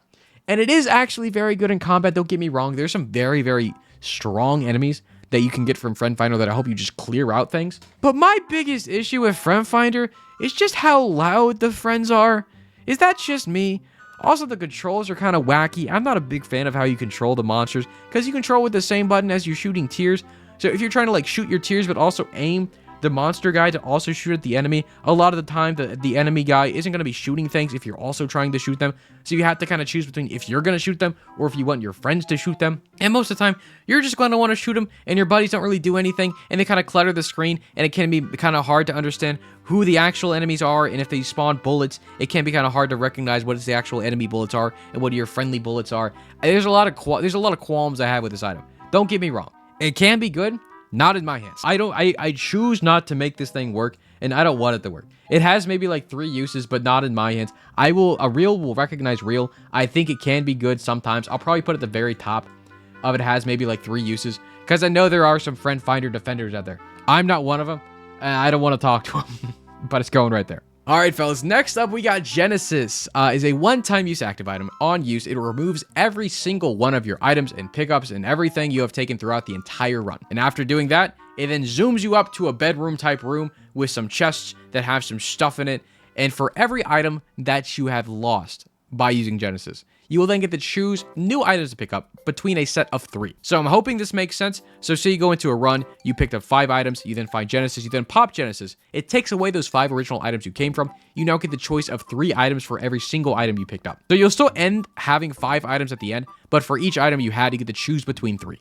So this basically just lets you restack your run and remake your run into something you want that's going to be better, right?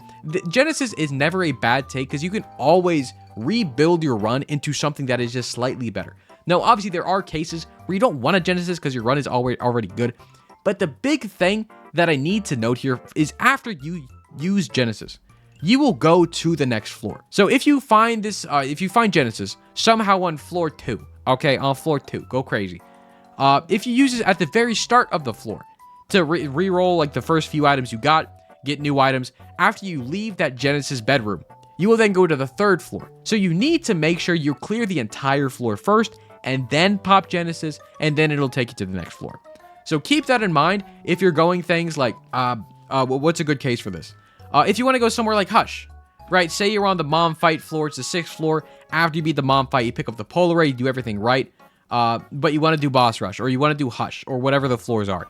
You cannot pop Genesis on those floors, because if you do, you then spawn on the next floor and skip on your chance to do boss rush, or skip on the chance to do Hush. There are scenarios where it is very annoying to use Genesis. Now, most of the time, if you don't run into that scenario, Genesis is good, just because the run you're going to get after you use Genesis is on paper going to be better, because whenever you're going to the treasure rooms, initially, you only have the option of 1 item. But after you use Genesis, it's basically to remake your run with the option of 3 items for every single item you get. I'm just repeating what the item is, but fellas, just trust me, the item can be crazy good. It is very good. Most of the time, just to proc it, use it, pick it up. Make sure you don't fuck up your run and just use it. Get a new run. It's going to be crazy. On paper, where's it going to be? Where's it going to be? I think it can be probably, I think kind of in the middle of very good. Well, no. I mean, this is just rebuilding the run. I think I'll put it near the top of very good, right above D100. Because it serves very similar purpose of D100 and D4, but it is a lot more niche. I'll probably put it right above the D4, right below D100. I think D100 has a lot more uses utility-wise, but the D4 has less. The D4 is just a worse version of Genesis, more or less. All right, next up, we got Jar of Wisps, recently updated in Repentance Plus. What this one does, it spawns a random wisp that shoots various tiers, blocks shots, and deals contact damage. Same thing as the Book of Virtues wisps. Now, the number of wisps that spawn from this increases every time you use Jar of Wisps. Okay? So, if you use this, the very first time you use this, you're going to get 1 wisp. The second time you use this, you're going to get 2 wisps. The third time is going to be 3, and so on and so forth. And eventually, you get to a point where every time you use it, you spawn 8, 9, 10 wisps. And at that point, that's very good. Because even if you're not using the tiers that the wisps shoot for damage, the orbitals that spawn, they block shots. They block contact damage. They help you out with stuff. They do damage. Okay? The consistent damage and consistent like orbitals you get from Jar Wisps is very, very good. Now, before Repentance, Repentance Plus, this used to actually be 12 charges per use, which made this absolutely stupid to use because you had to clear 24 rooms to get 3 wisps. You needed to clear 36 rooms to get 6 wisps. That's not worth it in any way, shape, or form. But now that they halved it to be only 6 charges, this is actually not a bad option to take. Now, to me, the combat usefulness is kind of insane. The orbitals you get, the extra damage you can get if you want to use the tiers for it, just the orbitals you get to block the shots is top tier. is crazy good. And if you start stacking this early, it's going to be kind of insane mid to late game. So to me,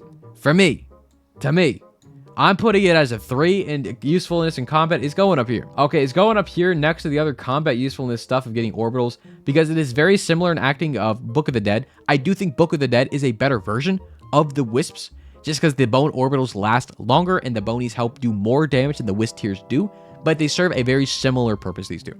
So I'm putting them right next to each other. All right, next up, we got Keeper's Box, a 4-room charge active item. On use, spawns a random shop item or pickup, which can be bought for its same normal price as you'll find it in the shop. So Keeper's Box has its moments. Not many moments, but it has its moments. Because the what you want to do with Keeper's Box, the dream with it, is because on use, it can spawn items. Shop items, keep in mind. It's not based off the room you're in. It's always going to be shop items or resources you can buy in shops. So the dream here, you go into a secret room, you pop Keeper's Box, you get a shop item to spawn in there, and then you somehow find a reroll item or like a D6 or like a per throw or something like that to roll that item into a secret room item. Okay, that is the dream. Outside of that, Keeper's Box, I guess, can be nice later in the game when you don't have any more shops to help you get more resources, and it can spawn things like soul hearts that are for 5 cents you can buy. It can be nice. It is very, very RNG out depending on what you get. There are a lot of good shop items you get, but the chance for you to get a shop item, let alone a good shop item, is very low. And that randomness isn't the best for me, and a lot of the things you get from the Keeper's Box isn't going to be the best. Most of the time, you're going to get a 3-cent red heart that you can't even pick up because you don't even have red hearts. You're playing Blue Baby, stupid. You don't need a red heart. What are you doing? I don't think it's good. I think like it maybe has like 3 uses. Now, where do I want to throw it on this list? I'm going to be real. I think the poop is better. The consistent pennies you can get from poop is so much better. I'll probably put it right here. Actually, I'll put it below the damaging of the flies and the spiders. I'll put it right here. Don't get me wrong. This definitely has its moments of it can be crazy, but so many stars need to align for anything magical to happen with this item. I don't value it enough. I'll probably never take it unless I'm very desperate or have literally nothing. Fellas, next up we got Larynx. Larynx is one of my favorite items. I love Larynx. I love how you just scream whenever you use it. It's great. Okay, what this one does, it's a 12-room charge active item, kind of. Now on use, Isaac shouts. Not shouts, he screams his little heart out. But he shouts. Damaging and pushing away nearby enemies, the shout gets stronger the more charges this item has. Larynx gets 1 charge whenever Isaac takes damage, in addition to charging normally. So fellas, this is one of those weird active items that you can use at any point in time, very similar to Everything Jar. You can use this, you can use it when it has 1 charge, you can use it whenever it has 5 charges, you can use it whenever it has 12 charges. You can choose when you want to pop it. Now, obviously, the later you hold off on using it and the more charge it has, the more damage it's going to do. And do not sleep on the damage Larynx does. Larynx can one-shot late-game bosses. Now, by late-game bosses, I don't mean Mother or Delirium or like Blue Baby or the Lamb now that they have boss armor, but bosses like Mom's Heart. This can one-shot Mom's Heart if it has 12 charges. But alongside that, fellas, alongside being crazy good in fights and clearing rooms, it also is pretty good out of combat as well. Don't sleep on it. Fellas, it does say it pushes back enemies and deals damage. No, this also like destroys rocks in the rooms. It can find secret rooms. You can use this to help you get tinted rocks. If you stand close to a rock and scream at it like a 2 or 3 charges, it'll just blow up the rocks next to you. Okay? Fellas are sleeping on Larynx. It's very good to get resources. Crazy good for damage as well. Do not sleep on the damage. Also, do not sleep on the resources. This thing is goated. Okay, it does everything you want it to, plus a little bit more. Okay, Larynx, you're going all the way up here. You're very good. You're very good. For damage-wise, it's got to go, like, right here. It's very similar to Mega Bean, actually, but Mega Bean does more consistent damage in the room. But the resources you can get from Larynx, I do think puts it above Mega Bean, okay? Now, Larynx cannot open, Boss Rush or Hush like Mega Bean can, but Larynx can help you find secret rooms. It can help you get tinted rocks. Can Mega Bean do that? Yes, it can, actually. It literally can. Okay, I've just convinced myself. Mega Bean's just the better Larynx. But shut up, let me have my moment. Alright, fellas, next up is Magic Skin. Magic Skin, I feel like, I know Isaac YouTubers, and if you watch a lot of Isaac YouTubers, you understand how Magic Skin works. But let me explain how it works for those who don't. It is a 6-room charge active item. On use, it consumes 1 of your red heart containers, or 2 soul heart containers, if you do not have any red hearts. And after doing that, it spawns an item, and gives Isaac a broken heart container that can never be filled. It's just a broken heart. Now, the item it spawns is based off of the room you're currently in. So if you use magic skin in a treasure room, you will get a treasure item. Use it in an angel room, you get an angel item, and same thing with a secret room. Guess what? You'll get a secret room item. Now, if magic skin isn't being held after being used, it is very likely to replace any future items. So that last sentence is the most important part here with magic skin. The more you use magic skin, the more likely you are to find magic skin if you are not holding magic skin. So if you use magic skin once and put it back down, there's a small chance magic skin will appear again. Okay? But if you end up picking that other one you find and using it again and getting a second broken heart and getting a second item and you put it back down, you're gonna most likely find even more magic skins. But after that second item you pick up, you find a third magic skin and you hold on to the magic skin this time. Every single item you find after that is guaranteed not to be magic skin. So as long as you're holding a magic skin cannot appear. So it doesn't matter how many times you use it. You can use it as many times as you want. It will not appear even more. The only thing you need to worry about at that point is making sure you don't die by having too many broken hearts and giving away all your health. So, fellas, magic skin is absolutely busted. If you use it once, I think you're fine to put it back down. If you use it twice, hold on to the magic skin for the rest of the run. Otherwise, you will only find magic skins. Now, this thing is absolutely run defining. It is absolutely crazy. Okay, being able to guarantee spawn a pedestal item in a room of your choice with the pool of your choice is absolutely nuts. Okay, if you go into a secret room with magic skin, guess what? You get a death certificate. You get your rock bottom you're looking for. If you don't get it the first time, get 6 charges. Use it again. Just keep doing it. Just die. You know, you have 12 hearts to give up. As long as you have the HP and the spirit to keep going, just do it. Just keep using magic skin. You will profit. You will thrive. Magic skin is literally the definition of a run-defining item because you either you get it, you keep it forever, or you use it once, get a fucking goated item, and then put it back down. Okay, either way, you use it or you lose it, fellas. Use it. I put it above moving box because being able to spawn pedestal items is fantastic. Now, obviously, combat usefulness does absolutely nothing in combat, but who cares? Spawning pedestal items for free is crazy. It's crazy, fellas. It's going up there. Also, it's only quality 2. I didn't mention it. It's only quality 2. Why is it only quality 2? Anyways. Fellas, next up we got Sulfur. Sulfur is a 3-room charge active item on use. It grants Brimstone for the current room. Now, Sulfur I do not think is bad. At being for a 3-room charge, getting Brimstone every 3 rooms is not bad. Like, the damage it helps you do in the rooms it can help you clear is very significant.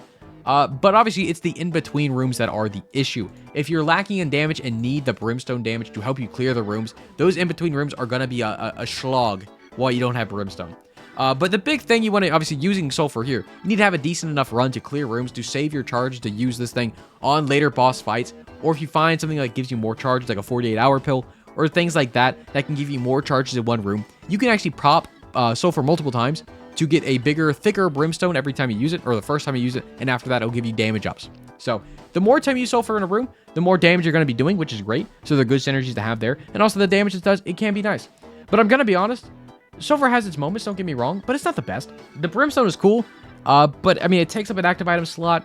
You have to clear 3 rooms in order to get it back. I don't think it's the best. I think it's fine for the room clear it gives you, but that's all it is, just basically room clear. Obviously, saving it for bosses is nice, does help out there, but some runs aren't really acquainted to have Brimstone, if that makes sense.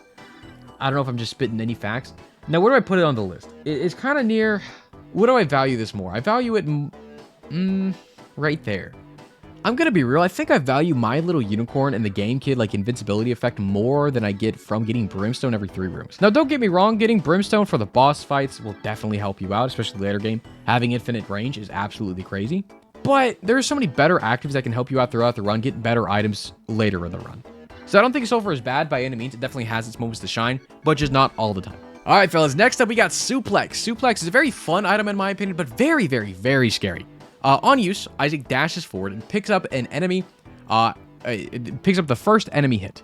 Now, the word enemy here is being very generous. After a moment, he slams back down onto the ground, like WWE style, and deals damage to the enemy you picked up, and does a shockwave to deal damage around where you landed. This is a very interesting item, because the first thing you want to know is that very first sentence. Isaac dashes forward. Fellas, this means you have to slam your head into enemies' wall with the dash from Suplex in order to pick them up. So, fellas, this is a skill shot, and you can miss. This has a set range. If you're slightly outside of the range and you use Suplex and you're running towards the enemy, but the animation of Suplex runs out before you pick anything up, you're just in the face of an enemy and you're gonna get hit. That is one of the big issues with suplexes. You need to make sure you hit them when you're doing the dash. Now, keep in mind, whenever you are doing that dash, you are actually invincible. So you can use the dash from suplex to go in and out of curse rooms for free, like so many of the other items we've been talking about. You can use it for that, and it is very nice to use it for that, even if you don't use it in combat. Just using it for curse rooms is very worth it, in my opinion. Now, in combat, I only put it as a 1, but in theory, you're supposed to be using suplex in combat, but most of the time, whenever you use suplex, you're gonna get hit.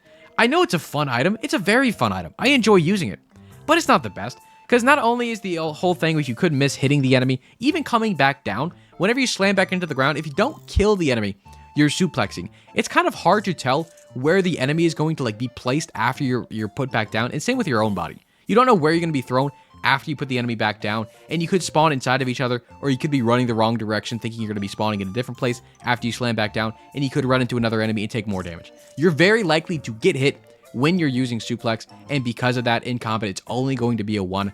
Now, keep in mind, there are some funny scenarios. I do like using suplex, because here it says you can pick up the first enemy you hit. This also applies to bombs.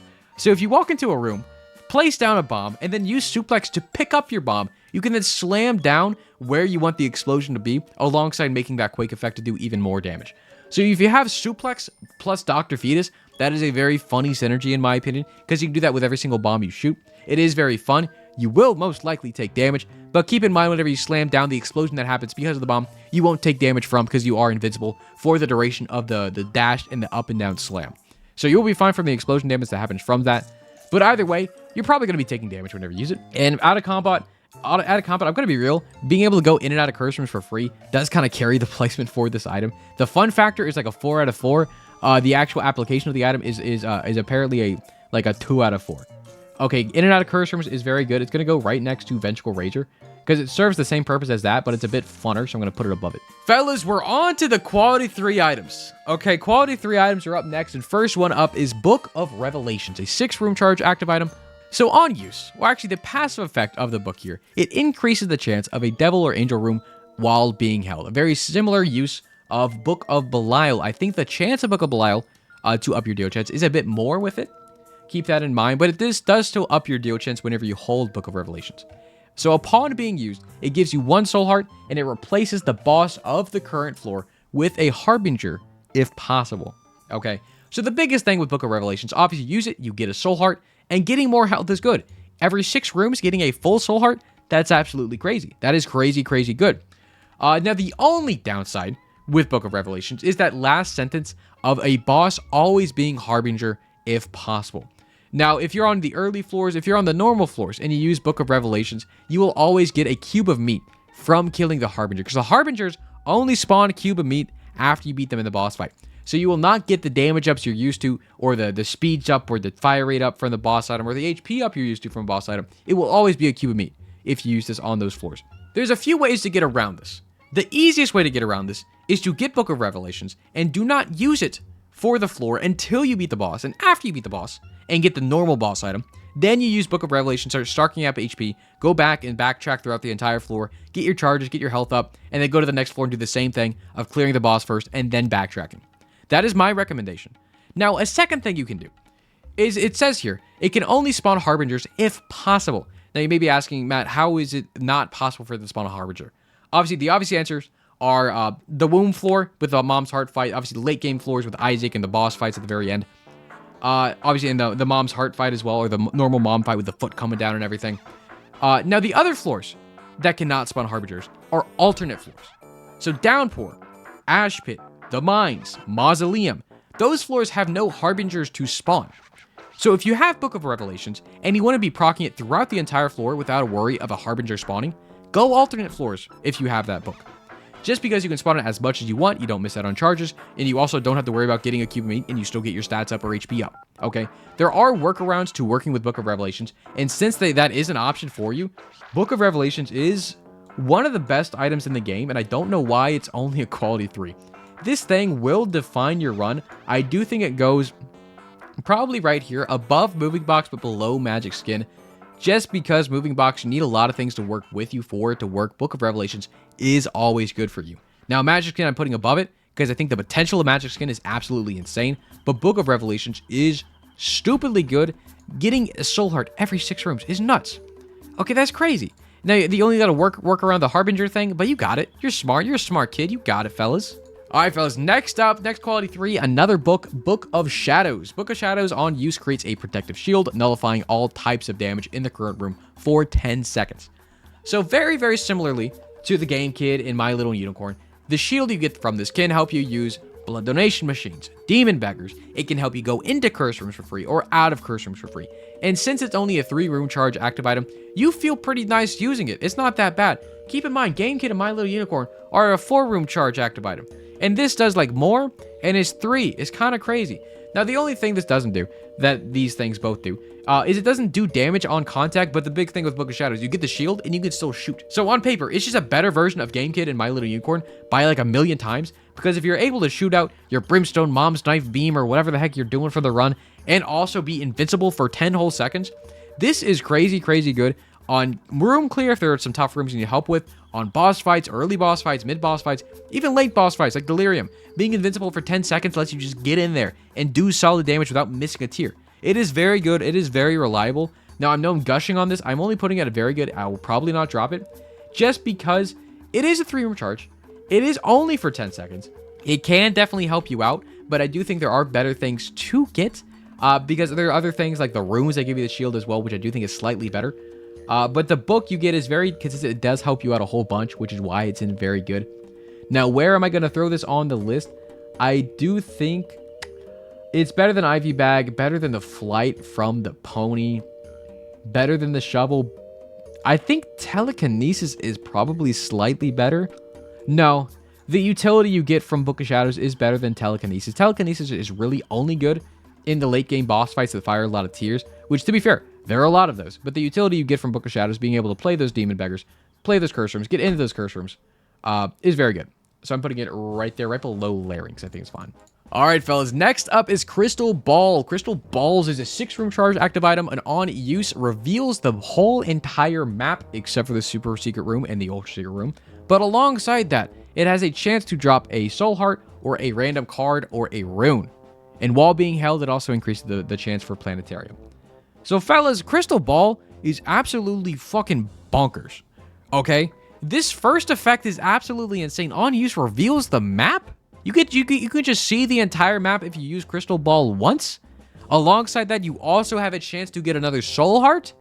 This is just a better thing. This is like a better Book of Revelations somehow. Now, I'm saying it's a better Book of Rev, but it's not as consistent as Book of Revelations, sadly. Now, obviously, combat does nothing. Out of combat, being able to get that card, get that soul room, get that soul stone, get a soul heart. It has a chance to do so much for you, plus the mapping on top of it is really, really, really good. So this is obviously going near the top of the list. It is just a better version of Fortune Cookie. Oh, such a better version of Fortune Cookie. No, I'm going to be real. Crystal Ball, I think I'm going to put it near the top. Because the utility this provides is absolutely insane alongside the health. I think I'll put it at the very top of very good. Like, this thing is very, very good. Even if you only use it for one floor, get a soul heart, get a few runes in your name, see the entire map. It is very good. And you can see the normal secret room as well. Maybe it's a little too high, in my opinion. I'm gushing on it a little bit. This thing is really good, though. Plus, look at little Isaac's face. This is Isaac's face. Do you see it? It's like his 2 eyes and his mouth. He's going like, ah. Anyways, it's good. All right, fellas. Next up is Forget Me Now. Forget Me Now is a one-time use active item, which on use, it restarts the current floor you are on and spawns a brand new floor for you to go through just to do it again.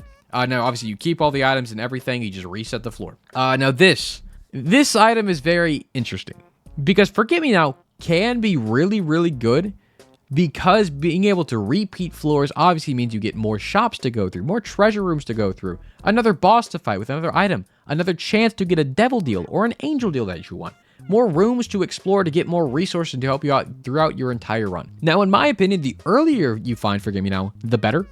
Just because if you find this thing later, like in the womb, there's no real reason for you to Forget Me Now unless you want to really try to get a devil deal or an angel deal. Because if this is better to find early on, again, when you have shops to find, when you have treasure rooms to find. But if you find this thing like womb 2 onwards, you probably don't need this thing anymore because you can't get devil deals anymore. You can't get any more treasure rooms or shops. Why would you want to fight Isaac twice? Why would you want to go through the cathedral twice? That doesn't make sense to me. Now, maybe you want to reset the chest or the dark room to try to get more items. But if that's the case, I think you're just trying to get a stupidly broken run. Now, Forget Me Now can be very, very good. The other thing that makes this thing kind of fall behind, in my opinion, is that you cannot take another active item with you if you use Forget Me Now. Now, I'm going to put a big asterisk on that sentence I just said, because there is one scenario where you can take your current active item with you and also use Forget Me Now. Because there is a single frame window in which you can pop Forget Me Now at the same time you pick up another active item. And if that's the case, you will reset the floor, and you will also carry another active item there with you. So say you're starting as Isaac, you have the D6, you find a Forget Me Now. You can then pick up the Forget Me Now, and if you use it at the same time you pick back up your D6 from its pedestal, you can keep your D6. Now, obviously, there is a danger in doing that. If you reset the floor and mess it up, you just lose your D6 forever. And that's kind of the reason it's kind of going down in my rankings, just because you can't carry another active item with you unless you're a gamer. Okay, now me, I'm a gamer. But even with that, I'm putting like it can be good, just not all the time, because again, depending on the floor you're on, depending on the active item, depending on their balls at the time, very dependent on a lot of stuff. But this, I think for the utility and the resources it can provide, it has to go above the D1. Probably above Esau. I'll put it right below Guppy's head. It's very near the top of it can be good, not all the time. Just because, again, it can be good, just not all the time. I love this category. It explains so much of these items for me. All right, fellas, next up is Guppy Paw. Guppy's Paw is a zero charge active item you can use as much as you want, but on use, it converts one of your red heart containers into 3 soul hearts. So you get rid of one of your heart containers and just get more soul hearts for it. That's really good most of the time. Now, I know I've talked about other items if you like not having red HP, and a lot of characters, don't get me wrong, don't have red HP, but a lot of them do. And for characters that do, this is actually a very, very good item, just because you can manipulate your health to help you either help you get a deal, help you afford a devil deal for cheaper somehow by manipulating the hearts you currently have. Just being able to get 3 soul hearts is very nice, especially when you don't really need your red HP. And if you have an excess of it, it is very nice. Anyways, I think this thing is really good. Manipulating your HP is very nice. Getting soul hearts back forward is very good as well. In my opinion, it's a better version of a potato peeler. Is that a hot take? I don't think so. It's going up here in a pretty good tier. Now, where's it going to go up here? Being able to get soul hearts, it's very consistent in how you use it. It's obviously more of a it does one thing. It does that one thing very well. I think I'm going to put it probably right here, right below Smelter, above Undefined. It's not as random as Undefined. It'll get your soul hearts back. You're good. It's going like right there. I think it's fine right there. All right, next up, we got Prayer Card. Prayer Card is 6 room charge active item on use, gives Isaac an eternal heart. So this is not the best, because most of the time, yes, red HP is good to have and not bad to have, but there are also some scenarios in which you don't want red HP. And a similar story with Guppy's Paw, there's a lot of characters that can't have red HP. And in those cases, you're spending 12 charges to get a full soul heart, which isn't the best a lot of the time, though. Obviously, the use case here is you find it on a floor, you use it once, and then you put it back down to get either 1 free red heart container or 1 free soul heart whenever you go to the next floor. Now, in those cases, this isn't bad, but I'm gonna be real, this can be crazy. Don't get me wrong. If you're playing Maggie, if you need a lot of red HP, if you find Maggie with like Birthright, so you can have 18 HP, this thing is kind of crazy. Being able to stack health is always nuts, but it's not always the best. Right, sometimes there are some scenarios in which you do not want red HP at all, which I know was stressed before, with same thing with Guppy's Paw and so many other things that help you manipulate your HP. Prayer Card can be good, do not get me wrong. I just don't gush over it enough for, I don't like red hearts that much. Can I say that? I like soul hearts more.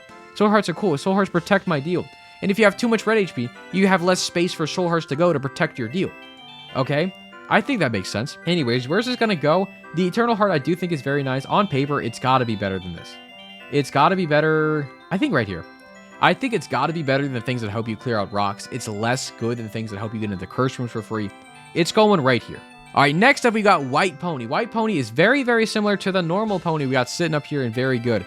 But this one's a quality 3, 2 room charge active item on use, or I guess passively, it grants you flight and increase your speed by 1.5, the exact same thing as a pony, the same exact thing. And upon use, Isaac charges in the direction the pony is facing, giving invulnerability, and during the charge will also create damaging beams of light. So this thing is the exact same thing as a pony, but the difference here is it makes those beams of light as you're dashing, and those beams of light do a crazy amount of damage. So this is just, again, the better version of a pony. And that is all this is.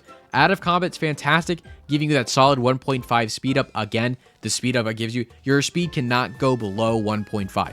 Even if you take like a small rock, which gives you a speed down, as long as you're holding a pony, your speed will always be a minimum of 1.5. And again, it can go up to 2, but the minimum is always going to be that 1.5.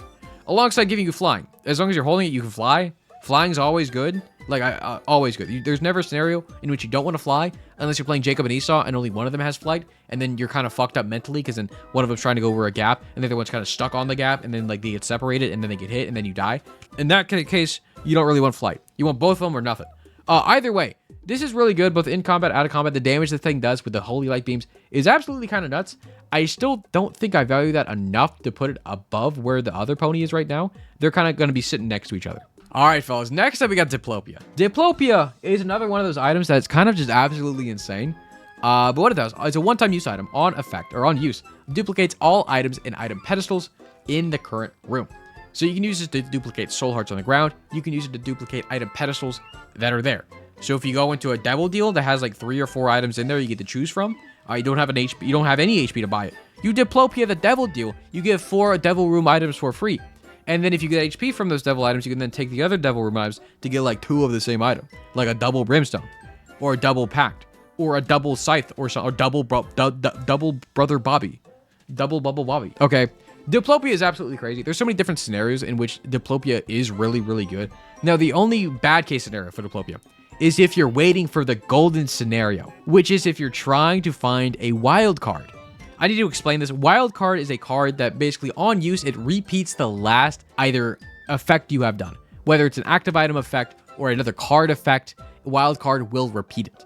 So if you use Diplopia, right, to Diplopia your wild card, okay, now you have 2 wild cards. And if you use a wild card now, after you just use Diplopia, the wild card will repeat the Diplopia effect. Meaning, since you're Diplopiaing and doubling your wild card, and your wild card does the Diplopia effect, you can just keep on using that wild card to get infinite items, get infinite wild cards, get infinite anything you want. Okay? That is the golden scenario with Diplopia.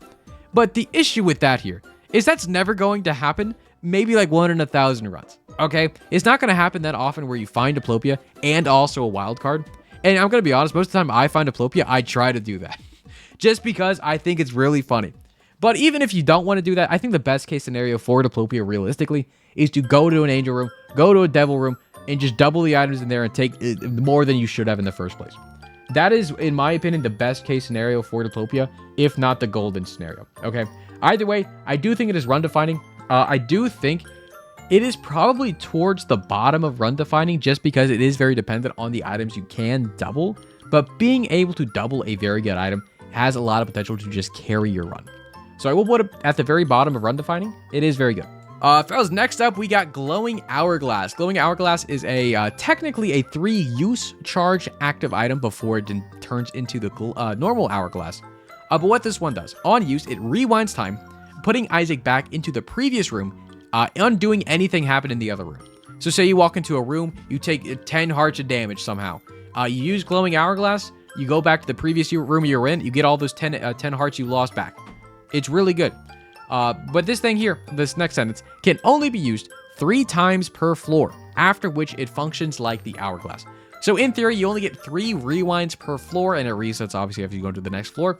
After that, it still turns into the decent item, the Hourglass, which we threw kind of down here somewhere. Where did I throw Hourglass? Somewhere down here. Y'all can probably see it. Oh, I found it. It turns into this. It turns into the Hourglass, which we put in, maybe has like 3 uses. The slowdown from Hourglass definitely isn't bad. But anyways, Glowing Hourglass itself is really, really, really good. Okay, there's a lot of very useful combat scenarios for Glowing Hourglass. If you're playing someone like The Lost or Tainted Lost, where you only have 1 hit before you just die. If you lose your Holy Mantle as those characters, you can pop Glowing Hourglass and just save your run, save your Holy Guard if playing Tainted Lost. This is one of the items you're looking for as Tainted Lost. Now, in other characters, this serves a very similar purpose of doing so many things. Okay, the potential with Glowing Hourglass is limitless, okay? Besides, obviously, avoiding getting hit if you walk into a room, take silly damage. Glowing Hourglass out, repeat it, do it again, make sure you don't take that damage. There's so many other uses for it, though. You can use this to walk into the treasure room, see if it's a good item you want. Say it's a garbage item, does nothing for your run, you don't want it. Glowing Hourglass out of the room. Instead of going in the treasure room, skip it. Get a planetarium chance by skipping your treasure room. And you can do that with Glowing Hourglass. So walk in, see if it's good. If it's not, Glowing Hourglass, get the planetarium chits. Doing the similar thing for devil rooms. Okay, second floor, you have glowing hourglass. You want to see if you want to go angels or devil this run, you have glowing hourglass in your pocket. You can hop in the devil room, see if it's worth it. If there's something worth taking in there, if you want to lock in angel rooms, glowing hourglass out. The game would think you never walked in, and you'll guarantee get an angel the next deal you get. Okay, there's a lot of fantastic scenarios you can use glowing hourglass with, and the versatility of this item is really, really good, in my opinion. Now, obviously, combat usefulness, out of combat usefulness, this definitely needs to be bumped up to like a 2 or a 3.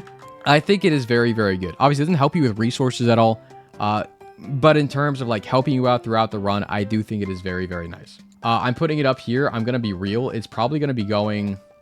probably right below everything jar is probably a good spot, in my opinion. Below, maybe like... Yeah, well, I think maybe there. I think it's kind of up in the air. I think opening up the boss rush and hush with Mega Bean is crazy good, but glowing hourglass is equally as crazy good. So I think it's going right there. All right, next up, we got Teleport 2.0, the Golden Teleport. It has a 4 charge on it. On use, teleports Isaac to a room that has not yet been explored. Normal rooms are prioritized over special rooms, and common special rooms take priority over rarer ones. Okay, so it's kind of complicated the way it's phrased here. But the way this works is Golden Teleport will always take you to an unexplored room. Always, always, always. And if you have explored every single normal room on the floor, it'll take you to the secret room. If you explored all the secret rooms on the floor, it'll take you to the super secret. If you've gone to the super secret room, it'll take you to the angel deal or devil deal for that floor. If you've gone to the devil or angel room for that floor, it will take you to the error room. Okay? This is literally a better version of Undefined. Literally on paper, a better version of Undefined. It guarantees you get your deal for the floor. It guarantees you get an error room. Okay, the only like qualifications you need to make this happen, you need to make sure you have batteries on the floor, or a shop that has a battery, or just some way to get charges after you've explored all the rooms to make sure you get your devil deal, to get your error room. Okay, even if you don't make it to the error room, that's perfectly fine. As long as you find both of your secret rooms, go into every single room, including the curse room, the boss challenge room. You can then go to your deal for free. And obviously, you can use Golden Teleport to get into your boss challenge room for free too. It's kind of crazy. Fellas, I think Golden Teleport is super sleeper pick. This thing is very run defining. This thing is crazy, crazy good. I think Moving Box is probably better. Moving Box has a lot of potential to go crazy. Getting a deal every single floor for sure. Or like 99% sure getting a deal every floor is crazy good. I do think I value the health you get from the Book of Rev more, but Golden Teleport is definitely run defining, is absolutely crazy in the right hands. All right, next up is Eden Soul. Eden Soul is a 12-room charge active item, and on use, it spawns 2 item pedestals, and then the item is consumed, so it's a 1-use time active item that needs 12 charges first. Obviously, it begins with no charges, but after you clear 12 rooms, you use it once, it spawns 2 item pedestals. Now, keep in mind, those 2 item pedestals that are spawned are based off of the room you're currently in. So if you use Eden Soul in the Angel Room, you will get items. Angel items, each in the Secret Room, you get Secret Room items, and so on and so forth. Now, Eden Soul is pretty good. Like, I don't think it's bad. I just think the issue, well, there's not really a big issue with it. The only issue with it is it does absolutely nothing while you're holding it, and then the item payouts at the end is very dependent on RNG, which I know is like all of the game, but like if you use it in the Secret Room, it could be cool where like you get what? You can get what? I'm trying to think. You can get things like a rock bottom, like a death certificate if you use it in the Secret Room, which is obviously what you want. But then there's also the scenarios where you use Eden Soul in the Secret Room and you get what? Wavy Cap and Dad's Ring or something like that. Just a weird, wacky scenario I thought up. That could happen where like it's not that good and you kind of wasted your time charging it up in the first place, and sometimes you'll find this in the Angel Room, so you have to commit giving away your current active item to try to take Eden Soul for a gamble of trying to get a good item later, which sometimes it may, or most of the time it's probably not going to be, but it has the potential to go crazy. Right, I think the potential to go crazy is where this item shines, but being able to like not guarantee what you get alongside not having an active item while you're holding it is obviously a bad thing.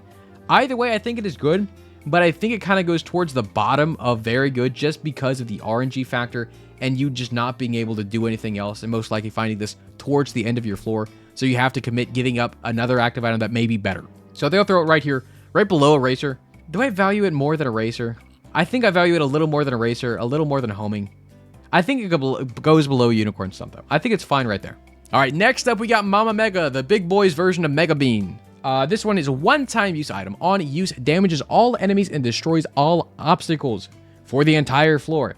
The effect occurs every time a new room is entered. For the rest of the floor, opens the doors to the floor's secret rooms and super secret rooms, alongside opening up boss rush or hush on that floor if applicable. So fellas, this is, I know we talked about it before with Mega Bean, and keep in mind Mega Bean is sitting right up here. I think Mega Bean is the better version of Mama Mega, because I know I explained it before, but Mama Mega, the issue with it is because it destroys everything in a room. Yes, it is fantastic for room clear, for clearing an entire floor, but the issue comes in if you're trying to use your resources to play, go to a shop to buy some stuff, if you want to try to donate to your donation machine, if you find a beggar you want to play, if you find an arcade with a crane game in it. Sorry, you can't play it anymore because you used Mama Mega, right? If you use Mama Mega and you walk into an arcade that has like 5 machines in it, guess what? All those 5 machines are going to blow up. So in theory, you really only want to be using Mama Mega to get things like Boss Rush and Hush, but you only want to use them after you get into the boss fight, most likely. Or I guess even if that's the case, you want to use it after you get the boss fight. Because keep in mind, you have to get the deal first too. Say you just beat Mom's Heart. Say you got the Angel deal. But sadly, you used Mama Mega whenever you got to the first room of the womb too. Right? You use Mama Mega right away, and you go fight the boss. Hey, you got an Angel deal at the end of the floor. But now you have to choose between going to Hush or going to your Angel room. Now, obviously, that's not going to be a case if it's still pre-30 minutes, but if it's like 45 minutes into your run and you're finally beating Mom's Heart, you have to choose between the two. So in theory, what you typically want to do is not use Mama Mega until the very end of the floor, and then just use it in the boss room to get in the Hush for free. Which is, honestly, that's just what Mega Bean does. And you can use it multiple times whenever you want, every 3 rooms. That's crazy. Mama Mega is nice if you really need the room clear, but I think the resources you can lose by using this isn't the best. Now, obviously, finding the secret rooms and everything with this is very nice as well. And obviously, getting the Hush, getting the boss rush if you need it is very nice. But I think the things you lose don't make it the best most of the time. And honestly, Mega Bean is the MVP here. They buffed this thing to oblivion. Mama Mega is now obsolete. We hate Mama Mega now. Either way, Mama Mega, don't get me wrong. I know I'm kind of gushing on Mega Bean. Mama Mega is not bad. Do not get me wrong. It is not bad. I just think the things you lose by using it isn't the best. And you having to choose between a devil deal or an angel room or the Hush fight is kind of stupid, and I don't like choosing. So fellas, I'm probably going to put it probably next to Dad's Key. I think that makes a lot of sense. Well, no, the room clear, I mean, I can't knock the room clear this gives. It is crazy good. I'll probably put it right here. I think this is a good spot for it. Above Berserk, below Golden Razor Blade. The room clear is crazy. The secret rooms you get for free is crazy. It's just, you know, I can't knock what it's losing from you. All right, fellas. Next up, we got Mr. Me. Mr. Me is another shocker MVP item. It's run defining. This thing is absolutely crazy. What it does, it's a 4-room charge active item. On use, it summons a controllable ghost that can perform various tasks depending on what it targets. So, I know it's very broad in the description here, but this thing can do so many things. Okay, one thing it can do. If you go into a shop items cost money.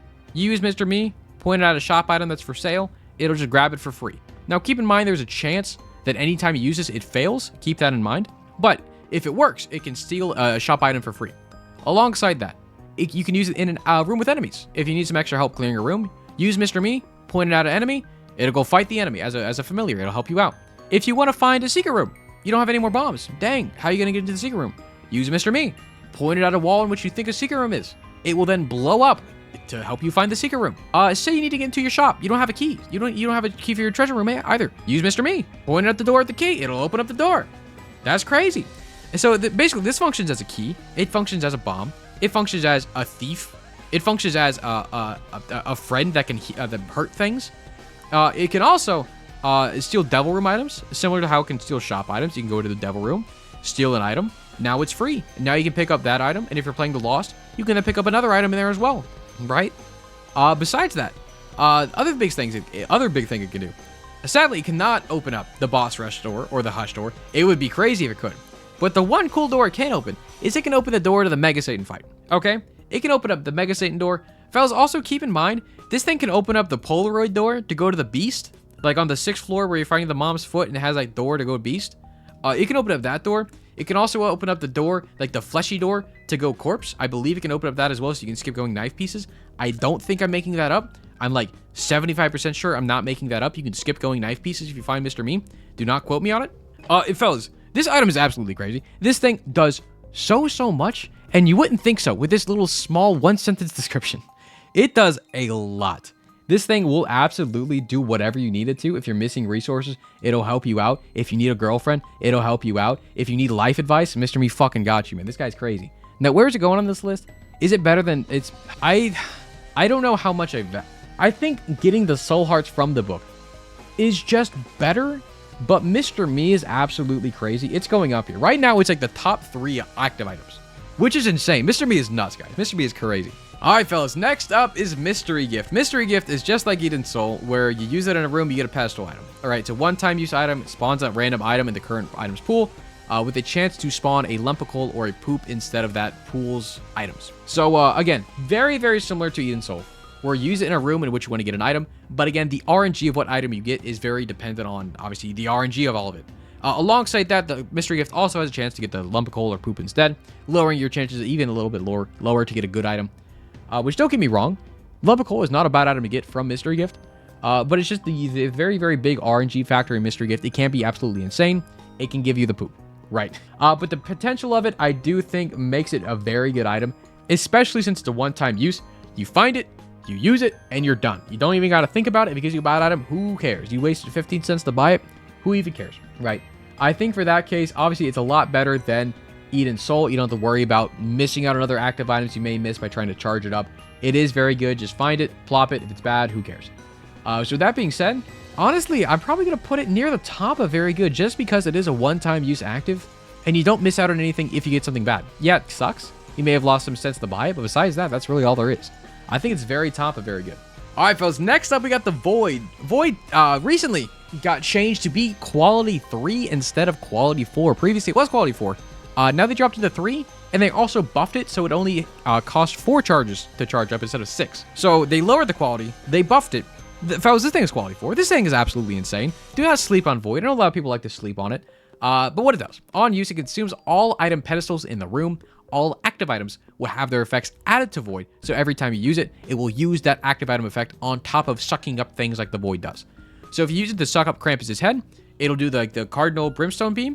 If you suck up Unicorn Stump as well, you'll become invincible and do the Brimstone Beam and suck things up because of the Void, and it keeps stacking that way. Now, if you use the Void on passive items, you get random stat upgrades instead.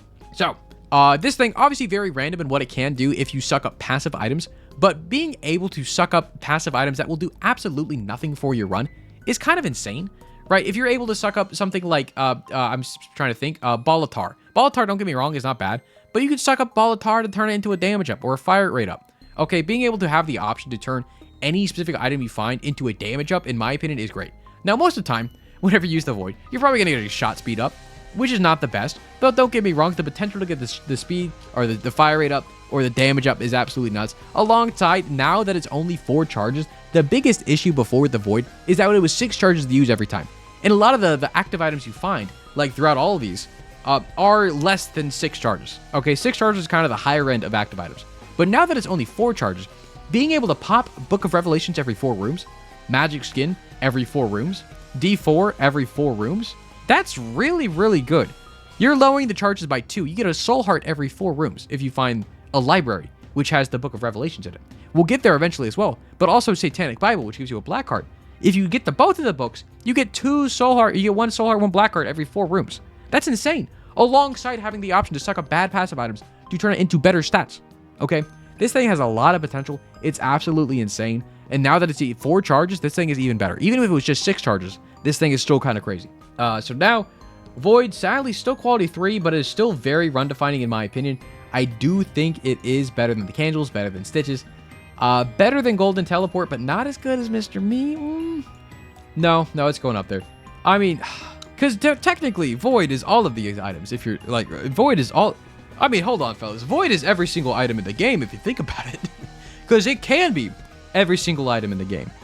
So I'm probably going to put it like down here. Void is crazy good. I'll probably put it here. Because it's not... You're not guaranteed to find like the Soul Heart book or any kind of thing that gives you Soul Hearts. But being able to guarantee getting good stats, or at least decent stats than what you were going to get with a bad passive item, is very nice. Because the stats you get is not based off the quality of item you suck up. So for some reason, if you want to void polyphemous, it's going to be the same exact thing if you end up voiding a quality 0 or quality 1 item. It's going to be the exact same thing. I think I'll leave it right there. Not as good as Book of Revs. I do think it's slightly better than Mr. Me, just because of all the stats you can get from it. Yes, that's where it's going. All right, fellas, next up is Void's long-lost cousin, Abyss. Abyss is the exact same thing, but instead of giving you stats, it gives you a Locust instead. And it also does not soak up active item. All active items and passives now just turn into locusts instead of giving you stats like the Void does. So, in my opinion, this is just a worse version of the Void. I know it kind of goes in parallel. They do very similar things. But the one upside of Abyss is it does help you out a lot more in combat than the Void does. Because I think the one area where the Void is lacking is you don't want to use Void for like damaging active items. I said before, like Krampus's head.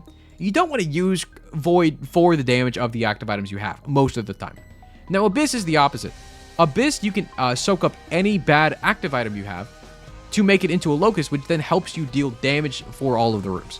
And if you end up abyssing enough items, you'll have a small locust army on top of the normal tiers who shoot out to help you do a lot of damage. And now since they buffed Abyss and Repentance Plus, a lot of the items you soak up will have different special effects attached to it. Not all of the items do, but some of them do. So that is something to keep in mind. And also another thing to keep in mind here with the update in Repentance Plus, just know that Abyss, the damage the individual locusts do is dependent on the quality of the item. So for some reason, you really don't want to pick up like Ipecac. Ipecac's a quality 4. If you don't want to pick that up for whatever reason, you can actually abyss it, and the damage that thing does is going to be more than another item. Like if you abyss the bean, the quality 0 item, the quality 0 item is going to do a lot less damage than the quality 4 locust you abyss by abyssing the explodey thing, Ipecac. So with that being said, Abyss is a lot better for fighting things. It doesn't give you stats, obviously, but being able to soak up or abyss anything that is just irrelevant to your runs, especially active items, is very nice.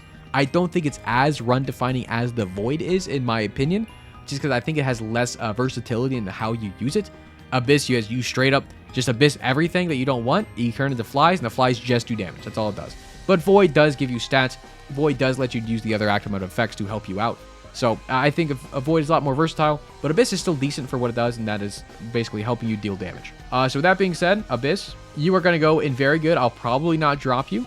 I think at a certain point, you want to abyss a few things, get a few locusts, and you can probably drop it after that point. I don't think I value it as much as Book of Shadows. I think I'd prefer to have that, but it's probably a little bit better than Telekinesis. Just for the additional damage, it does help you bump out. So I think it's good going right there. All right, fellas, next up, we got Anima Sola. Anima Sola is the item that Tainted Jacob starts off with to help out lock down Tainted Esau. But this guy has 1+ room charges, meaning you can use it as many times in room as you want, as long as you wait for the charge to charge back up after you use it. But on use, it chains down the nearest enemy for 5 seconds, preventing them from acting or moving or anything. So it makes them a sitting duck for 5 seconds while you wail on them. Now, obviously, if you're playing Tainted Jacob, this will guarantee lockdown Esau instead of an enemy. But if you're playing any other character, it will lock down an enemy. And please note down, it is locking down the nearest enemy for 5 seconds. It's not a random enemy. It's not the strongest enemy. It is the closest enemy to you. So keep that in mind. It can kind of mess you up if you don't know that fact. Because originally, whenever I picked this up myself, I kind of just assumed it would lock down the highest health enemy or something like that. Like if I'm in a boss room with like Duke of Flies, one would assume it wouldn't lock down a small little fly. It'll lock down the big boss. No, it just locks down a fly because that's the closest thing to you. So keep that in mind. But this thing is absolutely crazy for fighting, especially late game fights. Being able to lock down a big boss for 5 entire seconds is really, really good. I know for clearing rooms as well, it's not bad. Obviously, in multiple, like, in rooms where there are multiple enemies, it's not as good. But really, in boss fights, this is absolutely crazy and will help you pump damage, even if you're not playing Tainted Jacob. Right. Very good for lockdown. Cooldown isn't that bad either, just because you can use it multiple times per room.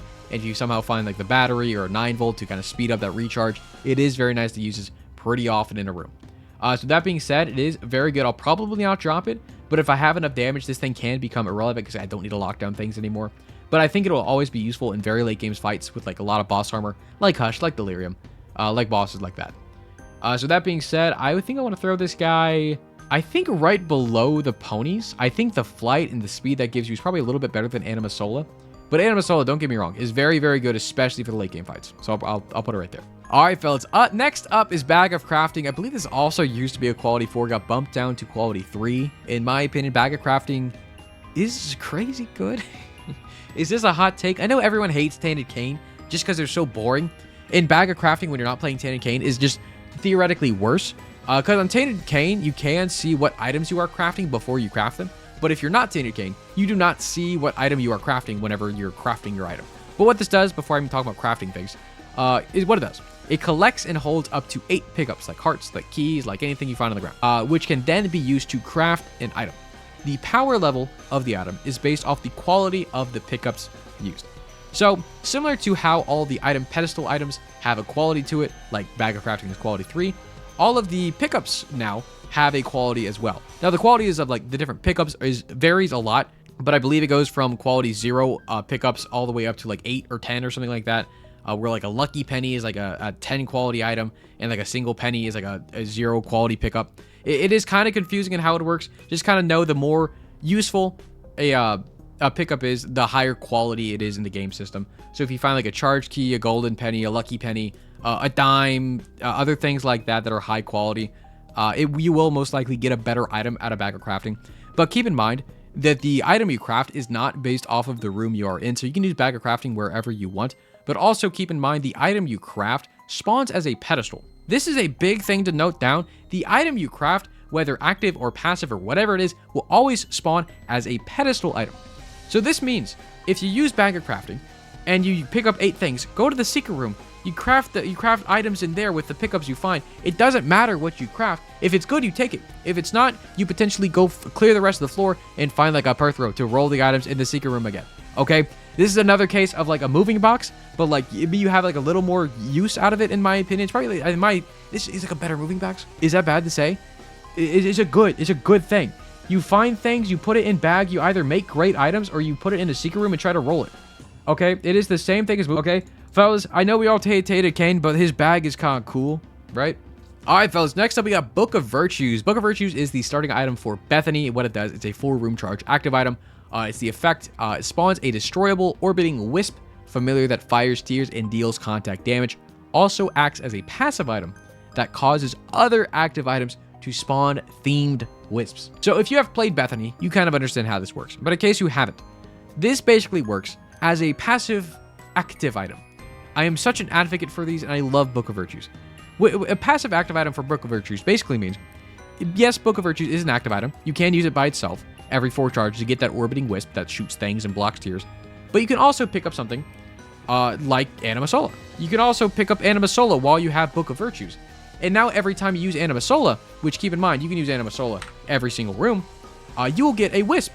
And the wisp you get by using that Anima Sola with Book of Virtues is different than the wisp you will get if you use Abyss with Book of Virtues. So the versatility of Book of Virtues is absolutely insane. This is one of the funnest and coolest items in the game because it synergizes and does different things with every single other active item in the game. With every single other active item we've talked about so far, all 149 of them, it does different things. It spawns a different kind of wisp to help you out. You can still do the effect of the original item, like Mystery Gift, or Mr. Me, or Mama Mega. It still does the normal thing, but the wisp it creates varies depending on what the effect of that item is. Now, in terms of cool factor, this thing is like a 10 out of 4. This thing is absolutely insane. Now, in terms of actual usefulness, it is still very good, but again, it's very dependent on the items you find. But most of the time, the wisps you spawn by using this is always going to be helpful, because the wisps will always, 1, give you more resources, 2, help you shoot to do more damage, or 3, block tears or block and do contact damage to help prevent taking damage. Okay, now all these tiers are always going to be useful, and to start off with, honestly, the Book of Virtues by itself isn't the best, but after you pair it with something else that helps you get more wisps, this is crazy, crazy good. With that being said, I am saying it's crazy, crazy good. I don't think it's crazy, crazy the best, because again, it is very dependent on the other active you find to pair with it. So with that being said, Book of Virtues is probably going very near the top of the very good list, because it's never bad to have, since it is technically a passive active. You just take it, and you can just take another active as well. So with that being said, I'm gonna be real. I'll probably put it at the very top, right below Mystery Gift. No, I think it's going. I think theoretically it needs to go at the very top of very good, just because it is a fantastic active item. But technically, it's a passive item. You know, even though it's an active, it's a passive. It's confusing. Like it should probably go in run defining, since it's not really an active, but like it is an active item, but it's not an active item. It's going there. It's confusing. It's going right there. Okay, we all agree? Okay, cool. So fellas, Damocles, the Among Us, Damocles, fellas, a one-time use active item that again acts like a passive after you use it. But on use, it spawns a sword above Isaac's head, which then doubles all of the item pedestals that spawn going forward. And after Isaac takes damage, the sword can randomly fall at any point, instantly killing him. This is the item of all time. This is either the greatest thing known to man or the worst thing you've ever seen in your life. Now, by definition, Damocles is a run-defining item. It will define your run going forward after you get it. Now, the one thing is I don't really get why it's an active item. I'm going to be honest. I feel like it should be very much just a passive. You pick it up and it does the effect. But what this does, this will double any item pedestal that you find going forward. So things like boss rooms, it will double those. Things like angel rooms, where the items spawn on pedestals, that will be doubled. Anything that spawns on an item pedestal will be doubled. Now, this does not apply to shop items. Shop items do not spawn on pedestals. They need to be purchased. Therefore, they are not doubled. This also applies to devil rooms. Devil rooms are not doubled. They do not spawn on pedestals. You have to pay your health to get them. They are not doubled. Another thing, golden chests that have items in them do not get doubled. They are spawned from chests. They are not item pedestals. Those are different. So if you go to the chest with Damocles, it will absolutely do nothing for you. Okay, I just looked it up to confirm because I wanted to double check, making sure I wasn't spreading misinformation. But yes, Damocles does not spawn items from golden chests. The only exception here is items from mega golden chests, the big boy golden chests. Those will spawn additional items if you get an item to spawn from there. I'm not too sure why that is the case, but that is the case. But keep in mind that for even things like boss rush items will be doubled, but that basically means you can only take 2 items in boss rush and not like even more of them, if that makes sense. But Damocles is absolutely insane for doubling your items. Now keep in mind, after a certain point, Damocles will do nothing for you. Say you just finished the Womb 2, you go into your Devil deal, you buy Damocles for 2 hearts. I forget how much it costs, 2 hearts. You then use Damocles. Going forward, all further item pedestals you find will be doubled. But since there are no more boss items to be doubled, since there are no more treasure rooms to be doubled, since there are no more deals, like angel deals, to be doubled, Damocles will actually just do nothing for you. Because going forward, you go to the dark room, into the chest, the items that spawn in there are not going to get doubled because they do not spawn on item pedestals. Now, the only scenario in which items would be doubled if you ended up going to the Void to fight the boss items, or the bosses in there to spawn items, and those items will be doubled. Boss items will be doubled since they spawn on pedestals. But that's all being said, at a certain point, Damocles is useless. But if you find Damocles mid-game, early game, it is absolutely insane because doubling every single item you get, you just get double items. The more items you get, the stronger you are. The stronger you are, the harder you hit. The harder you hit, the faster you win. The faster you win, the less of a chance you have to die from Damocles because if at any point you take damage, the sword has a random chance to just fall in your head and end the entire run. Okay? So at any point in time, if you take any damage from enemies, keep in mind, you can still go walk in and out of curse rooms. You can open up the spiky chest for free. You can play the blood donation machine, no problem. But if you take damage from enemies, no matter red hearts, no matter soul hearts, no matter black hearts, no matter whatever kind of heart it is, if you get hit by an enemy, Damocles now is ticking over your head and will fall at one point and just kill you. Now, it is completely random if it falls or not. I believe every single frame, every single tick of the game, it has a small chance to fall. And fellas, it's gonna fall. If you get hit, it is panic time. It is go mode. You need to fucking go and beat the run ASAP. If you don't, you are dead. If you do not, you die. So fellas, Damocles is one of the funnest items in the game, in my opinion. It makes the run so broken, but if you get hit, you're going to be so damn sweaty trying to finish the run. I think it is a super fun item. Fun factor, 10 out of 10. Usefulness factor, probably like a 9 out of 10. I'm going to put it probably below Diplopia. On paper, it is one of the most run-defining things you will ever find, but the usefulness obviously does drop off at a certain point, so it's going to go at the very bottom of the list, but I do think it is crazy, crazy good. All right, fellas, next up is the Eternal D6. Eternal D6, I know we haven't talked about the normal D6 just yet, but the Eternal D6, what it does, it is a 2-room charge active item on use. It rerolls all item pedestals in the room. Well, I guess all the items in the room. Not specifically the items on pedestals, but just items in the room. It rerolls all the items in the room. Each item has a 25% chance to disappear instead. So I know we haven't talked about the normal D6 just yet, but the normal D6 obviously has a 100% chance to reroll the item, and it's not going to disappear. ED6 does the exact same thing of rolling an item, but with that caveat of 25% chance of the item just disappearing and going away, and you don't get an item at all. Boo-hoo. Now the upside here, it's only 2 charges. The upside, the loss starts with it. That's very nice. So you're able to roll any potentially bad items into better items. But honestly, if you're running the ED6, if you find any okay items, the best advice here is just to take the okay item. If it'll benefit your run in any way, just take the item instead of rolling. If you really want to greed, start rolling the items. But if the item goes, I mean, there's a chance the item just goes away.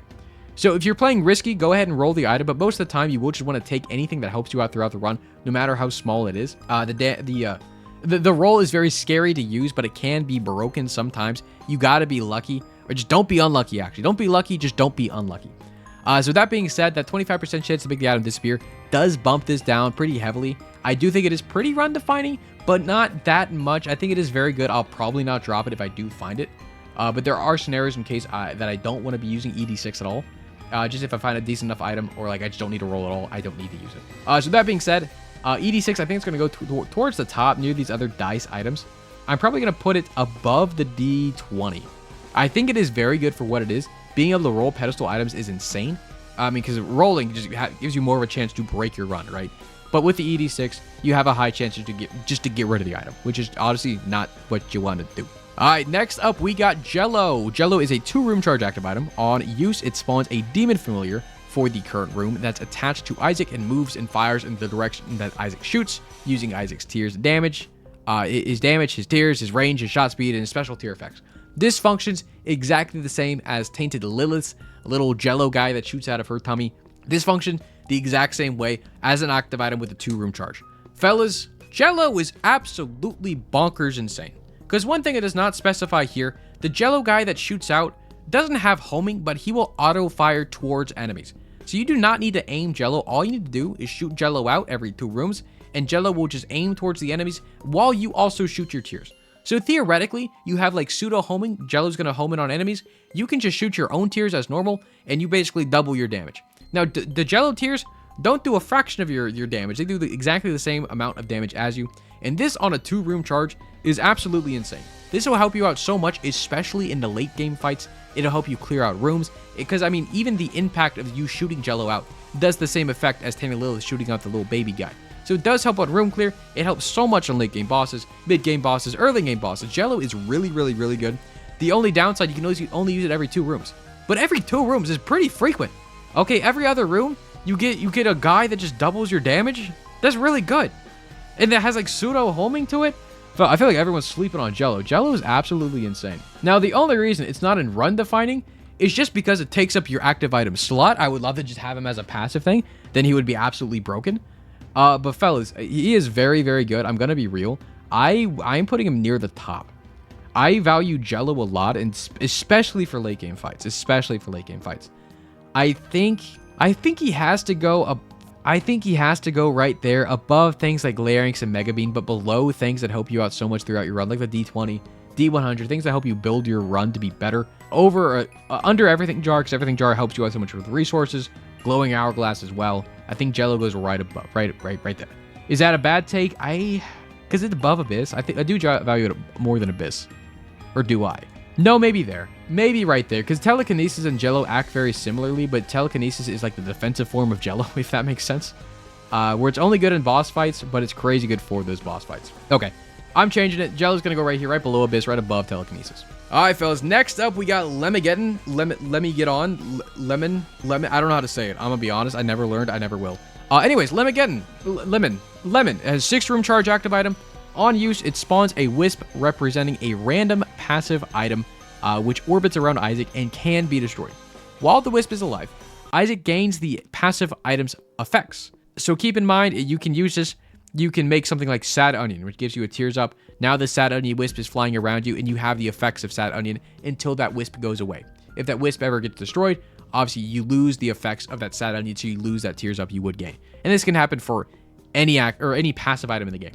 So you can get Rock Bottom with this. You can get Magic Mushroom. You can get Brimstone with this. Now the other thing to mention here is the generation uses the current room's item pool 25% of the time. Otherwise, it is a random pool that is being pulled from. So what you can do with Lemageddon, since the room you're currently in does slightly affect the wisps that can spawn, you typically want to save using Lemageddon for special rooms you enter, whether it be secret rooms to try to get your Rock Bottom, or a curse room to try to get some curse room items, or it can be in the devil room pool to try to get devil room item, or same with angel room. Okay, you typically want to save your Lemageddon charges to use it in those specific rooms, but keep in mind that is only 25% of the time. So most of the time, it's not that bad just to kind of pop a Lemageddon whatever, but if you have a spare charge or two, definitely go into your special rooms and use it in there to try to get some better items to 25% of the time. Now, with that being said, the tiers you get from this are like the wisps you get from Lemageddon is absolutely crazy. Will definitely help you out in combat 1000%. Out of combat, obviously there are some passive items that help you out there, whether it be piggy bank or like other things that help you out. Do other things outside of combat. It is very dependent on the wisps you can get. Now, the biggest thing here is obviously, well, alongside a lot of the other items here, is the randomness factor in which you get Lemageddon. Because again, if you use Lemageddon in a curse room to try to get a curse room item, guess what's in the curse room? Still cursed eye. You can get cursed eye. You can get bad items. You can get bad passive items from Lemageddon. So if for some reason you do get cursed eye, you're kind of stuck with it until the wisp for cursed eye goes away. And now there is a way for you to get rid of the wisps yourself by just manually running the wisp into enemies to do contact damage, and eventually the wisp will go away. That is kind of difficult to do if you have several other wisps around it. It is very hard to kind of figure out which one is cursed eye, and then moving that cursed eye wisp into an enemy while it's orbiting around you in a circle, and the enemies are moving, and the tiers are moving, and you're moving.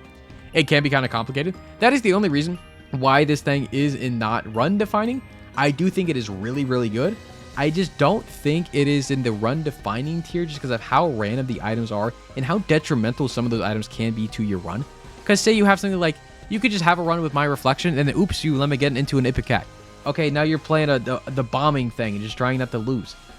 So there's a lot of randomness factor that does bump this thing down. I do think it is very good, but I do think it goes kind of alongside the other things that give you items like Genesis D4. I think it'll go up here as it can be very good, but it's very, very dependent on what you roll. All right, next up, we got Red Key. Red Key is a 4-room charge. Active item on use creates a red room adjacent to a viable wall, indicated by a red outline on the door. These rooms have a 10% chance to be a special room. So, Red Key is really good, fellas, like crazy good.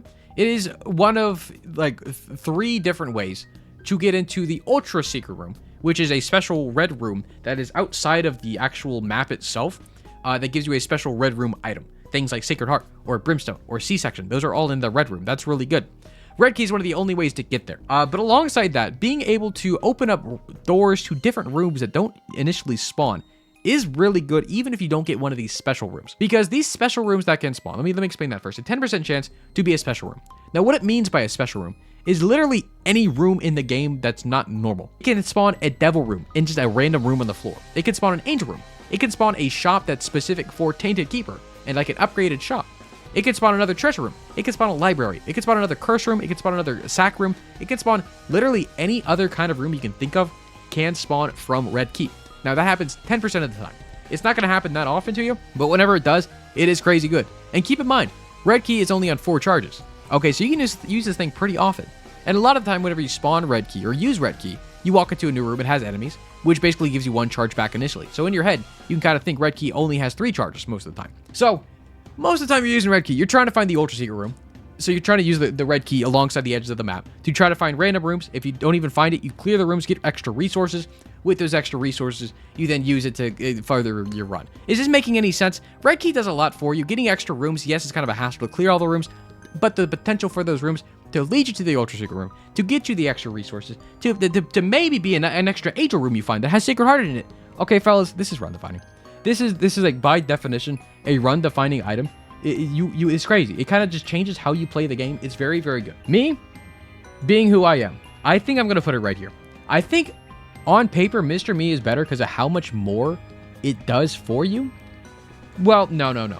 I take it back. I think Red Key does do more, but it's not as good as the Void. Red Key helps you get more resources, helps you get more items eventually. Void just helps you clear out bad items and make them good. So I think that's where it lands. Red Key is very, very high on the list in terms of good items, and it is very run defining. Fellas, next up we got Sumptorium. I'm probably gonna get some flack for this one because I know some people love Sumptorium. But Sumptorium is a 1+ room charge active item. You can use it multiple times per room as long as you wait for the recharge. What it does, it removes half a red heart on use and creates a Clot familiar that mimics Isaac's movements and his tier effects as well. So this is like a pseudo incubus. You're playing Tainted Eve now. You use it, you get rid of half a red heart or half a heart if you don't have any red hearts. And then you make a little guy that helps you shoot and does damage and blocks tiers. That guy is really good. Don't get me wrong. The only issue I have with Sumptorium is that the fact that it takes your HP. And the one cool thing with Tainted Eve is that you can use Sumptorium again to like make your clots back into health. Sadly, if you're not playing Tainted Eve, then you cannot do that. As soon as you commit giving up your health to make a clot, they are stuck as a clot and you cannot get your health back.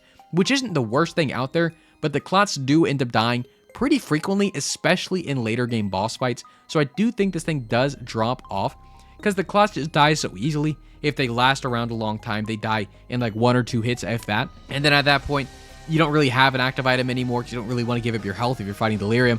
All your little buddies already died because they got hit by random tiers. Because at some point, I mean, you're going to have like maybe one, you're going to have like 10 of them around you, okay? They're all going to get hit before you do, which is great. They help block tiers. But after that, you have no more guys, and then you don't have an active item to help you out. And then if you do want to use it, you give up your own HP for it. I don't think it's that good. I do see the value in it. Like, maybe like mid-game or like early game, it could definitely help you out there. But as soon as you hit like the womb or like the mom's heart fight or any boss that shoots a whole bunch of tiers and isn't just slamming their face at you, it is kind of difficult to use in my opinion. So that being said, I do think it can be good, as I was saying, just not all the time. I think it's kind of the same line as the Brimstone thing here, Sulfur. I'm probably going to put it right next to it right here. I think it's perfectly fine right here. Fellas, next up we got Urn of Souls. Urn of Souls is a 0 charge active item. It's kind of a funky one, but what it does, it's on use, it spews a stream of damaging flames. Now these damaging flames are very similar in looking how the blue candle looks. It's a blue fire that gets spit out of this urn. Now the thing here is to use it, you have to get soul charges. And to get soul charges, you have to kill enemies.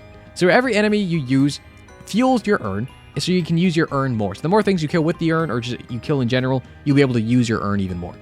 Now, keep in mind, the flame that you shoot out of this thing does block tiers, very similar to the blue candle, and does do a decent amount of damage. But with that being said, whenever you're shooting out things with the urn, you do not also shoot out your tiers. You either choose to shoot out the flame from the urn or your tiers. And I think that's where the big issue lies with Urn of Souls for me, is it can be good in combat if you need to help block some shots, or you need to help do some damage. In your, like, Urn of Souls can help you do damage, don't get me wrong. But I would rather be shooting my tiers in like 9 out of 10 of my runs than using Urn of Souls. And if that's the case, Urn of Souls has no usefulness outside of combat, so why would I even have it in the first place? I do think it does have its use in some scenarios, but most scenarios I find myself in, I don't see a use case for Urn of Souls too often. So with that being said, I'm probably going to put it maybe right here. I think below Flush. I think Flush is probably has a lot more use than Urn of Souls, and it's probably a little bit better than Tier Detonator, but not by much. Yeah, I think right there is perfectly fine. Fellas, we've made it to the Quality 4 items. There aren't too many Quality 4 active items anymore, and if they kind of changed a lot of them to be Quality 3 or like less now. But Satanic Bible, oh fellas, bad news. Fellas, bad news, I didn't get the update. This shit's Quality 3 now. Ignore how this is supposed to be pink. Fellas, Satanic Bible is Quality 3 now? Why? I feel like by the time this goes out, this should have been fixed already to be Quality 4 again. Because, fellas, Satanic Bible is crazy, crazy good. This is the same thing as Book of Revelations, where it gives you a soul heart every 6 rooms, but this gives you a black heart every 6 rooms. Okay? Black hearts are just objectively better than soul hearts, because on, whenever you hit, it does 40 damage to everything in the room after it depletes. That's really good. And the one thing on top of this that makes it, honestly, even better than getting health is it replaces the boss room item you get on that floor with a devil deal.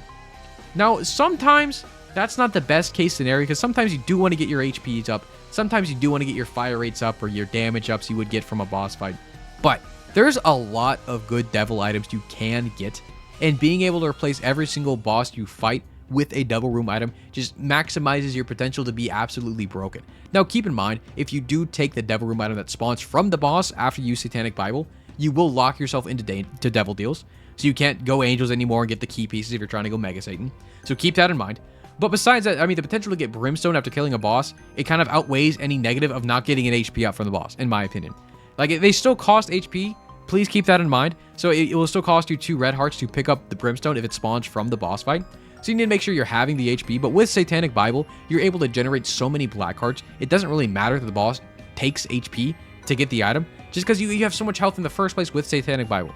Okay, this thing is absolutely broken. It is one of the best items in the game. And for some reason, they made it Quality 3? What are they doing? I don't know who decided to make this thing Quality 3. This is better. This is just a better version of Book of Revelations. It is absolutely nuts. Okay, fellas, on to the actual Quality 4s now. Everything's yellow now. The D6. The D6, 6-room charge active item. Isaac starts with it. I'm sure we all know what it does. But on use, it rerolls all items in the current room into other items that depend on the current room you are in. Obviously, use the D6 in an angel room, turns into an angel room item. Use it in a boss room, turns into another boss room item, etc., etc., etc. Fellas, I don't think I need to spew too much about the D6. I think we all know how broken this thing is. Because, obviously, you're just able to turn any mid or bad item into another item that can potentially break your run. So being able to reroll things is very, very good because it's going to help define the run you want to make and not the run the game wants to make you do, if that makes sense. So you can choose what you roll. I've spewed about it before. D6 is very, very, very good, very run defining. Honestly, I think is like the best item in the game. Is it? It is. I mean, obviously it's run defining, 1000%. Is it better than Satanic? Yeah. Yeah, because with D6, you're like 1000% going to win that run. Because there's so many different tricks and things you can do with D6. I guess there aren't that many. But like if you find a way to spawn a pedestal in a secret room, you can roll that in secret items to get a death strip. If you go into the angel, kill the angel, get a key piece, roll that key piece. You get another item. You go into the item room, it's this poopy other active item. Boom, D6 into a passive item that's okay, you still get a stats up. It's crazy. Okay, the only bad case, if you get so many other active items and you roll the active items in the other active items, it kind of sucks. But in the first place, if you were to get an active item in the first place, then the game was going to screw you over anyways. Anyways, D6 is good. It's probably honestly the best item in the game. Probably. Or like it's up there. Fellas, it's up there. It's at the top of the list.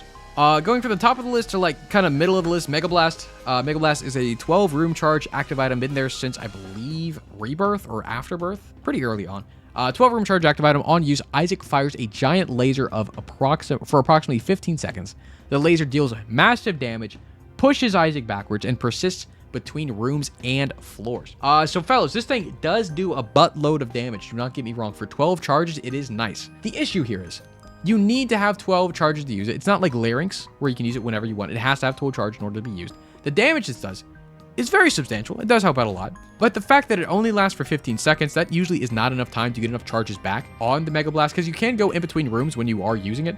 So you can use it in one room, clear that room, get a charge, and clear maybe 4 or 5 other rooms, as long as you're lucky and going the right way. You can get at least 4 or 5 other charges back on Mega Blast.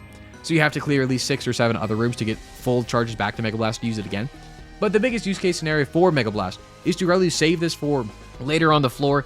Whenever you find the boss, a few rooms before the boss, clear out those rooms, go to the boss. It'll melt the boss in a few seconds, even mid-game, even late game. It does a buttload of damage. The only place where it doesn't shine is really later in the game with late game bosses. The blast, don't get me wrong, does do damage to things like delirium, but boss armor and things like that does make it do less damage over time, since it is constantly ticking the boss armor thingy. So it's not the best for like delirium or like mother fights for that reason. Also, it's kind of hard to dodge things, which is kind of an issue for those late game fights where things are dying right away, just because you are getting pushed back whenever you do use Mega Blast. So there is an issue there, just because it makes it a little too difficult. In my opinion, this thing kind of has too many charges. I know it's really good for what it is. It's just so hard to get a lot of charges on this thing to make it useful in the right cases. And even when you can, it's not the best. It is nice, but, you know, is it better than Abyss? No. Is it better than Jello? No. Telekinesis? No. Better than Shovel? No. Better than the Flight? No. Animasola? No. Is it better than IV Bag? It's better than IV Bag. Okay, fellas, it's going right there. It's not better than IV Bag. It is better than IV Bag. Not as good as Animasola, though, I will say. All right, fellas, next up is Broken Shovel. Why is this here? Fellas, this is, I know it's actually not the worst item in the game. It is, Wavy Cap is arguably worse than this item. But Broken Shovel, what this one does, while held, causes Mom to constantly stomp on Isaac, attempting to make her, activating this item makes her stop for the current room or the wave you're on. One of 2 parts necessary for Mom Shovel. This is just how you unlock the Forgotten. This is basically a story-related item to unlock the Forgotten. You clear the first floor in a minute, you bomb the starting room, the Broken Shovel comes down. It's now a challenge run, okay? I don't know why this item is quality 4 when like none of the other story items are quality 4. All the other story items are quality 0, but this one's a 4. I don't know why. It's just a stupid fun fact. Anyways, this literally does actively hurt you when used. It's not as bad as Wavy Cap, I will say. It does not crash your game if you're on PS4. This is a true statement. Anyways, I don't want to talk about it. It's bad. But fellas, the one I do want to talk about, the Infinity. The Infinity is absolutely fucking bonkers insane. What it is? It is it's a variable charge active item. But what it does, you can cycle between all of the various dice effect we have talked about throughout this entire video. The D6, the D12, the D100, all the other dice, the D8, the date, the D10, the DO, all the dice. You can shuffle between any dice you want to use at any point in time and use that dice for the charge of that dice. So the D6 is 6 charges, obviously the D7 is 3 charges, and so on and so forth. It'll vary depending on the last dice you use from the D Infinity. So, fellas, you know how I said the D6 is like the best item in the game? well, this is just better than the best item in the game because it is that item plus like a few other dice as well. Now, keep in mind, the other dice you use aren't the best. Like, the best case scenario for this is you use the D6 on the D Infinity, and then you have the option to D8 yourself or D7 the room to, like, get more things if you really wanted to. But in most case scenarios, you're using the D Infinity to be a D6. You just have more options to use with this one than the D6, but, like, the majority is going to be the D6. Majority. So, more or less, it's the same thing, with just a few more options. So, not a few many more. It's good. Like, don't get me wrong, this is great. It's, like, the best item in the game. But, fellas, talking about useless quality 4 items, I know we just talked about the shovel and mom's broken shovel, and now we just got the broken shovel. This is the same thing. Okay, this is the same exact thing as this. We need to go deeper. It's just story related. It's an item. It's an active item. It has to be on the list, fellas. I'm so sorry. But it is the same exact thing as broken shovel. It is just such a pain to get because this is the thing where you have to take the broken shovel piece, and then the mom's stomping on you the entire run, and then you have to go all the way to boss rush, and then you have to beat boss rush with the foot coming down the entire time. And then after boss rush, you get the other shovel piece to make it into mom's shovel, and then boom bam, it's just we need to go deeper. Same exact item, such a pain to get it. It's still really good. The same exact notes I had before. Crawl spaces every floor. That's the biggest thing. You get crawl spaces every floor. That's massive. Anyways, I'm not yapping about the same item twice. It's like the same thing. Same shit. But fellas, hey, remember when I was talking about the best item in the game and like we had this category up here for like one item that another item really took over? Fellas, death certificate. Let me just put this up here before we talk about anything. But fellas, death certificate, if you don't know what this is, it is a one-time use active item. That on use, it takes Isaac to an abandoned and expanded version of home, which is just another floor, which has one copy of every single item in the game. You get to choose your flavor to take one specific item, and after you take that item, Isaac returns to the room he used death certificate in.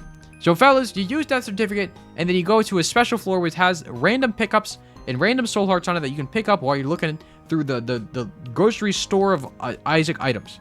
And then you choose your favorite item, and then you get sent away. Fellas, this is by definition every single item in the game. Death certificate obviously will just forcibly win your run by giving you whatever item you need the most, because you can choose it yourself, alongside giving you additional resources as well.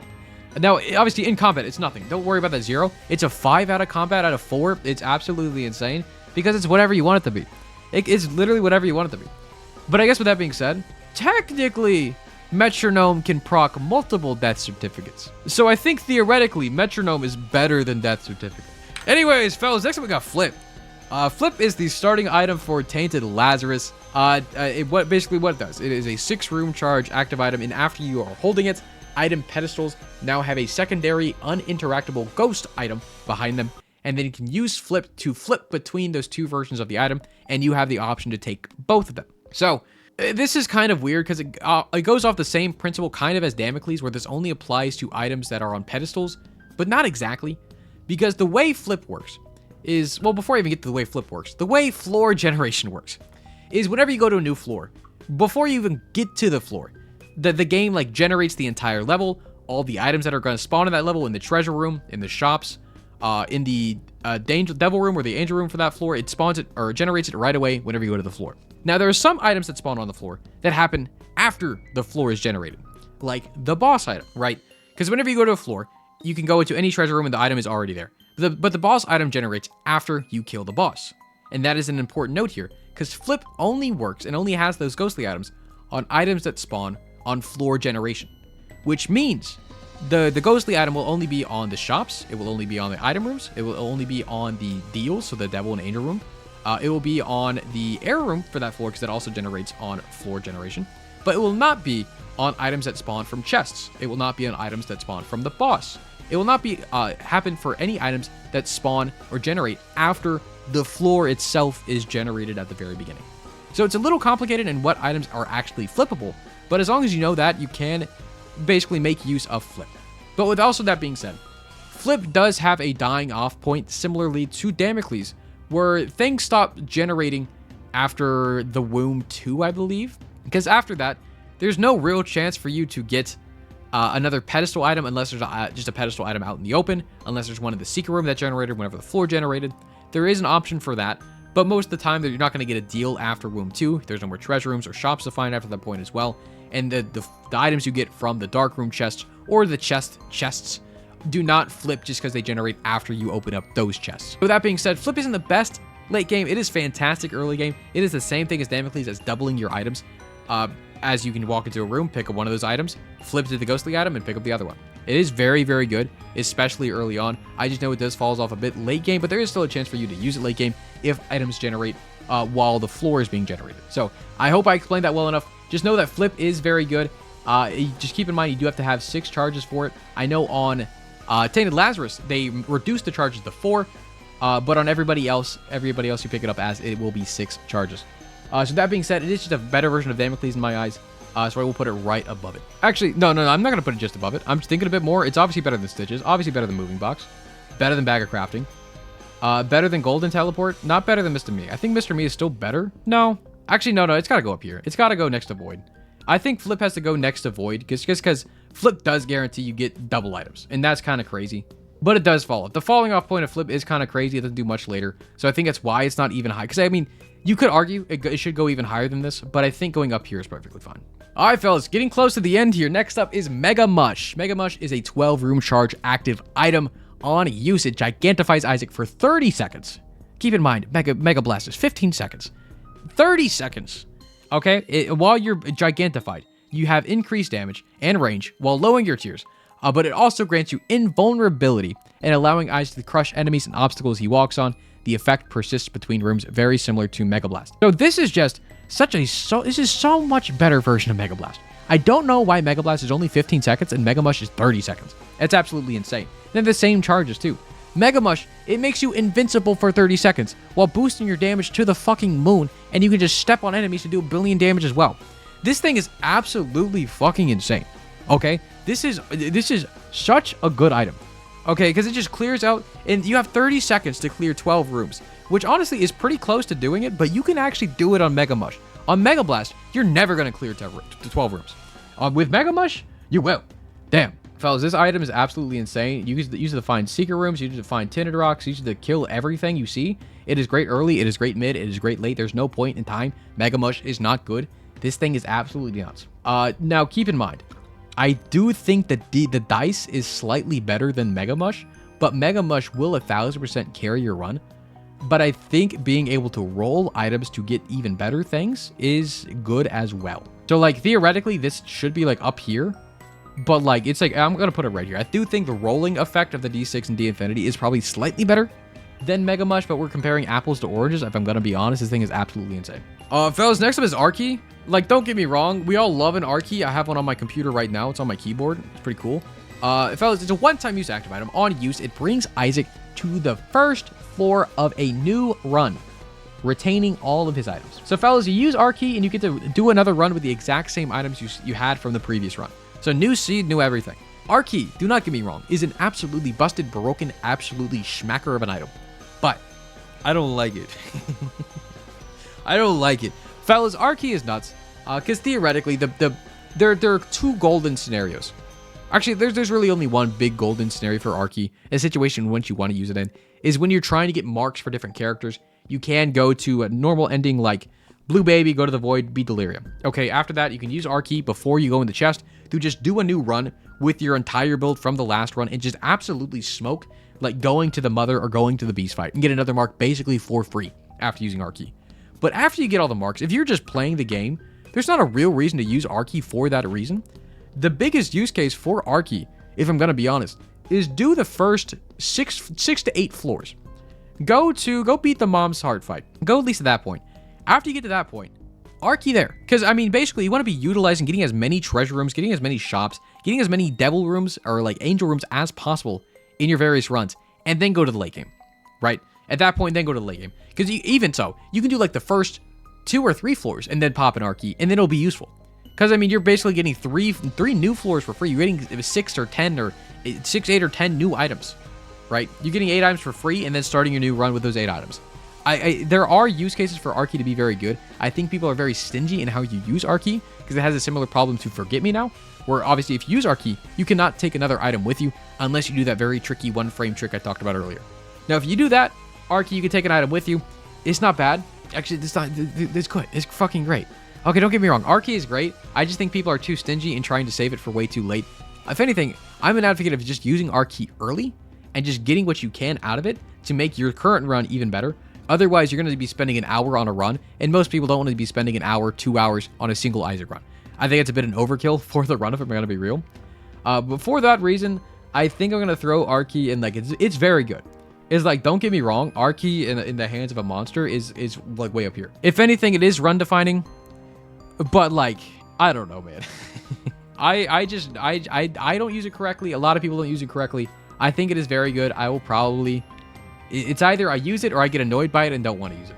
I don't want my run to be 2 hours. This is my reason for not having it in run defining. I don't want to use it. Well, fellas, I know it's been a long video. I spent maybe 5 hours recording. It has been 3 separate days. We are on the final active item. Item 168. Can I actually have a button for this? Hold on. We are on item. This is not me. We are on, fellas. We are on item 168. Wow. Look at us go. We are so good at my voice hurts so much. It is 1 in the morning. Fellas, spin down dice is the very last item on the table here.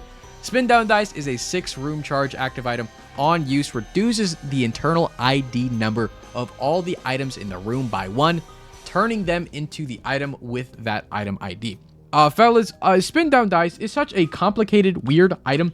You need to have the information in your brain about the IDs of the item, which for every other item in the game, for every other aspect of the game, you do not need to know, except for spin down dice.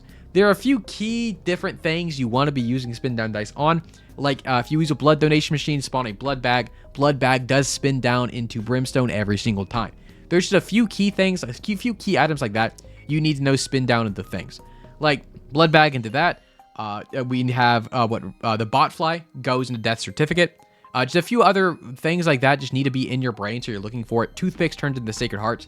There's just a few. There's so many different things that spin down dice can do. Spin down dice is just another version of D6 and the D Infinity, which is also just a D6. But honestly, it's better. Spin down dice is just a better version of the D6 because it is not random. It is not RNG. It is not random. You can predict what turns into what. You do know what items you're looking for. You do know how to spin things down to the things you need. You can have a game plan with spin down dice compared to the D6, in which you're just hoping and praying things work out correctly. So fellas, with that being said, this is the heckin' tier list. Boom. Okay, fellas, this is the tier list. I will slowly go down. Wow, look at everything we did. Look at everything we talked about. So fellas, that's the current list. I hope everyone agrees with me. Fellas, if you stuck around through this entire thing, thank you so much. It has been this recording has been so long. There are so many items. I am not ready to do the passive items. It will happen eventually, I promise. Probably not for another month or 2 or 3 or 4. I am not committing to anything. Anyways, fellas, thanks for watching. If you like this tier list, I have done so many other tier lists. Go check those out. Go take a nap. If you are napping right now, wake up. Wake up. Wake up. It's time for Isaac.